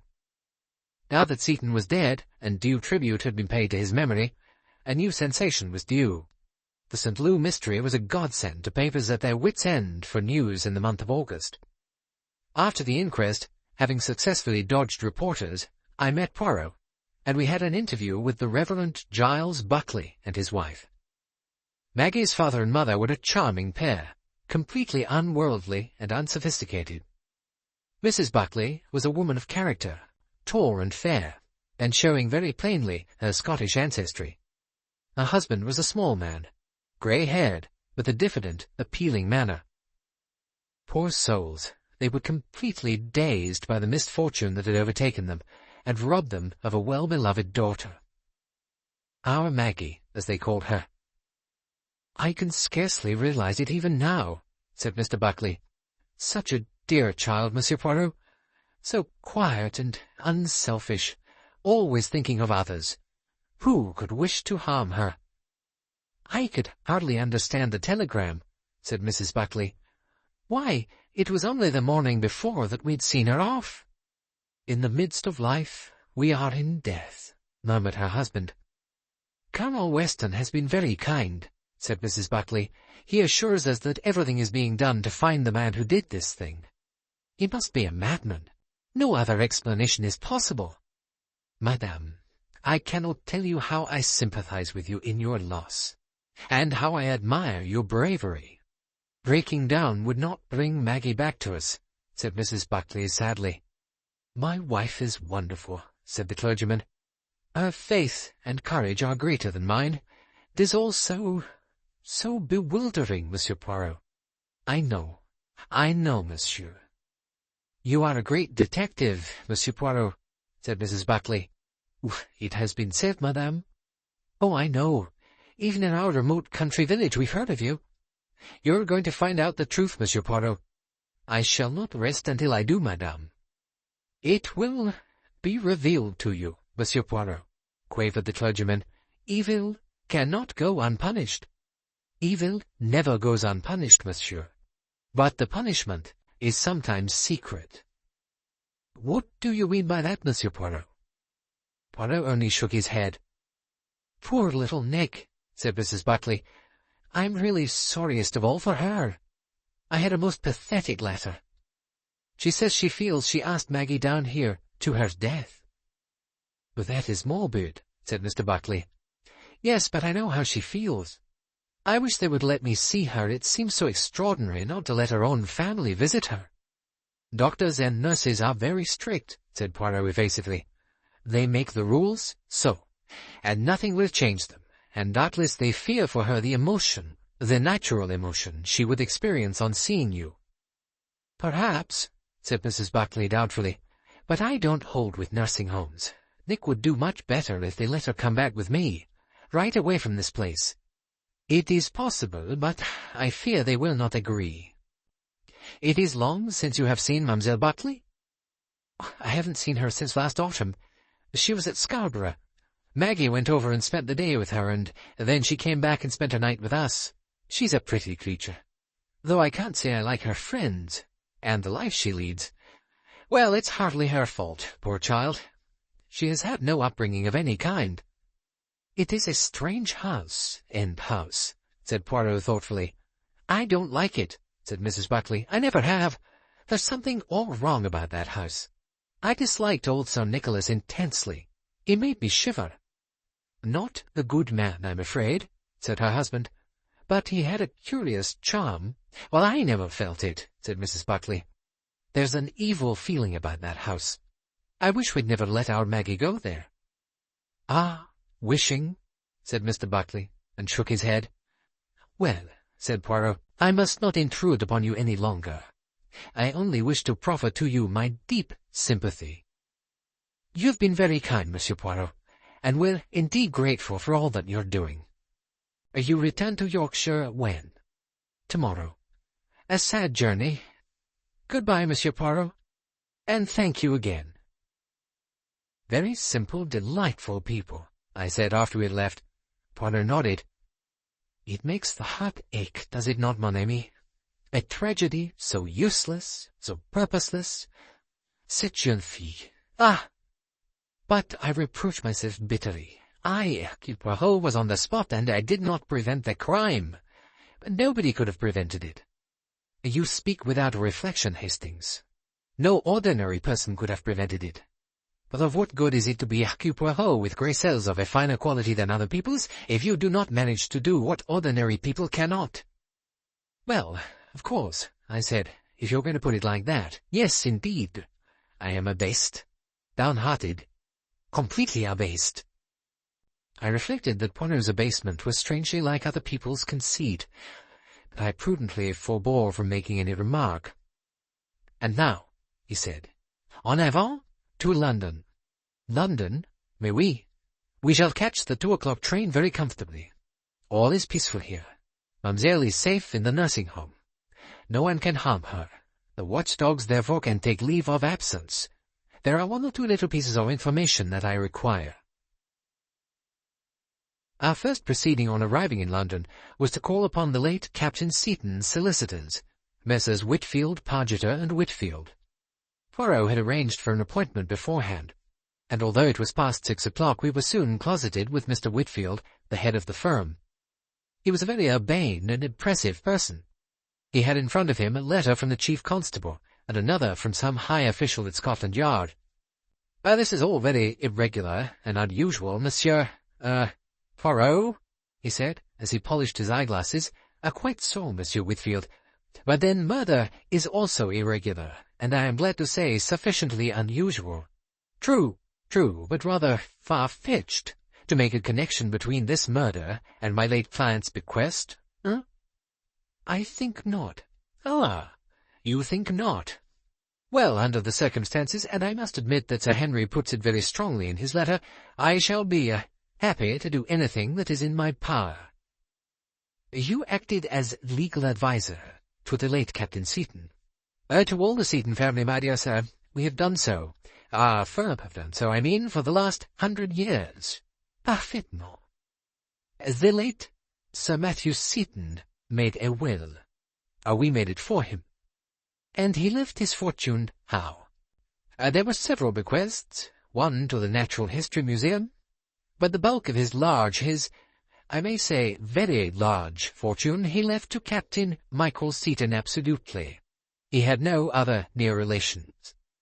A very large fortune, you say?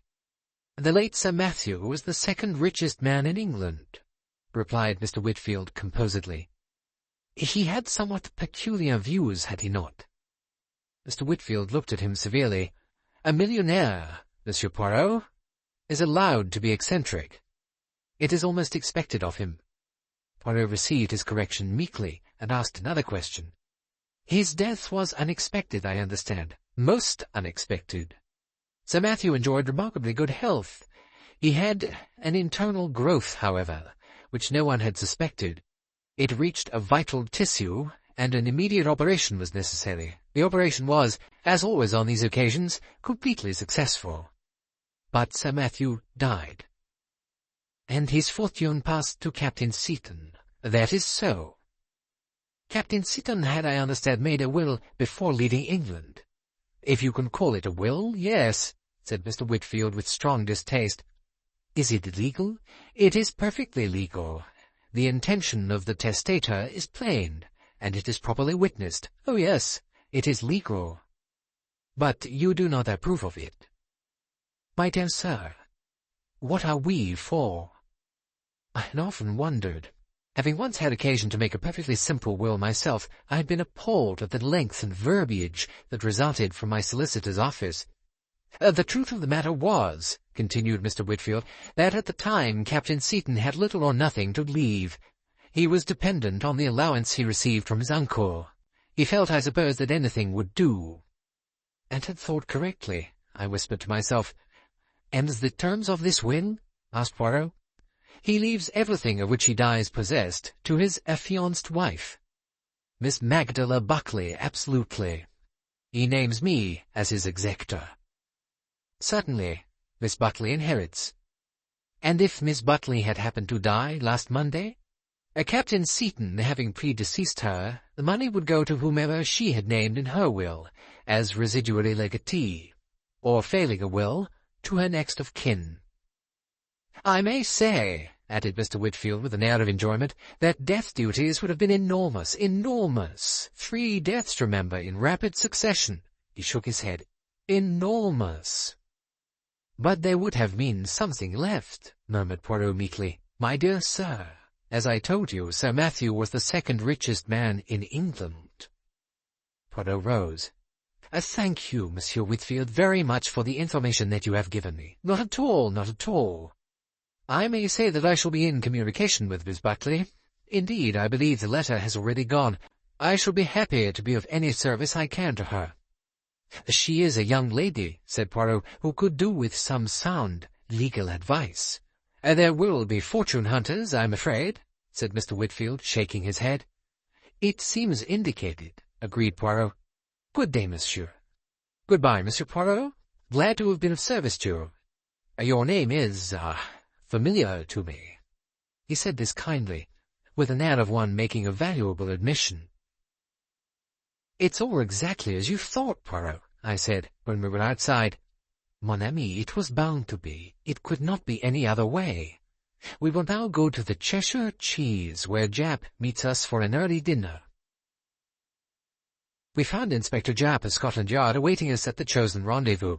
He greeted Poirot with every sign of warmth.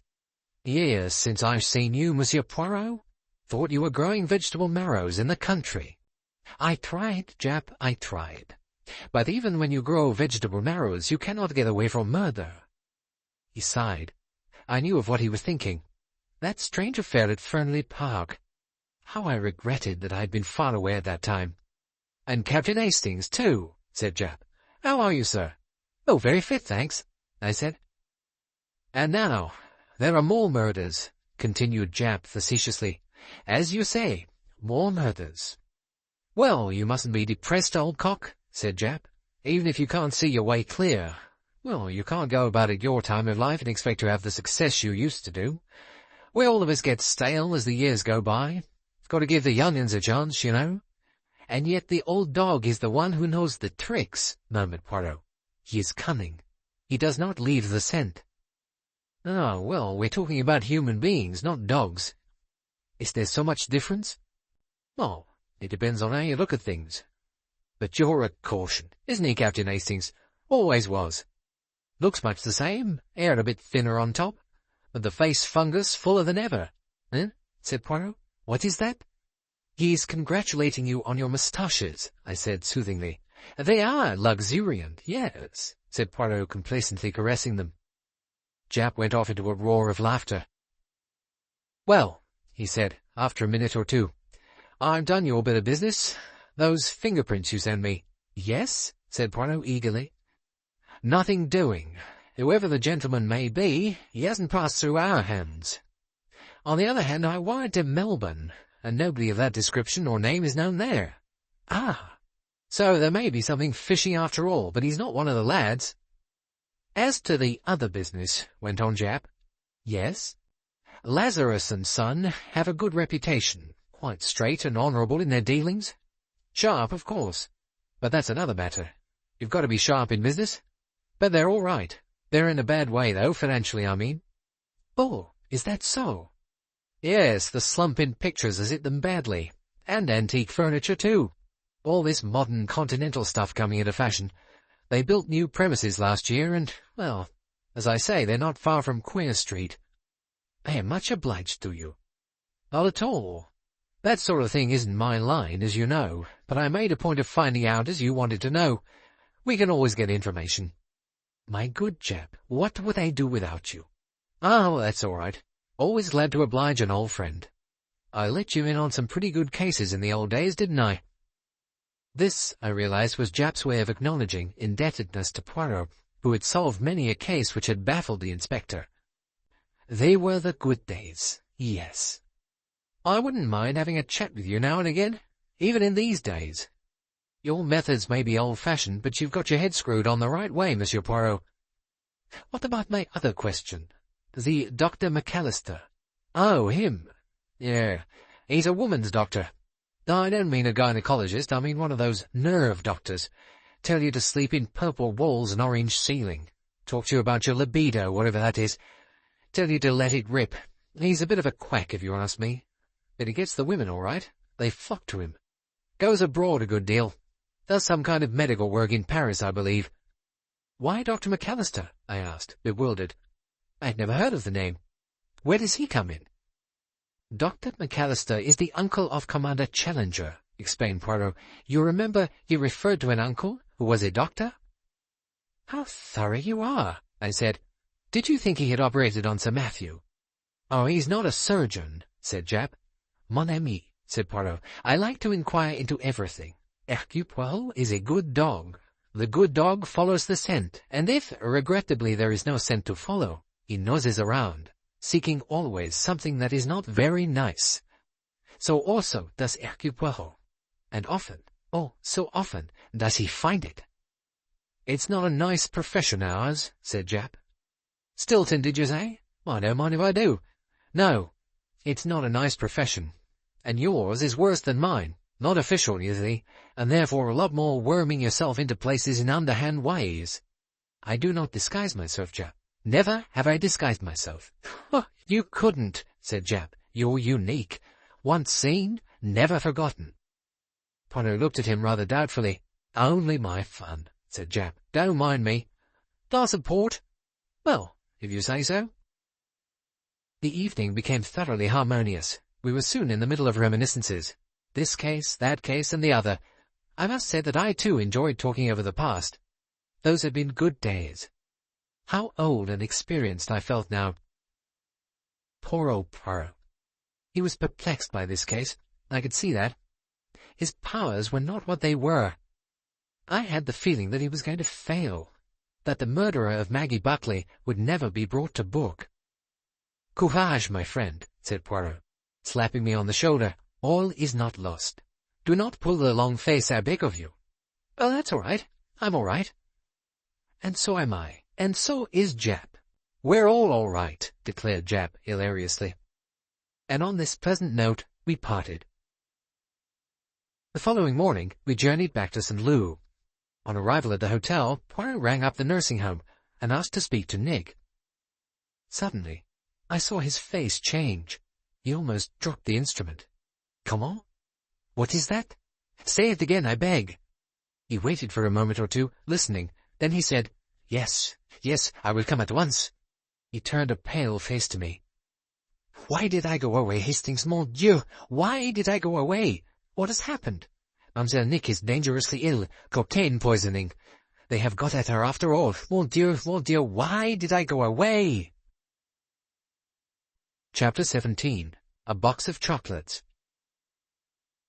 All the way to the nursing home, Poirot murmured and muttered to himself. He was full of self-reproach. I should have known, he groaned. I should have known. And yet what could I do? I took every precaution. It is impossible. It is impossible. No one could get to her. Who has disobeyed my orders? At the nursing home, we were shown into a little room downstairs, and after a few minutes Dr. Graham came to us. He looked exhausted and white. She'll do, he said. It's going to be all right. The trouble was knowing how much she'd taken of the damned stuff. What was it? Cocaine. She would live? Yes, she'll live. But how did it happen? How did they get at her? Who has been allowed in? Poirot fairly danced with impotent excitement. Nobody has been allowed in. Impossible. It's true, but then it was a box of chocolates. Ah, sacré. And I told her to eat nothing that came from outside. I don't know about that. It's hard work keeping a girl from a box of chocolates. She only ate one, thank goodness. Was the cocaine in all the chocolates? No, the girl ate one. There were 2 others, in the top layer. The rest were all right. How was it done? Quite clumsily. Chocolate cut in half, the cocaine mixed with the filling, and the chocolate stuck together again. Amateurishly. What you might call a homemade job. Poirot groaned. Ah, if I knew. Can I see Mademoiselle? If you come back in an hour, I think you can see her, said the doctor. Pull yourself together, man. She isn't going to die. For another hour, we walked the streets of St. Lou. I did my best to distract Poirot's mind, pointing out to him that all was well, that, after all, no mischief had been done. But he only shook his head and repeated at intervals, I am afraid, Hastings. I am afraid. And the strange way he said it made me, too, feel afraid. Once he caught me by the arm. Listen, my friend, I am all wrong. I have been all wrong from the beginning. What do you mean it isn't the money? No, I am right about that, oh yes. But those 2. It is too simple, too easy that. There is another twist still, yes, there is something. And then, in an outburst of indignation, ah, cette petite, did I not forbid her? Did I not say, do not touch anything from outside? And she disobeys me, Hercule Poirot. Are not 4 escapes from death enough for her? Must she take a 5th chance? Ah, c'est inouï. At last we made our way back. After a brief wait, we were conducted upstairs. Nick was sitting up in bed. The pupils of her eyes were wildly dilated. She looked feverish, and her hands kept twitching violently. "At it again," she murmured. Poirot experienced real emotion at the sight of her. He cleared his throat and took her hand in his. "Ah, mademoiselle. Mademoiselle." "I shouldn't care," she said defiantly, "if they had got me this time. I'm sick of it all. Sick of it. Pauvre petite. Something in me doesn't like to give them best. That is the spirit. The sport. You must be the good sport, mademoiselle." "Your old nursing home hasn't been so safe after all," said Nick. "If you had obeyed orders, mademoiselle." She looked faintly astonished. "But I have. Did I not impress upon you that you were to eat nothing that came from outside?" "No more I did. But these chocolates, well, they were all right. You sent them." "What is that you say, mademoiselle?" "You sent them." "Me? Never. Never anything of the kind." "But you did. Your card was in the box." "What?" Nick made a spasmodic gesture towards the table by the bed. The nurse came forward. "You want the card that was in the box?" "Yes, please, nurse." There was a moment's pause. The nurse returned to the room with it in her hand. "Here it is." I gasped. So did Poirot. For on the card, in flourishing handwriting, were written the same words that I had seen Poirot inscribe on the card that accompanied the basket of flowers, with the compliments of Hercule Poirot. Sacré tonnerre! "You see?" said Nick accusingly. "But I did not write this," cried Poirot. "What?" "And yet," murmured Poirot, "and yet it is my handwriting." "I know. It's exactly the same as the card that came with the orange carnations. I never doubted that the chocolates came from you." Poirot shook his head. "How should you doubt? Oh, the devil! The clever, cruel devil, to think of that! Ah, but he has genius, this man. Genius. With the compliments of Hercule Poirot. So simple. Yes, but one had to think of it. And I did not think. I omitted to foresee this move." Nick moved restlessly. "Do not agitate yourself, mademoiselle. You are blameless, blameless. It is I that am to blame. Miserable imbecile that I am, I should have foreseen this move. Yes, I should have foreseen it." His chin dropped on his breast. He looked the picture of misery. "I really think," said the nurse. She had been hovering nearby, a disapproving expression on her face. "Huh? Oh, yes. Yes, I will go. Courage, mademoiselle. This is the last mistake I will make.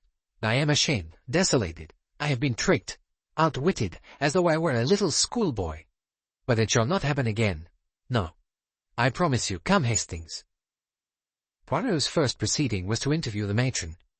She was naturally terribly upset over the whole business. "It seems incredible to me, Monsieur Poirot, absolutely incredible that a thing like that should happen in my nursing home." Poirot was sympathetic and tactful. Having soothed her sufficiently, he began to inquire into the circumstances of the arrival of the fatal packet. Here the matron declared he would do best to interview the orderly who had been on duty at the time of its arrival.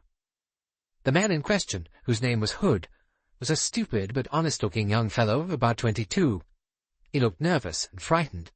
Poirot put him at his ease, however. "No blame can be attached to you," he said kindly, "but I want you to tell me exactly how and when this parcel arrived." The orderly looked puzzled. "It's difficult to say, sir," he said slowly. "Lots of people come in and inquire and leave things for the different patients." "Well, the nurse says this came last night," I said, "about 6 o'clock. The lad's face brightened. "Oh, I do remember now, sir. A gentleman brought it.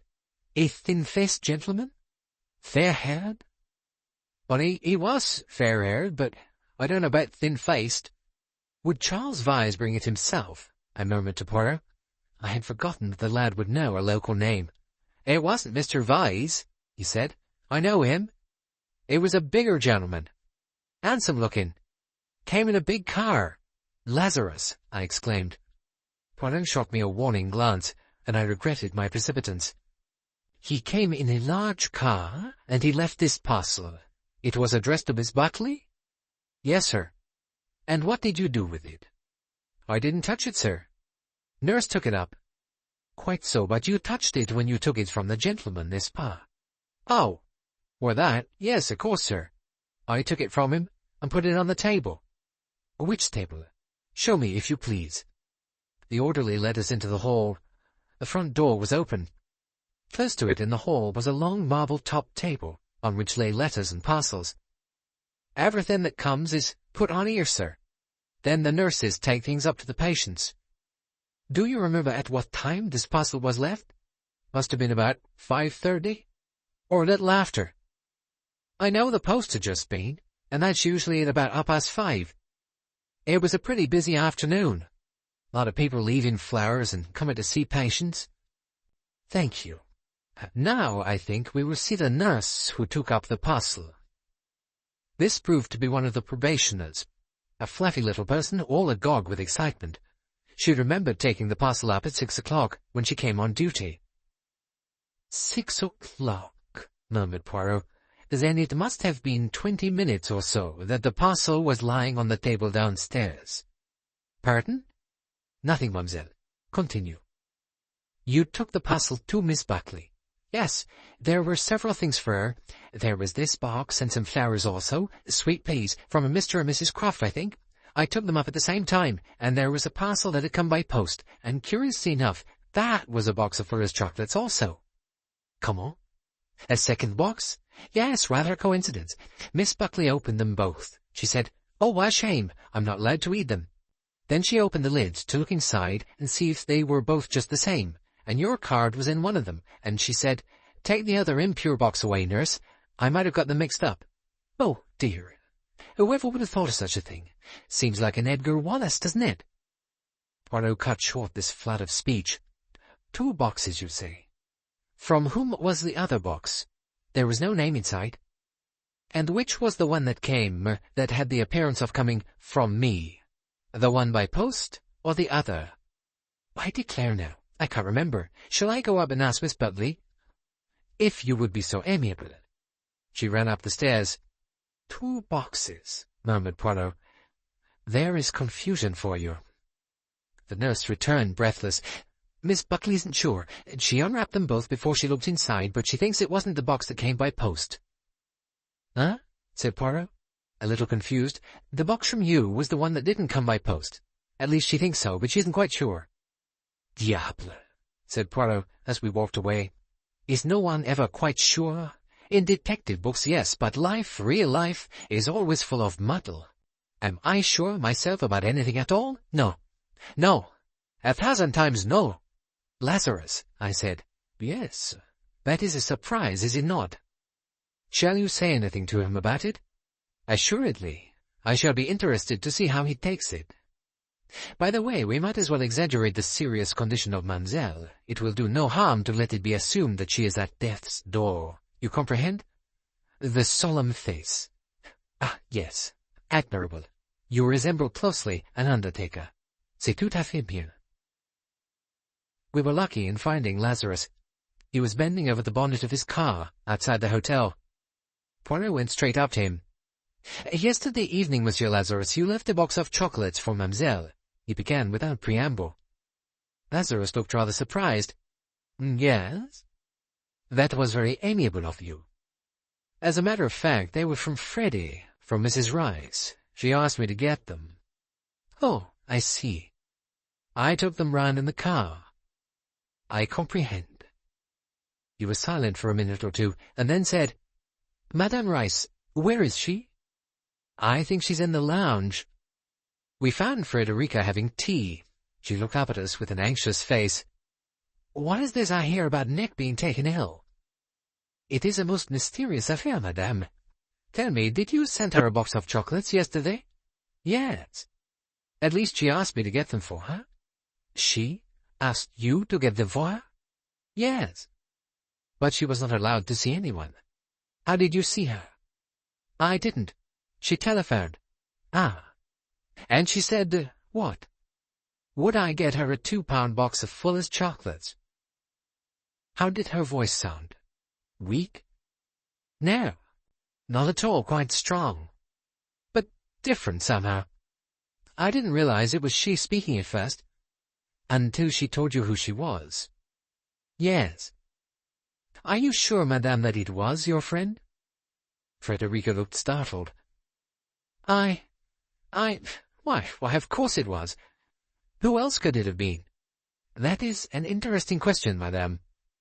You don't mean... Could you swear, madame, that it was your friend's voice, apart from what she said? No, said Frederica slowly. I couldn't. Her voice was certainly different. I thought it was the phone, or perhaps being ill. If she had not told you who she was, you would not have recognized it? No. No, I don't think I should. Who was it, Monsieur Poirot? Who was it? That is what I mean to know, madame. The graveness of his face seemed to awaken her suspicions. Nick? Has anything happened? She asked breathlessly. Poirot nodded. She is ill, dangerously ill. Those chocolates, madame, were poisoned. The chocolates I sent her? But that's impossible, impossible. Not impossible, madame, since mademoiselle is at death's door. Oh, my God! She hid her face in her hands, then raised it, white and quivering. I don't understand. I don't understand. The other, yes, but not this. They couldn't be poisoned. Nobody ever touched them but me and Jim. You're making some dreadful mistake, Monsieur Poirot. It is not I that make a mistake, even though my name was in the box. She stared at him blankly. If Mademoiselle Nick dies, he said, and made a threatening gesture with his hand. She gave a low cry. He turned away, and taking me by the arm, went up to the sitting-room. He flung his hat on the table. I understand nothing, but nothing. I am in the dark. I am a little child. Who stands to gain by Mademoiselle's death? Madame Rice. Who buys the chocolates, and admits it, and tells a story of being rung up on the telephone that cannot hold water for a minute? Madame Rice. It is too simple, too stupid. And she is not stupid. No. Well then. But she takes cocaine, Hastings. I am certain she takes cocaine. There is no mistaking it. And there was cocaine in those chocolates. And what did she mean when she said, the other, yes, but not this? It needs explaining that. And the sleek Monsieur Lazarus, what is he doing in all this? What does she know, Madame Rice? She knows something, but I cannot make her speak. She is not of those you can frighten into speech, but she knows something, Hastings. Is her tale of the telephone true, or did she invent it? If it is true, whose voice was it? I tell you, Hastings, this is all very black, very black. Always darkest before dawn, I said reassuringly. He shook his head. Then the other box that came by post, can we rule that out? No, we cannot, because mademoiselle is not sure. It is an annoyance, that. He groaned. I was about to speak when he stopped me. No, not another proverb, I cannot bear it. If you would be the good friend, the good, helpful friend. Yes, I said eagerly. Go out, I beg of you, and buy me some playing cards. I stared. Very well, I said coldly. I could not but suspect that he was making a deliberate excuse to get rid of me. Here, however, I misjudged him. That night, when I came into the sitting-room about 10 o'clock, I found Poirot carefully building card-houses, and I remembered. It was an old trick of his, soothing his nerves. He smiled at me. Yes, you remember. One needs the precision. One card on another. So, in exactly the right place, and that supports the weight of the card on top, and so on, up and up. Go to bed, Hastings. Leave me here, with my house of cards. I clear the mind. It was about 5 in the morning when I was shaken awake. Poirot was standing by my bedside. He looked pleased and happy. It was very just what you said, mon ami. Oh, it was very just. More, it was spirituel. I blinked at him, being imperfectly awake. Always darkest before dawn. That is what you said. It has been very dark. And now, it is dawn. I looked at the window. He was perfectly right. No, Hastings. In the head, the mind, the little grey cells. He paused, and then said quietly, "You see, Hastings, Mademoiselle is dead." "What?" I cried, suddenly wide awake. "Hush, hush. It is, as I say, not really, bien entendu, but it can be arranged. Yes, for 24 hours it can be arranged. I arrange it with the doctor, with the nurses. You comprehend, Hastings? The murderer has been successful. 4 times he has tried and failed. The 5th time he has succeeded. And now, we shall see what happens next. It will be very interesting." Chapter 18. The Face at the Window. The events of the next day are completely hazy in my memory. I was unfortunate enough to awake with fever on me. I have been liable to these bouts of fever at inconvenient times ever since I once contracted malaria. In consequence, the events of that day take on in my memory the semblance of a nightmare, with Poirot coming and going as a kind of fantastic clown, making a periodic appearance in a circus. He was, I fancy, enjoying himself to the full. His poise of baffled despair was admirable.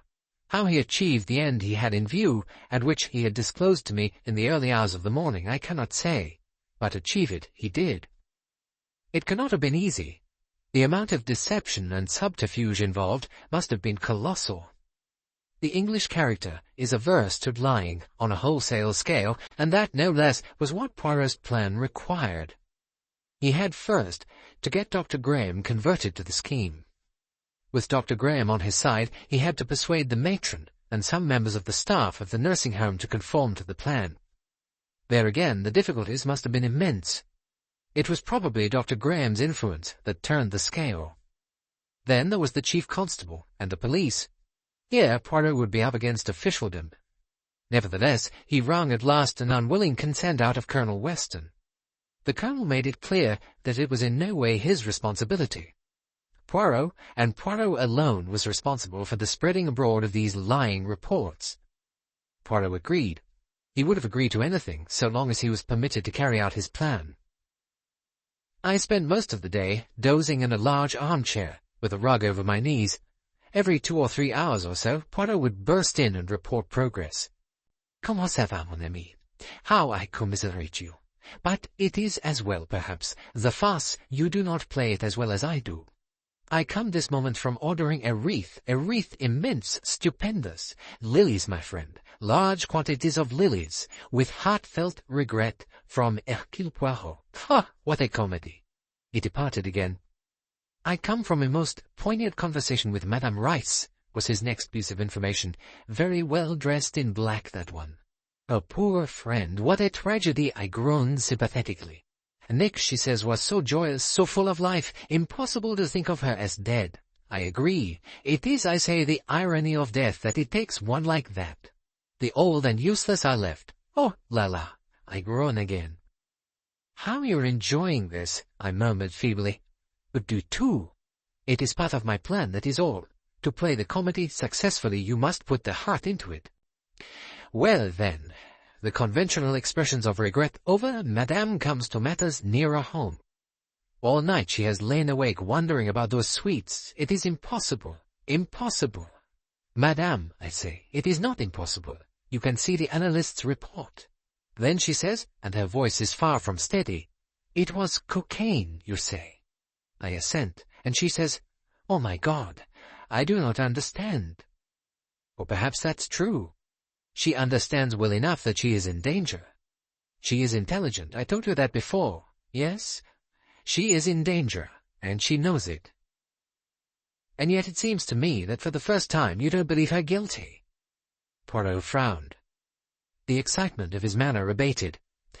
"It is profound what you say there, Hastings. No, it seems to me that, somehow, the facts no longer fit. These crimes, so far, what has marked them most? The subtlety, is it not? And here is no subtlety at all, only the crudity, pure and simple. No, it does not fit." He sat down at the table. "Voila! Let us examine the facts. There are three possibilities. There are the sweets bought by Madame and delivered by Monsieur Lazarus. And in that case the guilt rests with one or other or both. And the telephone call, supposedly from Mademoiselle Nick, that is an invention pure and simple. That is the straightforward, the obvious solution. Solution 2. The other box of sweets, that which came by post. Anyone may have sent those. Any of the suspects on our list from A to J. You remember? A very wide field. But if that were the guilty box, what is the point of the telephone call? Why complicate matters with a second box? I shook my head feebly. With a temperature of 102, any complication seemed to me quite unnecessary and absurd. Solution 3. A poisoned box was substituted for the innocent box bought by Madame. In that case, the telephone call is ingenious and understandable. Madame is to be what you call the kitten's paw. She is to pull the roasting chestnuts out of the fire. So, solution 3 is the most logical. But alas, it is also the most difficult. How to be sure of substituting a box at the right moment? The orderly might take the box straight upstairs. 101 possibilities might prevent the substitution being effected. No, it does not seem sense. Unless it were Lazarus, I said. Poirot looked at me. You have the fever, my friend. It mounts, does it not? I nodded. Curious how a few degrees of heat should stimulate the intellect. You have uttered there an observation of profound simplicity. So simple was it that I had failed to consider it. But it would suppose a very curious state of affairs. Monsieur Lazarus, the dear friend of Madame, doing his best to get her hanged. It opens up possibilities of a very curious nature, but complex, very complex. I closed my eyes. I was glad I had been brilliant, but I did not want to think of anything complex. I wanted to go to sleep. Poirot, I think, went on talking, but I did not listen. His voice was vaguely soothing. It was late afternoon when I next saw him. My little plan, it has made the fortune of flower shops, he announced. Everybody orders wreaths. Monsieur Croft, Monsieur Vyse, Commander Challenger. The last name awoke a chord of compunction in my mind. Look here, Poirot, I said. You must let him in on this. Poor fellow. He'll be distracted with grief. It isn't fair. You have always the tenderness for him, Hastings. Why, I like him. He's a thoroughly decent chap. You've got to take him into the secret. Poirot shook his head. No, mon ami. I do not make the exceptions. But you don't suspect him to have anything to do with it. I do not make the exceptions. Think how he must be suffering. On the contrary, I prefer to think of what a joyful surprise I prepare for him. To think the loved one dead and find her alive. It is a sensation unique. Stupendous. What a pig-headed old devil you are. He'd keep the secret all right. I am not so sure. He's the soul of honor, I'm certain of it. That makes it all the more difficult to keep a secret. Keeping a secret is an art that requires many lies magnificently told, and a great aptitude for playing the comedy and enjoying it. Could he dissemble the Commander Challenger? If he is what you say he is, he certainly could not. Well, then you won't tell him. I certainly refuse to imperil my little idea for the sake of the sentiment. It is life and death we play with, mon ami. Anyway, the suffering. It is good for the character. Many of your famous clergymen have said so. Even a bishop, if I am not mistaken. I made no further attempt to shake his decision. His mind, I could see, was made up. I shall not dress for dinner, he murmured. I am too much the broken old man. That is my part, you understand. All my self-confidence has crashed. I am broken. I have failed. I shall eat hardly any dinner. The food untasted on the plate. That is the attitude, I think. In my own apartment, I will consume some brioche and some chocolate éclair, so called, which I had the foresight to buy at a confectioner's. Et vous? Some more quinine, I think, I said sadly. Alas, my poor Hastings. But courage, all will be well tomorrow. Oh, very likely. These attacks often last only 24 hours. I did not hear him return to the room. I must have been asleep. When I awoke, he was sitting at the table, writing. In front of him was a crumpled sheet of paper, smoothed out. I recognized it for the paper on which he had written that list of people, A to J, which he had afterwards crumpled up and thrown away. He nodded in answer to my unspoken thought. Yes, my friend, I have resurrected it. I am at work upon it from a different angle. I compile a list of questions concerning each person. The questions may have no bearing on the crime. They are just things that I do not know, things that remain unexplained, and for which I seek to supply the answer from my own brain. How far have you got? I have finished. Would you like to hear? You are strong enough? Yes, as a matter of fact, I am feeling a great deal better. Ah, la bonne heure. Very well, I will read them to you. Some of them, no doubt, you will consider puerile. He cleared his throat. A. Ellen. Why did she remain in the house and not go out to see fireworks? Unusual, as Mademoiselle's evidence and surprise make clear. What did she think or suspect might happen?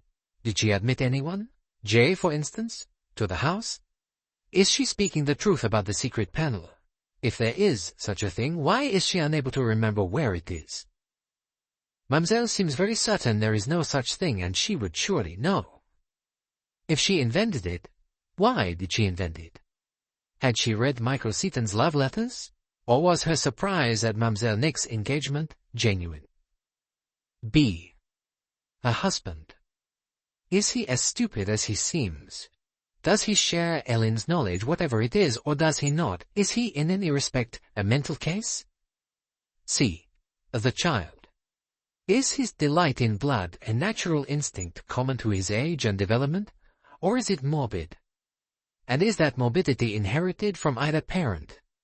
Has he ever shot with a toy pistol? D. Who is Mr. Croft? Where does he really come from? Did he post the will as he swears he did?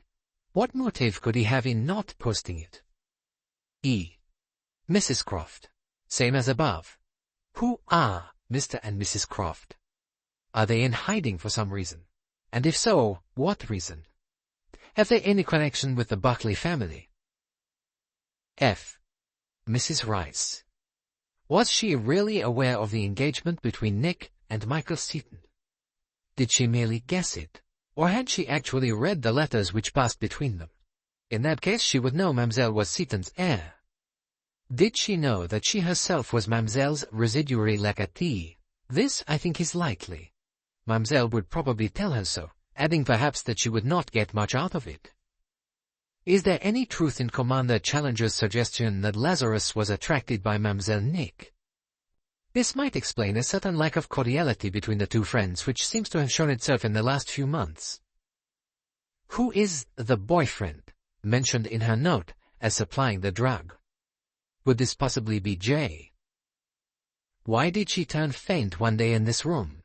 Was it something that had been said, or was it something she saw? Is her account of the telephone message asking her to buy chocolates correct, or is it a deliberate lie? What did she mean by, I can understand the other, but not this? If she is not herself guilty, what knowledge has she got that she is keeping to herself? You perceive, said Poirot, suddenly breaking off, that the questions concerning Madame Rice are almost innumerable. From beginning to end, she is an enigma. And that forces me to a conclusion. Either Madame Rice is guilty, or she knows, or shall we say, thinks she knows, who is guilty. But is she right? Does she know, or does she merely suspect? And how is it possible to make her speak?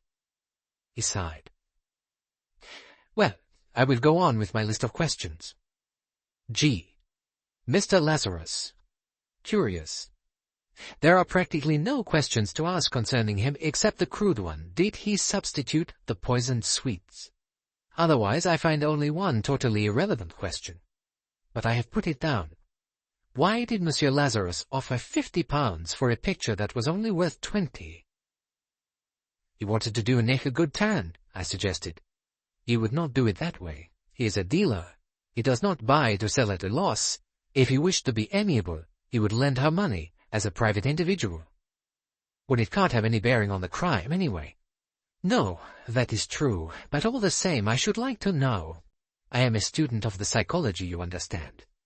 Now, we come to H. H, Commander Challenger.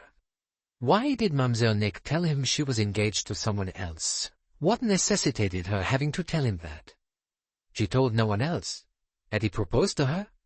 What are his relations with his uncle? His uncle, Poirot? Yes, the doctor. That rather questionable character. Did any private news of Michael Seaton's death come through to the Admiralty before it was announced publicly? I don't quite see what you're driving at, Poirot. Even if Challenger knew beforehand about Seaton's death, it does not seem to get us anywhere. It provides no earthly motive for killing the girl he loved. I quite agree. What you say is perfectly reasonable. But these are just things I should like to know. I am still the dog, you see, nosing about for the things that are not very nice. I. Monsieur Vyse. Why did he say what he did about his cousin's fanatical devotion to End House? What possible motive could he have in saying that? Did he, or did he not, receive the will? Is he in fact an honest man, or is he not an honest man? And now, J. Eh bien, J is what I put down before, a giant question mark. Is there such a person, or is there not? Mon Dieu, my friend. What have you? I had started from my chair with a sudden shriek. With a shaking hand, I pointed at the window. A face, Poirot, I cried. A face, pressed against the glass. A dreadful face. It's gone now, but I saw it. Poirot strode to the window and pushed it open. He leant out. There is no one there now, he said thoughtfully. You are sure you did not imagine it, Hastings? Quite sure. It was a horrible face. And there is a balcony, of course.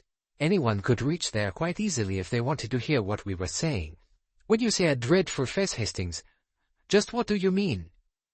A white, staring face, hardly human. Mon ami, that is the fever. A face, yes. An unpleasant face, yes, but a face hardly human? No. What you saw was the effect of a face pressed closely against the glass. That, allied to the shock of seeing it there at all. It was a dreadful face, I said obstinately. It was not the face of anyone you know. No, indeed. It might have been, though.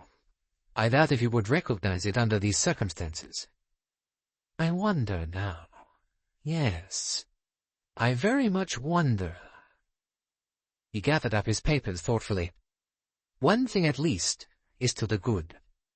If the owner of that face overheard our conversation, we did not mention that Mademoiselle Nick was alive and well. Whatever else our visitor may have heard, that at least escaped him. But surely, I said, the results of this brilliant maneuver of yours have been slightly disappointing up to date. Nick is dead, and no startling developments have occurred. I do not expect them yet awhile. 24 hours, I said. Mon ami, tomorrow, if I am not mistaken, certain things will arise. Otherwise, I am wrong from start to finish. There is the post, you see. I have hopes of tomorrow's post. I awoke in the morning feeling weak, but with the fever abated. I also felt hungry. Poirot and I had breakfast served in our sitting room. Well, I said maliciously as he sorted his letters, has the post done what you expected of it? Poirot, who had just opened 2 envelopes, which patently contained bills, did not reply. I thought he looked rather cast down, and not his usual cock-a-hoop self. I opened my own mail. The first was a notice of a spiritualist meeting. If all else fails, we must go to the spiritualist, I remarked. I often wonder that more tests of this kind aren't made. The spirit of the victim comes back and names the murderer. That would be a proof. It would hardly help us, said Poirot absently. I doubt if Maggie Buckley knew whose hand it was shot her down. Even if she could speak, she would have nothing of value to tell us. Here.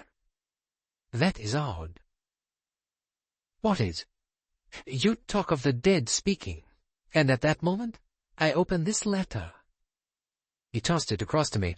It was from Mrs. Buckley, and ran as follows. Langley Rectory.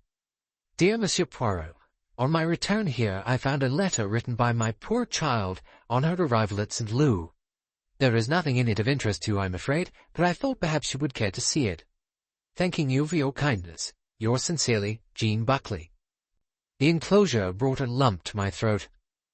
It was so terribly commonplace and so completely untouched by any apprehension of tragedy. Dear Mother, I arrived safely. Quite a comfortable journey. Only 2 people in the carriage all the way to Exeter. It is lovely weather here. Nick seems very well and gay. A little restless, perhaps, but I cannot see why she should have telegraphed for me in the way that she did. Tuesday would have done just as well. No more now. We are going to have tea with some neighbours. They're Australians, and have rented the lodge. Nick says they are kind, but rather awful. Mrs. Rice and Mr. Lazarus are coming to stay. He is the art dealer. I will post this in the box by the gate. Then it will catch the post. We'll write tomorrow. Your loving daughter, Maggie. P.S. Nick says there is a reason for her wire. She will tell me after tea. She is very queer and jumpy. The voice of the dead, said Poirot quietly, and it tells us nothing. The box by the gate, I remarked idly. That's where Croft said he posted the will. Said so. Yes, I wonder. How I wonder. There is nothing else of interest among your letters? Nothing. Hastings, I am very unhappy. I am in the dark. Still in the dark. I comprehend nothing. At that moment the telephone rang. Poirot went to it. Immediately I saw a change come over his face. His manner was very restrained. Nevertheless, he could not disguise from my eyes his intense excitement. His own contributions to the conversation were entirely non-committal, so that I could not gather what it was all about. Presently, however, with a "Très bien, je vous remercie," he put back the receiver and came back to where I was sitting. His eyes were sparkling with excitement. "Mon ami," he said, "what did I tell you? Things have begun to happen." "What was it?" "That was Monsieur Charles Vyse on the telephone. He informs me that this morning through the post he has received a will signed by his cousin Miss Buckley and dated the 25th of February last." "What? The will, évidemment? It has turned up just at the right moment, n'est-ce pas? Do you think he's speaking the truth? Or do I think that he has had the will all along? Is that what you would say? Well, it is all a little curious, but one thing is certain. I told you that if Mademoiselle Nick was supposed to be dead, we should have developments, and sure enough, here they are." "Extraordinary," I said. "You were right. I suppose this is the will making Frederica Rice residuary legatee." Monsieur Vyse said nothing about the contents of the will. He was far too correct. But there seems very little reason to doubt that this is the same will.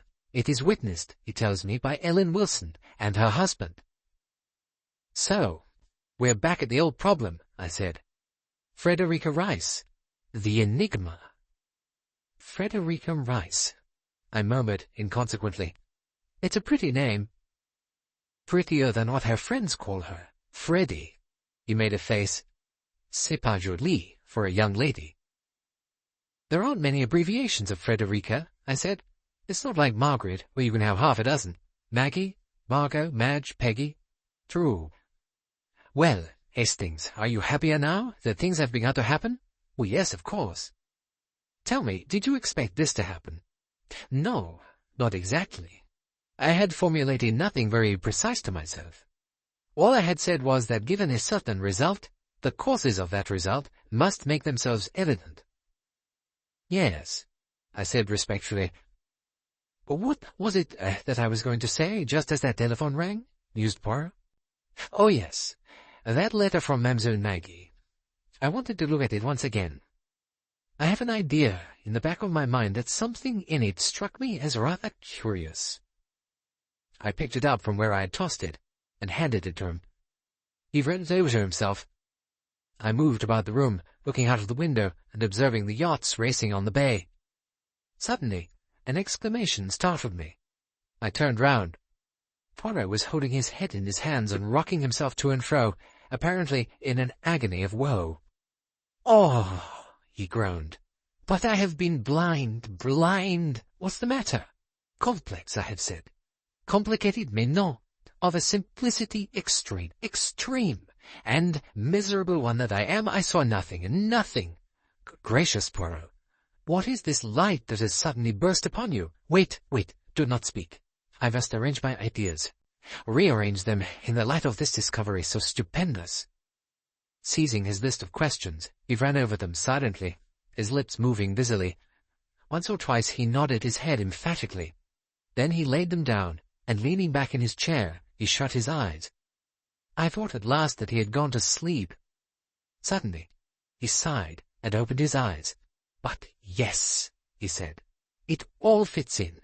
All the things that have puzzled me, all the things that have seemed to me a little unnatural, they all have their place." "But you mean, you know everything?"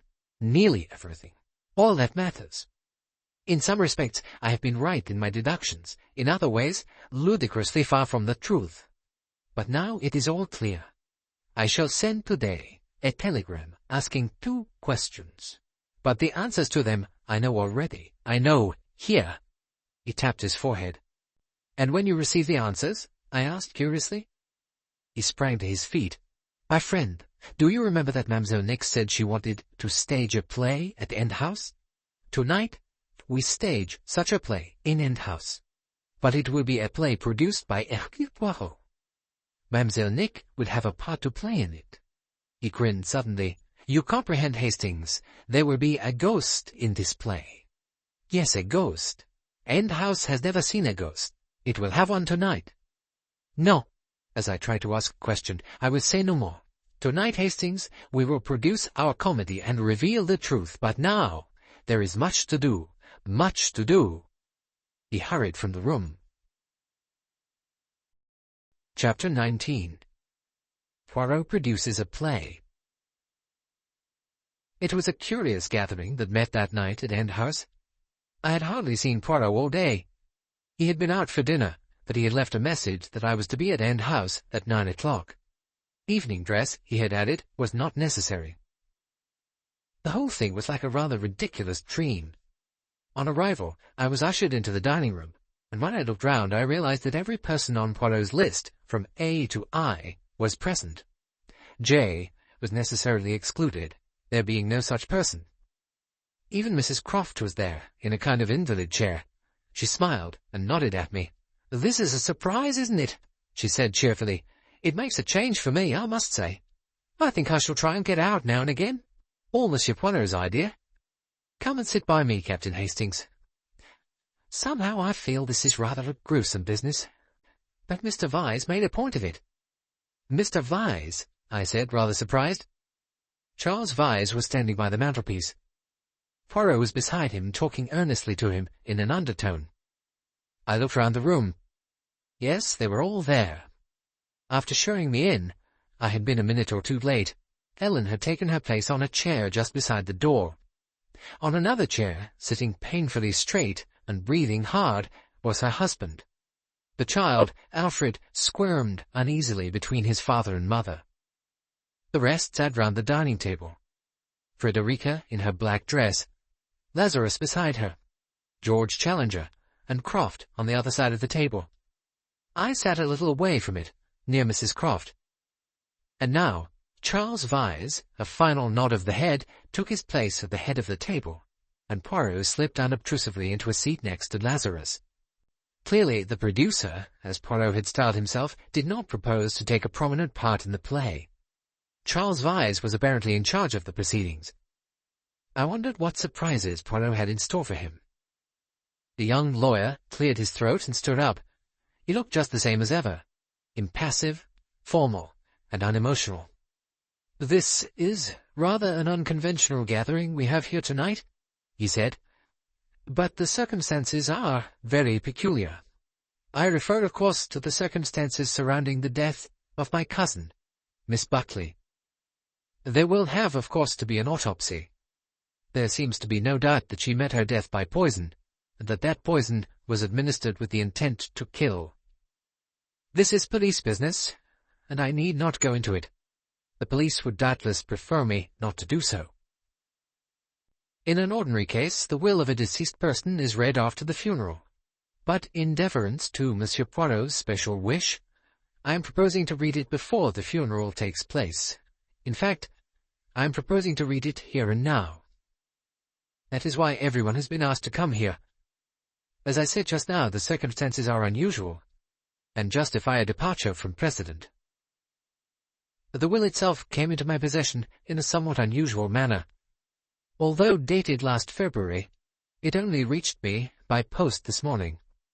However, it is undoubtedly in the handwriting of my cousin. I have no doubt on that point, and though a most informal document, it is properly attested. He paused, and cleared his throat once more. Every eye was upon his face.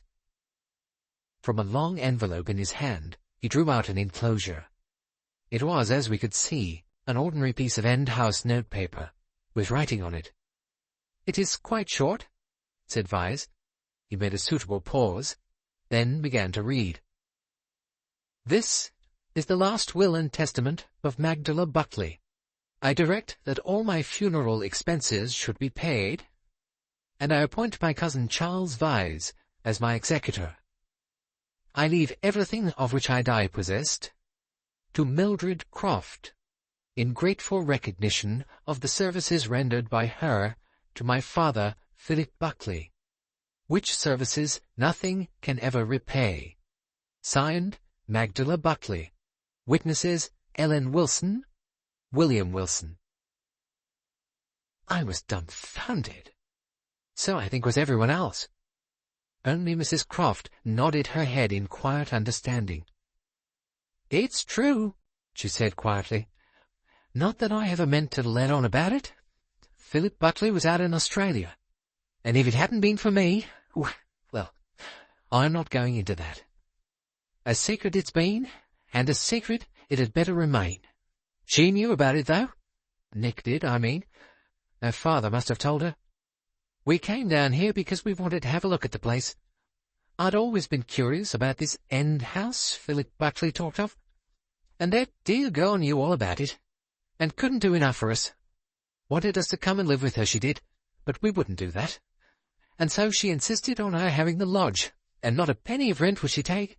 We pretended to pay it, of course, so as not to cause talk, but she handed it back to us. And now, this. Well, if anyone says there's no gratitude in the world, I'll tell them they're wrong. This proves it." There was still an amazed silence. Poirot looked at Vyse. "Had you any idea of this?" Vyse shook his head. "I knew Philip Buckley had been in Australia, but I never heard any rumours of a scandal there." He looked inquiringly at Mrs. Croft. She shook her head. "No, you won't get a word out of me. I never have said a word, and I never shall. The secret goes to the grave with me." Vyse said nothing. He sat quietly, tapping the table with a pencil. "I presume, Monsieur Vyse," Poirot leaned forward, "that as next of kin you could contest that will. There is, I understand, a vast fortune at stake, which was not the case when the will was made." Vyse looked at him coldly. "The will is perfectly valid. I should not dream of contesting my cousin's disposal of her property." "You're an honest fellow," said Mrs. Croft approvingly, "and I'll see you don't lose by it." Charles sank a little from this well-meant but slightly embarrassing remark. "Well, mother," said Mr. Croft, with an elation he could not quite keep out of his voice, "this is a surprise. Nick didn't tell me what she was doing." "The dear, sweet girl," murmured Mrs. Croft, putting her handkerchief to her eyes. I wish she could look down and see us now. Perhaps she does. Who knows?" "Perhaps," agreed Poirot.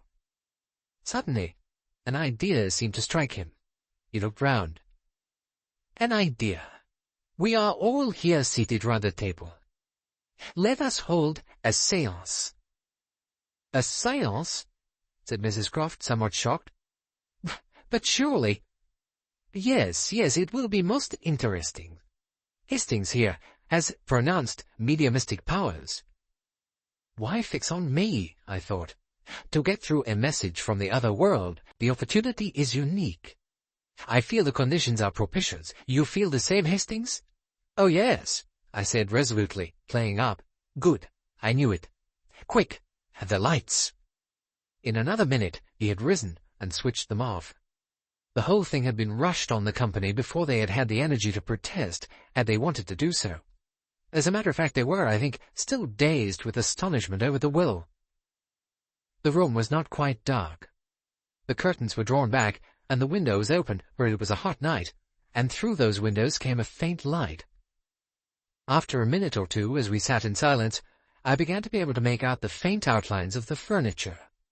I wondered very much what I was supposed to do, and cursed Poirot heartily for not having given me my instructions beforehand. However, I closed my eyes and breathed in a rather stertorous manner. Presently Poirot rose and tiptoed to my chair. Then, returning to his own, he murmured, "Yes, he is already in a trance. Soon things will begin to happen." There is something about sitting in the dark, waiting, that fills one with an unbearable apprehension. I know that I myself was a prey to nerves, and so I was sure was everyone else. And yet I had at least an idea of what was about to happen. I knew the one vital fact that no one else knew. And yet, in spite of all that, my heart leapt into my mouth as I saw the dining-room door slowly opening. It did so quite soundlessly. It must have been oiled. And the effect was horribly grisly. It swung slowly open. And for a minute or two that was all. With its opening, a cold blast of air seemed to enter the room. It was, I suppose, a common all-garden draught, owing to the open window, but it felt like the icy chill mentioned in all the ghost stories I had ever read. And then we all saw it. Framed in the doorway was a white, shadowy figure, Nick Buckley. She advanced slowly and noiselessly, with a kind of fluting, ethereal motion that certainly conveyed the impression of nothing human. I realized then what an actress the world had missed. Nick had wanted to play a part at End House. Now she was playing it, and I felt convinced that she was enjoying herself to the core. She did it perfectly. She floated forward into the room, and the silence was broken. There was a gasping cry from the invalid chair beside me, a kind of gurgle from Mr. Croft, a startled oath from Challenger. Charles Vyse drew back his chair, I think. Lazarus leaned forward. Frederica alone made no sound or movement. And then a scream rent the room. Ellen sprang up from her chair. "It's her!" she shrieked. "She's come back. She's walking. Them that's murdered always walks. It's her! It's her!" And then, with a click, the lights went on. I saw Poirot standing by them, the smile of the ringmaster on his face. Nick stood in the middle of the room in her white draperies. It was Frederica who spoke first. She stretched out an unbelieving hand, touched her friend. "Nick," she said, You're real." It was almost a whisper. Nick laughed. She advanced. "Yes," she said, "I'm real enough. Thank you so much for what you did for my father, Mrs. Croft, but I'm afraid you won't be able to enjoy the benefit of that will just yet." "Oh, my God!" gasped Mrs. Croft. "Oh, my God!" She twisted to and fro in her chair. "Take me away, Bert. Take me away. It was all a joke, my dear. All a joke. That's all it was, honest." "A queer sort of joke," said Nick. The door had opened again, and a man had entered so quietly that I had not heard him. To my surprise, I saw that it was Jab. He exchanged a quick nod with Poirot, as though satisfying him of something. Then his face suddenly lit up, and he took a step forward towards the squirming figure in the invalid chair. "Hello, hello, hello," he said. "Was this an old friend? Millie Merton, I declare. And at your old tricks again, my dear." He turned round in an explanatory way to the company, disregarding Mrs. Croft's shrill protests. "Cleverest forger we've ever had, Millie Merton. We knew there'd been an accident to the car they made their last getaway in. But there, even an injury to the spine wouldn't keep Millie from her tricks. She's an artist, she is." "Was that will a forgery?" said Vyse. He spoke in tones of amazement. "Of course it was a forgery," said Nick scornfully. You don't think I'd make a silly will like that, do you? I left you and House Charles, and everything else to Frederica." She crossed as she spoke and stood by her friend. And just at that moment, it happened. A spurt of flame from the window, and the hiss of a bullet, then another, and the sound of a groan and a fall outside, and Frederica on her feet with a thin trickle of blood running down her arm. Chapter 20. J. It was all so sudden that for a moment no one knew what had happened. Then, with a violent exclamation, Poirot ran to the window. Challenger was with him. A moment later they reappeared, carrying with them the limp body of a man. As they lowered him carefully into a big leather armchair, and his face came into view, I uttered a cry. The face! The face at the window! It was the man I had seen looking in on us the previous evening. I recognized him at once. I realized that when I had said he was hardly human, I had exaggerated, as Poirot had accused me of doing. Yet there was something about his face that justified my impression. It was a lost face, the face of one removed from ordinary humanity. White, weak, depraved, it seemed a mere mask, as though the spirit within had fled long ago. Down the side of it there trickled a stream of blood. Frederica came slowly forward, till she stood by the chair. Poirot intercepted her. "You are hurt, madame?" She shook her head. "The bullet grazed my shoulder. That is all." She put him aside with a gentle hand and bent down. The man's eyes opened, and he saw her looking down at him. "I've done for you this time, I hope," he said in a low, vicious snarl, and then, his voice changing suddenly till it sounded like a child's, "Oh, Freddie, I didn't mean it. I didn't mean it. You've always been so decent to me." "It's all right." She knelt down beside him. "I didn't mean—" His head dropped. The sentence was never finished. Frederica looked up at Poirot. "Yes, madame, he is dead," he said gently. She rose slowly from her knees and stood looking down at him. With one hand she touched his forehead, pitifully it seemed.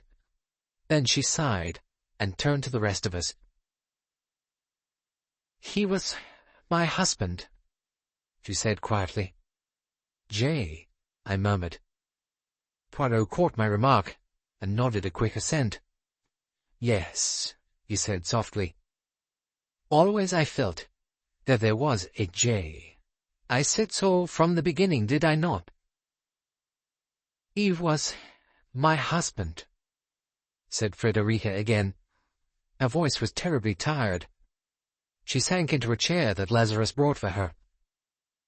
"I might as well tell you everything now. He was completely debased. He was a drug fiend. He taught me to take drugs. I've been fighting the habit ever since I left him. I think, at last, I'm nearly cured. But it has been difficult, oh, so horribly difficult. Nobody knows how difficult. I could never escape from him. He used to turn up and demand money, with threats, a kind of blackmail. If I did not give him money, he would shoot himself. That was always his threat. Then he took to threatening to shoot me. He was not responsible. He was mad, crazy. I suppose it was he who shot Maggie Buckley. He didn't mean to shoot her, of course. He must have thought it was me. I ought to have said, I suppose. But after all, I wasn't sure. And those queer accidents Nick had, that made me feel that perhaps it wasn't him after all. It might have been someone quite different. And then one day, I saw a bit of his handwriting on a torn piece of paper on Monsieur Poirot's table. It was part of a letter he had sent me. I knew then that Monsieur Poirot was on the track. Since then I felt that it was only a matter of time. But I don't understand about the sweets. He wouldn't have wanted to poison Nick. And anyway, I don't see how he could have had anything to do with that. I've puzzled and puzzled. She put both hands to her face, then took them away, and said with a queer, pathetic finality, "That's all." Chapter 21. The Person K. Lazarus came quickly to her side. "My dear," he said, "my dear." Poirot went to the sideboard, poured out a glass of wine, and brought it to her, standing over her while she drank it. She handed the glass back to him and smiled. "I'm all right now," she said. What had we better do next?" She looked at Jab, but the inspector shook his head. "I'm on holiday, Mrs. Rice. Just obliging an old friend. That's all I'm doing. The St. Loup police are in charge of the case." She looked at Poirot. "And Monsieur Poirot is in charge of the St. Loup police?" "Quelle idée, madame. I am merely a humble adviser." "Monsieur Poirot," said Nick, "can't we hush it up?" "You wish that, mademoiselle?" "Yes. After all, I'm the person most concerned, and there will be no more attacks on me, now." "No, that is true. There will be no more attacks on you now." "You're thinking of Maggie, but, Monsieur Poirot, nothing will bring Maggie back to life again. If you make all this public, you'll only bring a terrible lot of suffering and publicity on Frederica, and she hasn't deserved it." "You say she has not deserved it?" "Of course she hasn't. I told you right at the beginning that she had a brute of a husband. You've seen tonight what he was. Well, he's dead. Let that be the end of things. Let the police go on looking for the man who shot Maggie. They just won't find him, that's all." "So, that is what you say, mademoiselle. Hush it all up." "Yes, please. Oh, please, please, dear Monsieur Poirot." Poirot looked round slowly. "What do you all say?" Each spoke in turn. "I agree," I said, as Poirot looked at me. "I, too," said Lazarus. "Best thing to do," from Challenger. "Let's forget everything that's passed in this room tonight." This very determinedly from Croft. "You would say that," interpolated Jap. "Don't be hard on me, dearie." His wife sniffed to Nick, who looked at her scornfully, but made no reply. "Ellen?" "Me and William won't say a word, sir. Least said, soonest mended." "And you, Monsieur Vyse?" "A thing like this can't be hushed up," said Charles Vyse. "The facts must be made known in the proper quarter." "Charles!" cried Nick. "I'm sorry, dear, I look at it from the legal aspect." Poirot gave a sudden laugh. "So, you are 7-1. The good Jap is neutral." "I'm on holiday," said Jap with a grin. "I don't count." 7-1. Only Monsieur Vyse holds out, on the side of law and order. You know, Monsieur Vyse, you are a man of character." Vyse shrugged his shoulders. "The position is quite clear. There's only one thing to do." "Yes, you are an honest man. Eh bien, I too range myself on the side of the minority. I too am for the truth." "Monsieur Poirot," cried Nick, "Mademoiselle, you dragged me into the case. I came into it at your wish. You cannot silence me now." He raised a threatening forefinger in a gesture that I knew well. "Sit down, all of you, and I will tell you the truth." Silenced by his imperious attitude, we sat down meekly and turned attentive faces towards him. "Écoutez.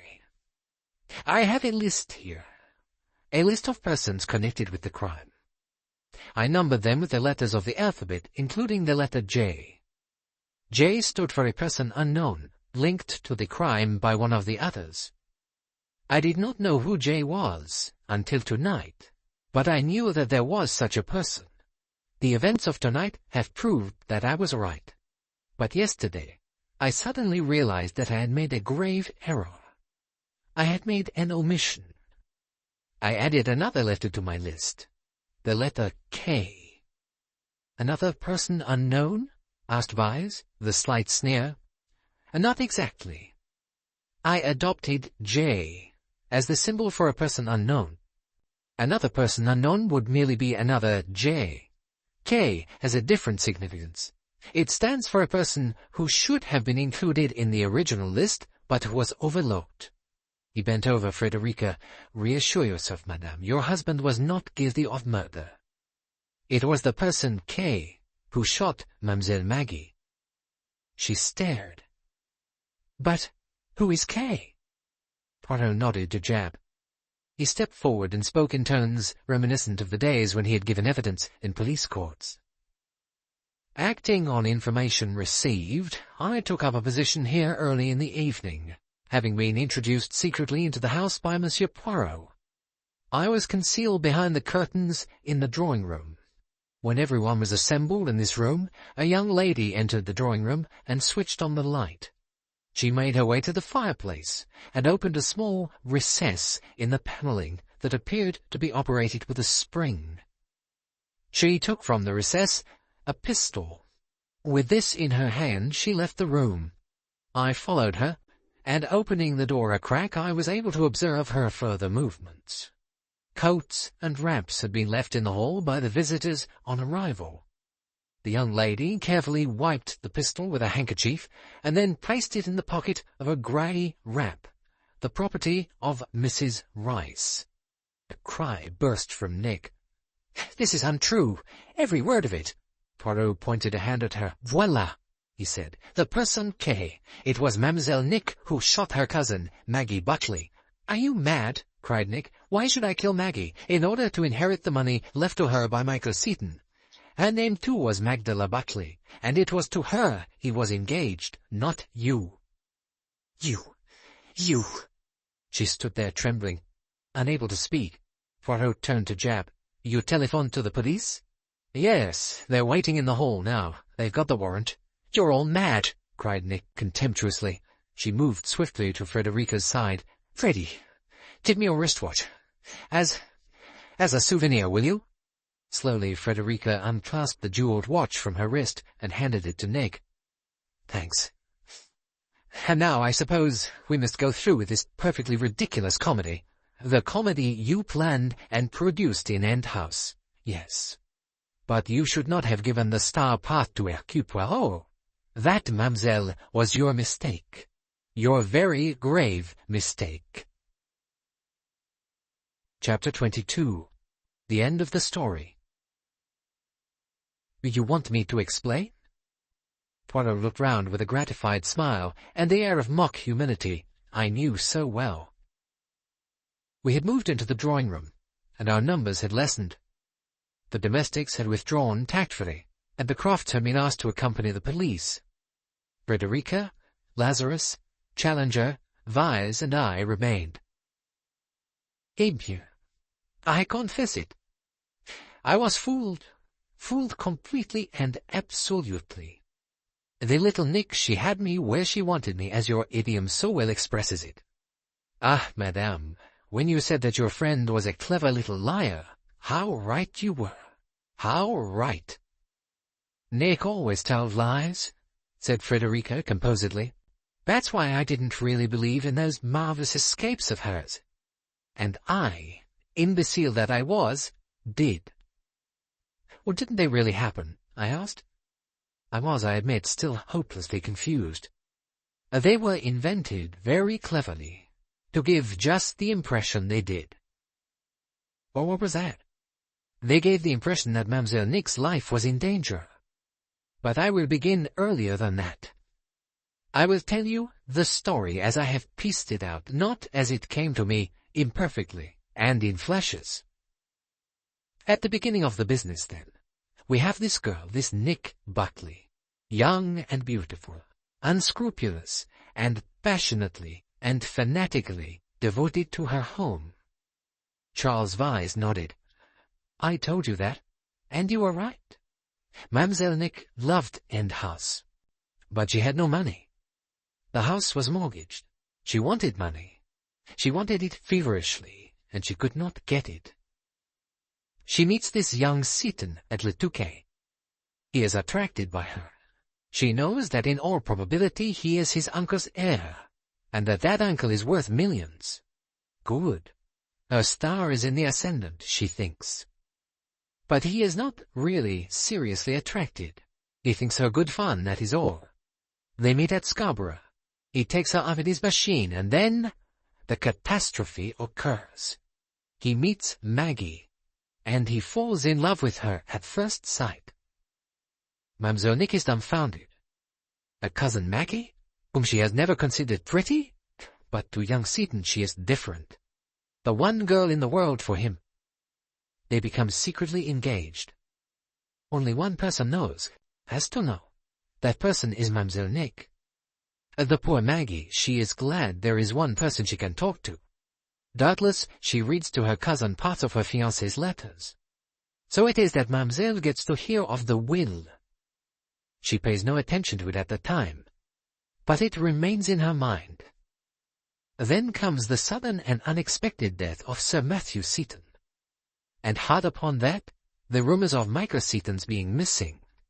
And straight away, an outrageous plan comes into our young lady's head. Seaton does not know that her name is Magdala Orso. He only knows her as Nick. His will is clearly quite informal, a mere mention of a name. But in the eyes of the world, Seaton is her friend. It is with her that his name has been coupled.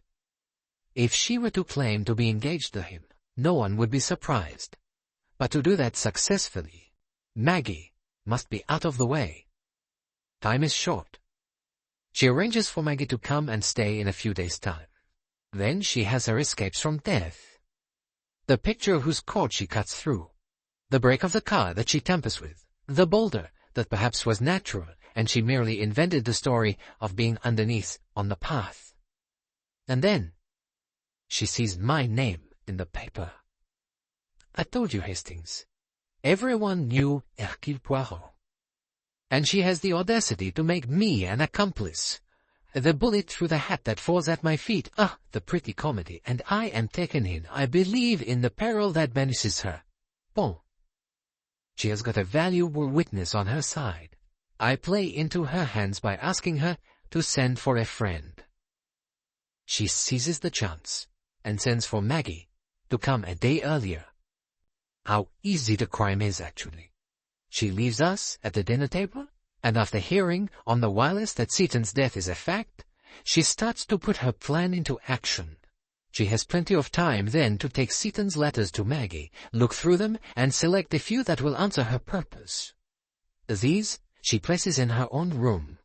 Then later she and Maggie leave the fireworks and go back to the house. She tells her cousin to put on her shawl. Then, stealing out after her, she shoots her. Quick, into the house. The pistol concealed in the secret panel, of whose existence she thinks nobody knows. Then upstairs. There she waits till voices are heard. The body is discovered. It is her cue. Down she rushes, and out through the window. How well she played her part, magnificently. Oh, yes, she staged a fine drama here. The maid, Ellen, said this was an evil house. I am inclined to agree with her. It was from the house that Mademoiselle Nick took her inspiration. But those poisoned sweets, said Frederica, I still don't understand about that. It was all part of the same scheme. Do you not see that if Nick's life was attempted after Maggie was dead, that absolutely settled the question that Maggie's death had been a mistake? When she thought the time was ripe, she rang up Madame Rice and asked her to get her a box of chocolates. But then it was her voice. But yes, how often this simple explanation is the true one, n'est-ce pas? She made her voice sound a little different, that was all, so that you might be in doubt when questioned. Then, when the box arrived, again, how simple. She fills 3 of the chocolates with cocaine. She had cocaine with her, cleverly concealed, eats one of them, and is ill, but not too ill. She knows very well how much cocaine to take and just what symptoms to exaggerate. And the card, my card. Ah, sapristi, she has a nerve. It was my card. The one I sent with the flowers. Simple, was it not? Yes, but it had to be thought of. There was a pause, and then Frederica asked, Why did she put the pistol in my coat? I thought you would ask me that, madame. It was bound to occur to you in time. Tell me, had it ever entered your head that Mademoiselle Nick no longer liked you? Did you ever feel that she might hate you? It's difficult to say, said Frederica slowly. We lived an insincere life. She used to be fond of me. Tell me, Monsieur Lazarus, it is not a time for false modesty, you understand. Was there ever anything between you and her? No. Lazarus shook his head. I was attracted to her at one time, and then, I don't know why, I went off her. Ah, said Poirot, nodding his head sagely. That was her tragedy. She attracted people, and then they went off her. Instead of liking her better and better, you fell in love with her friend. She began to hate Madame who had a rich friend behind her. Last winter, when she made a will, she was fond of Madame. Later, it was different. She remembered that will. She did not know that Croft had suppressed it, that it had never reached its destination. Madame, or so the world would say, had got a motive for desiring her death. So it was to Madame she telephoned, asking her to get the chocolates. Tonight the will would have been read, naming Madame a residuary legatee. And then the pistol would be found in her coat, the pistol with which Maggie Buckley was shot. If Madame found it, she might incriminate herself by trying to get rid of it. She must have hated me, murmured Frederica. Yes, Madame. You had what she had not, the knack of winning love and keeping it. I'm rather dense, said Challenger, but I haven't quite fathomed the will business yet. No? That's a different business altogether. A very simple one. The Crofts are lying low down here. Mademoiselle Nick has to have an operation. She has made no will. The Crofts see a chance. They persuade her to make one, and take charge of it for the post. Then, if anything happens to her, if she dies, they produce a cleverly forged will, leaving the money to Mrs. Croft, with a reference to Australia and Philip Buckley, whom they know once visited the country. But Mademoiselle Nick has her appendix removed quite satisfactorily. So the forged will is no good. For the moment, that is. Then the attempts on her life begin. The Crofts are hopeful once more. Finally, I announce her death. The chance is too good to be missed. The forged will is immediately posted to Monsieur Vyse. Of course, to begin with, they naturally thought her much richer than she is. They knew nothing about the mortgage. What I really want to know, Monsieur Poirot, said Lazarus, is how you actually got wise to all this. When did you begin to suspect? There I am ashamed. I was so long. There were things that worried me, yes, things that seemed not quite right. Discrepancies between what Mademoiselle Nick told me and what other people told me. Unfortunately, I always believed Mademoiselle Nick. And then suddenly, I got a revelation. Mademoiselle Nick made one mistake. She was too clever. When I urged her to send for a friend, she promised to do so, and suppressed the fact that she had already sent for Mademoiselle Maggie. It seemed to her less suspicious, but it was a mistake. For Maggie Buckley wrote a letter home immediately on arrival, and in it she used one innocent phrase that puzzled me. I don't see why Nick should have telegraphed for me the way she did. Tuesday would have done just as well. What did that mention of Tuesday mean? It could only mean one thing. Maggie had been coming to stay on Tuesday anyway. But in that case, Mademoiselle Nick had lied, or had at any rate suppressed the truth. And for the first time, I looked at her in a different light. I criticized her statements. Instead of believing them, I said, suppose this were not true. I remembered the discrepancies. How would it be if every time it was Mademoiselle Nick who was lying, and not the other person? I said to myself, let us be simple. What has really happened? And I saw that what had really happened was that Maggie Buckley had been killed. Just that. But who could want Maggie Buckley dead? And then I thought of something else. A few foolish remarks that Hastings had made not 5 minutes before. He had said that there were plenty of abbreviations for Margaret. Maggie, Margot, etc. And it suddenly occurred to me to wonder what was Mademoiselle Maggie's real name. Then, tout à coup, it came to me. Supposing her name was Magdala. It was a Buckley name. Mademoiselle Nick had told me so. 2 Magdala Buckleys. Supposing... In my mind, I ran over the letters of Michael Seaton's that I had read. Yes, there was nothing impossible. There was a mention of Scarborough, but Maggie had been in Scarborough with Nick. Her mother had told me so. And it explained one thing which had worried me. Why were there so few letters? If a girl keeps her love letters at all, she keeps all of them. Why select these few? Was there any peculiarity about them? And I remembered that there was no name mentioned in them. They all began differently, but they began with a term of endearment. Nowhere in them was there the name Nick. And there was something else, something that I ought to have seen at once, that cried the truth aloud. What was that? Why this. Mademoiselle Nick underwent an operation for appendicitis on February 27th last. There is a letter of Michael Seaton's dated March 2nd, and no mention of anxiety, of illness, or anything unusual. That ought to have shown me that the letters were written to a different person altogether. Then I went through a list of questions that I had made, and I answered them in the light of my new idea. In all but a few isolated questions, the result was simple and convincing. And I answered, too, another question, which I had asked myself earlier. Why did Mademoiselle Nick buy a black dress? The answer was that she and her cousin had to be dressed alike with the scarlet shawl as an additional touch. That was the true and convincing answer, not the other.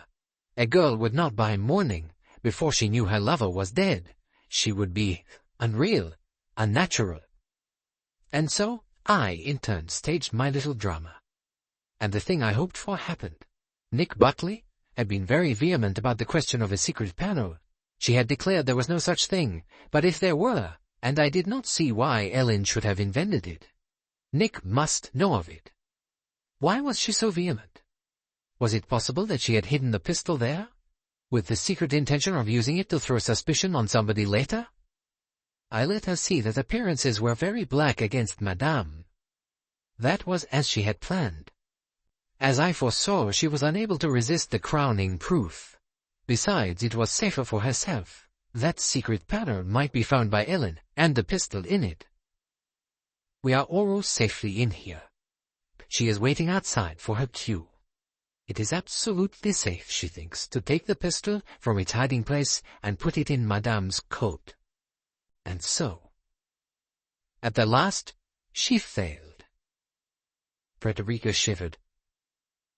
All the same, she said, I'm glad I gave her my watch. Yes, Madame. She looked up at him quickly. You know about that, too. What about Ellen? I asked, breaking in. Did she know or suspect anything? No. I asked her. She told me that she decided to stay in the house that night because, in her own phrase, she thought something was up. Apparently Nick urged her to see the fireworks rather too decisively. She had fathomed Nick's dislike of Madame. She told me that she felt in her bones something was going to happen. But she thought it was going to happen to Madame. She knew Miss Nick's temper, she said, and she was always a queer little girl. Yes, murmured Frederica. Yes, let us think of her like that. A queer little girl. A queer little girl who couldn't help herself. I shall, anyway. Poirot took her hand and raised it gently to his lips. Charles Vyse stirred uneasily. It's going to be a very unpleasant business, he said quietly. I must see about some kind of defense for her, I suppose. There will be no need, I think, said Poirot gently. Not, if I am correct, in my assumptions. He turned suddenly on Challenger. That's where you put the stuff, isn't it? He said. In those wristwatches. I, the sailor stammered, at a loss. Do not try and deceive me with your hearty good fellow manner. It has deceived Hastings, but it does not deceive me. You make a good thing out of it, do you not? The traffic in drugs. You and your uncle in Harley Street. Monsieur Poirot. Challenger rose to his feet. My little friend blinked up at him placidly. You are the useful boyfriend. Deny it, if you like. But I advise you, if you do not want the facts put in the hands of the police, to go. And to my utter amazement, Challenger did go. He went from the room like a flash. I stared after him open-mouthed. Poirot laughed. I told you so, mon ami. Your instincts are always wrong. C'était épatant. Cocaine was in the wristwatch, I began. Yes, that is how Mademoiselle Nick had it with her so conveniently at the nursing home. And having finished her supply in the chocolate box, she asked Madame just now for hers, which was full. Well, you mean she can't do without it? No. Mademoiselle Nick is not an addict. Sometimes for fun, that is all. But tonight, she needed it for a different purpose. It will be a full dose this time. You mean, I gasped, it is the best way. Better than the hangman's rope. But psst, we must not say so before Monsieur Vyse, who is all for law and order. Officially, I know nothing. The contents of the wristwatch, it is the merest guess on my part. Your guesses are always right, Monsieur Poirot, said Frederica. I must be going, said Charles Vyse, cold disapproval in his attitude as he left the room. Poirot looked from Frederica to Lazarus. You are going to get married, huh? As soon as we can.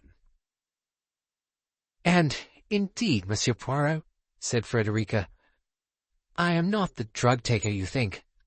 I have cut myself down to a tiny dose.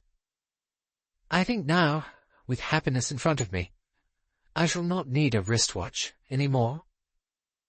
I hope you will have happiness, madame, said Poirot. You have suffered a great deal. And in spite of everything you have suffered, you have still the quality of mercy in your heart. I will look after her, said Lazarus. My business is in a bad way, but I believe I shall pull through. And if I don't, well, Frederica does not mind being poor with me. She shook her head, smiling. It is late, said Poirot, looking at the clock. We all rose. We have spent a strange night in this strange house, Poirot went on. It is, I think, as Ellen says, an evil house.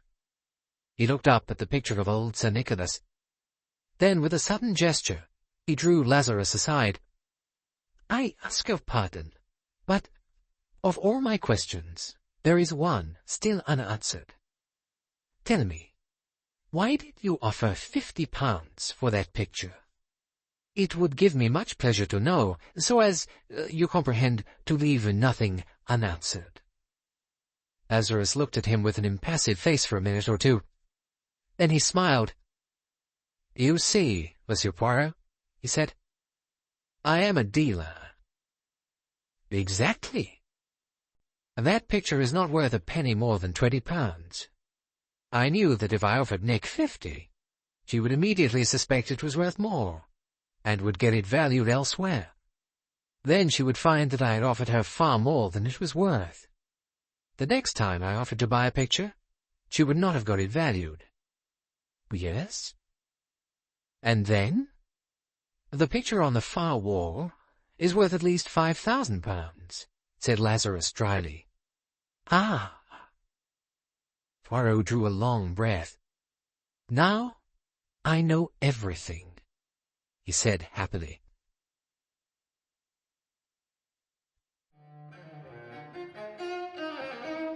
End of Peril at End House by Agatha Christie. Read by Bo McKenna.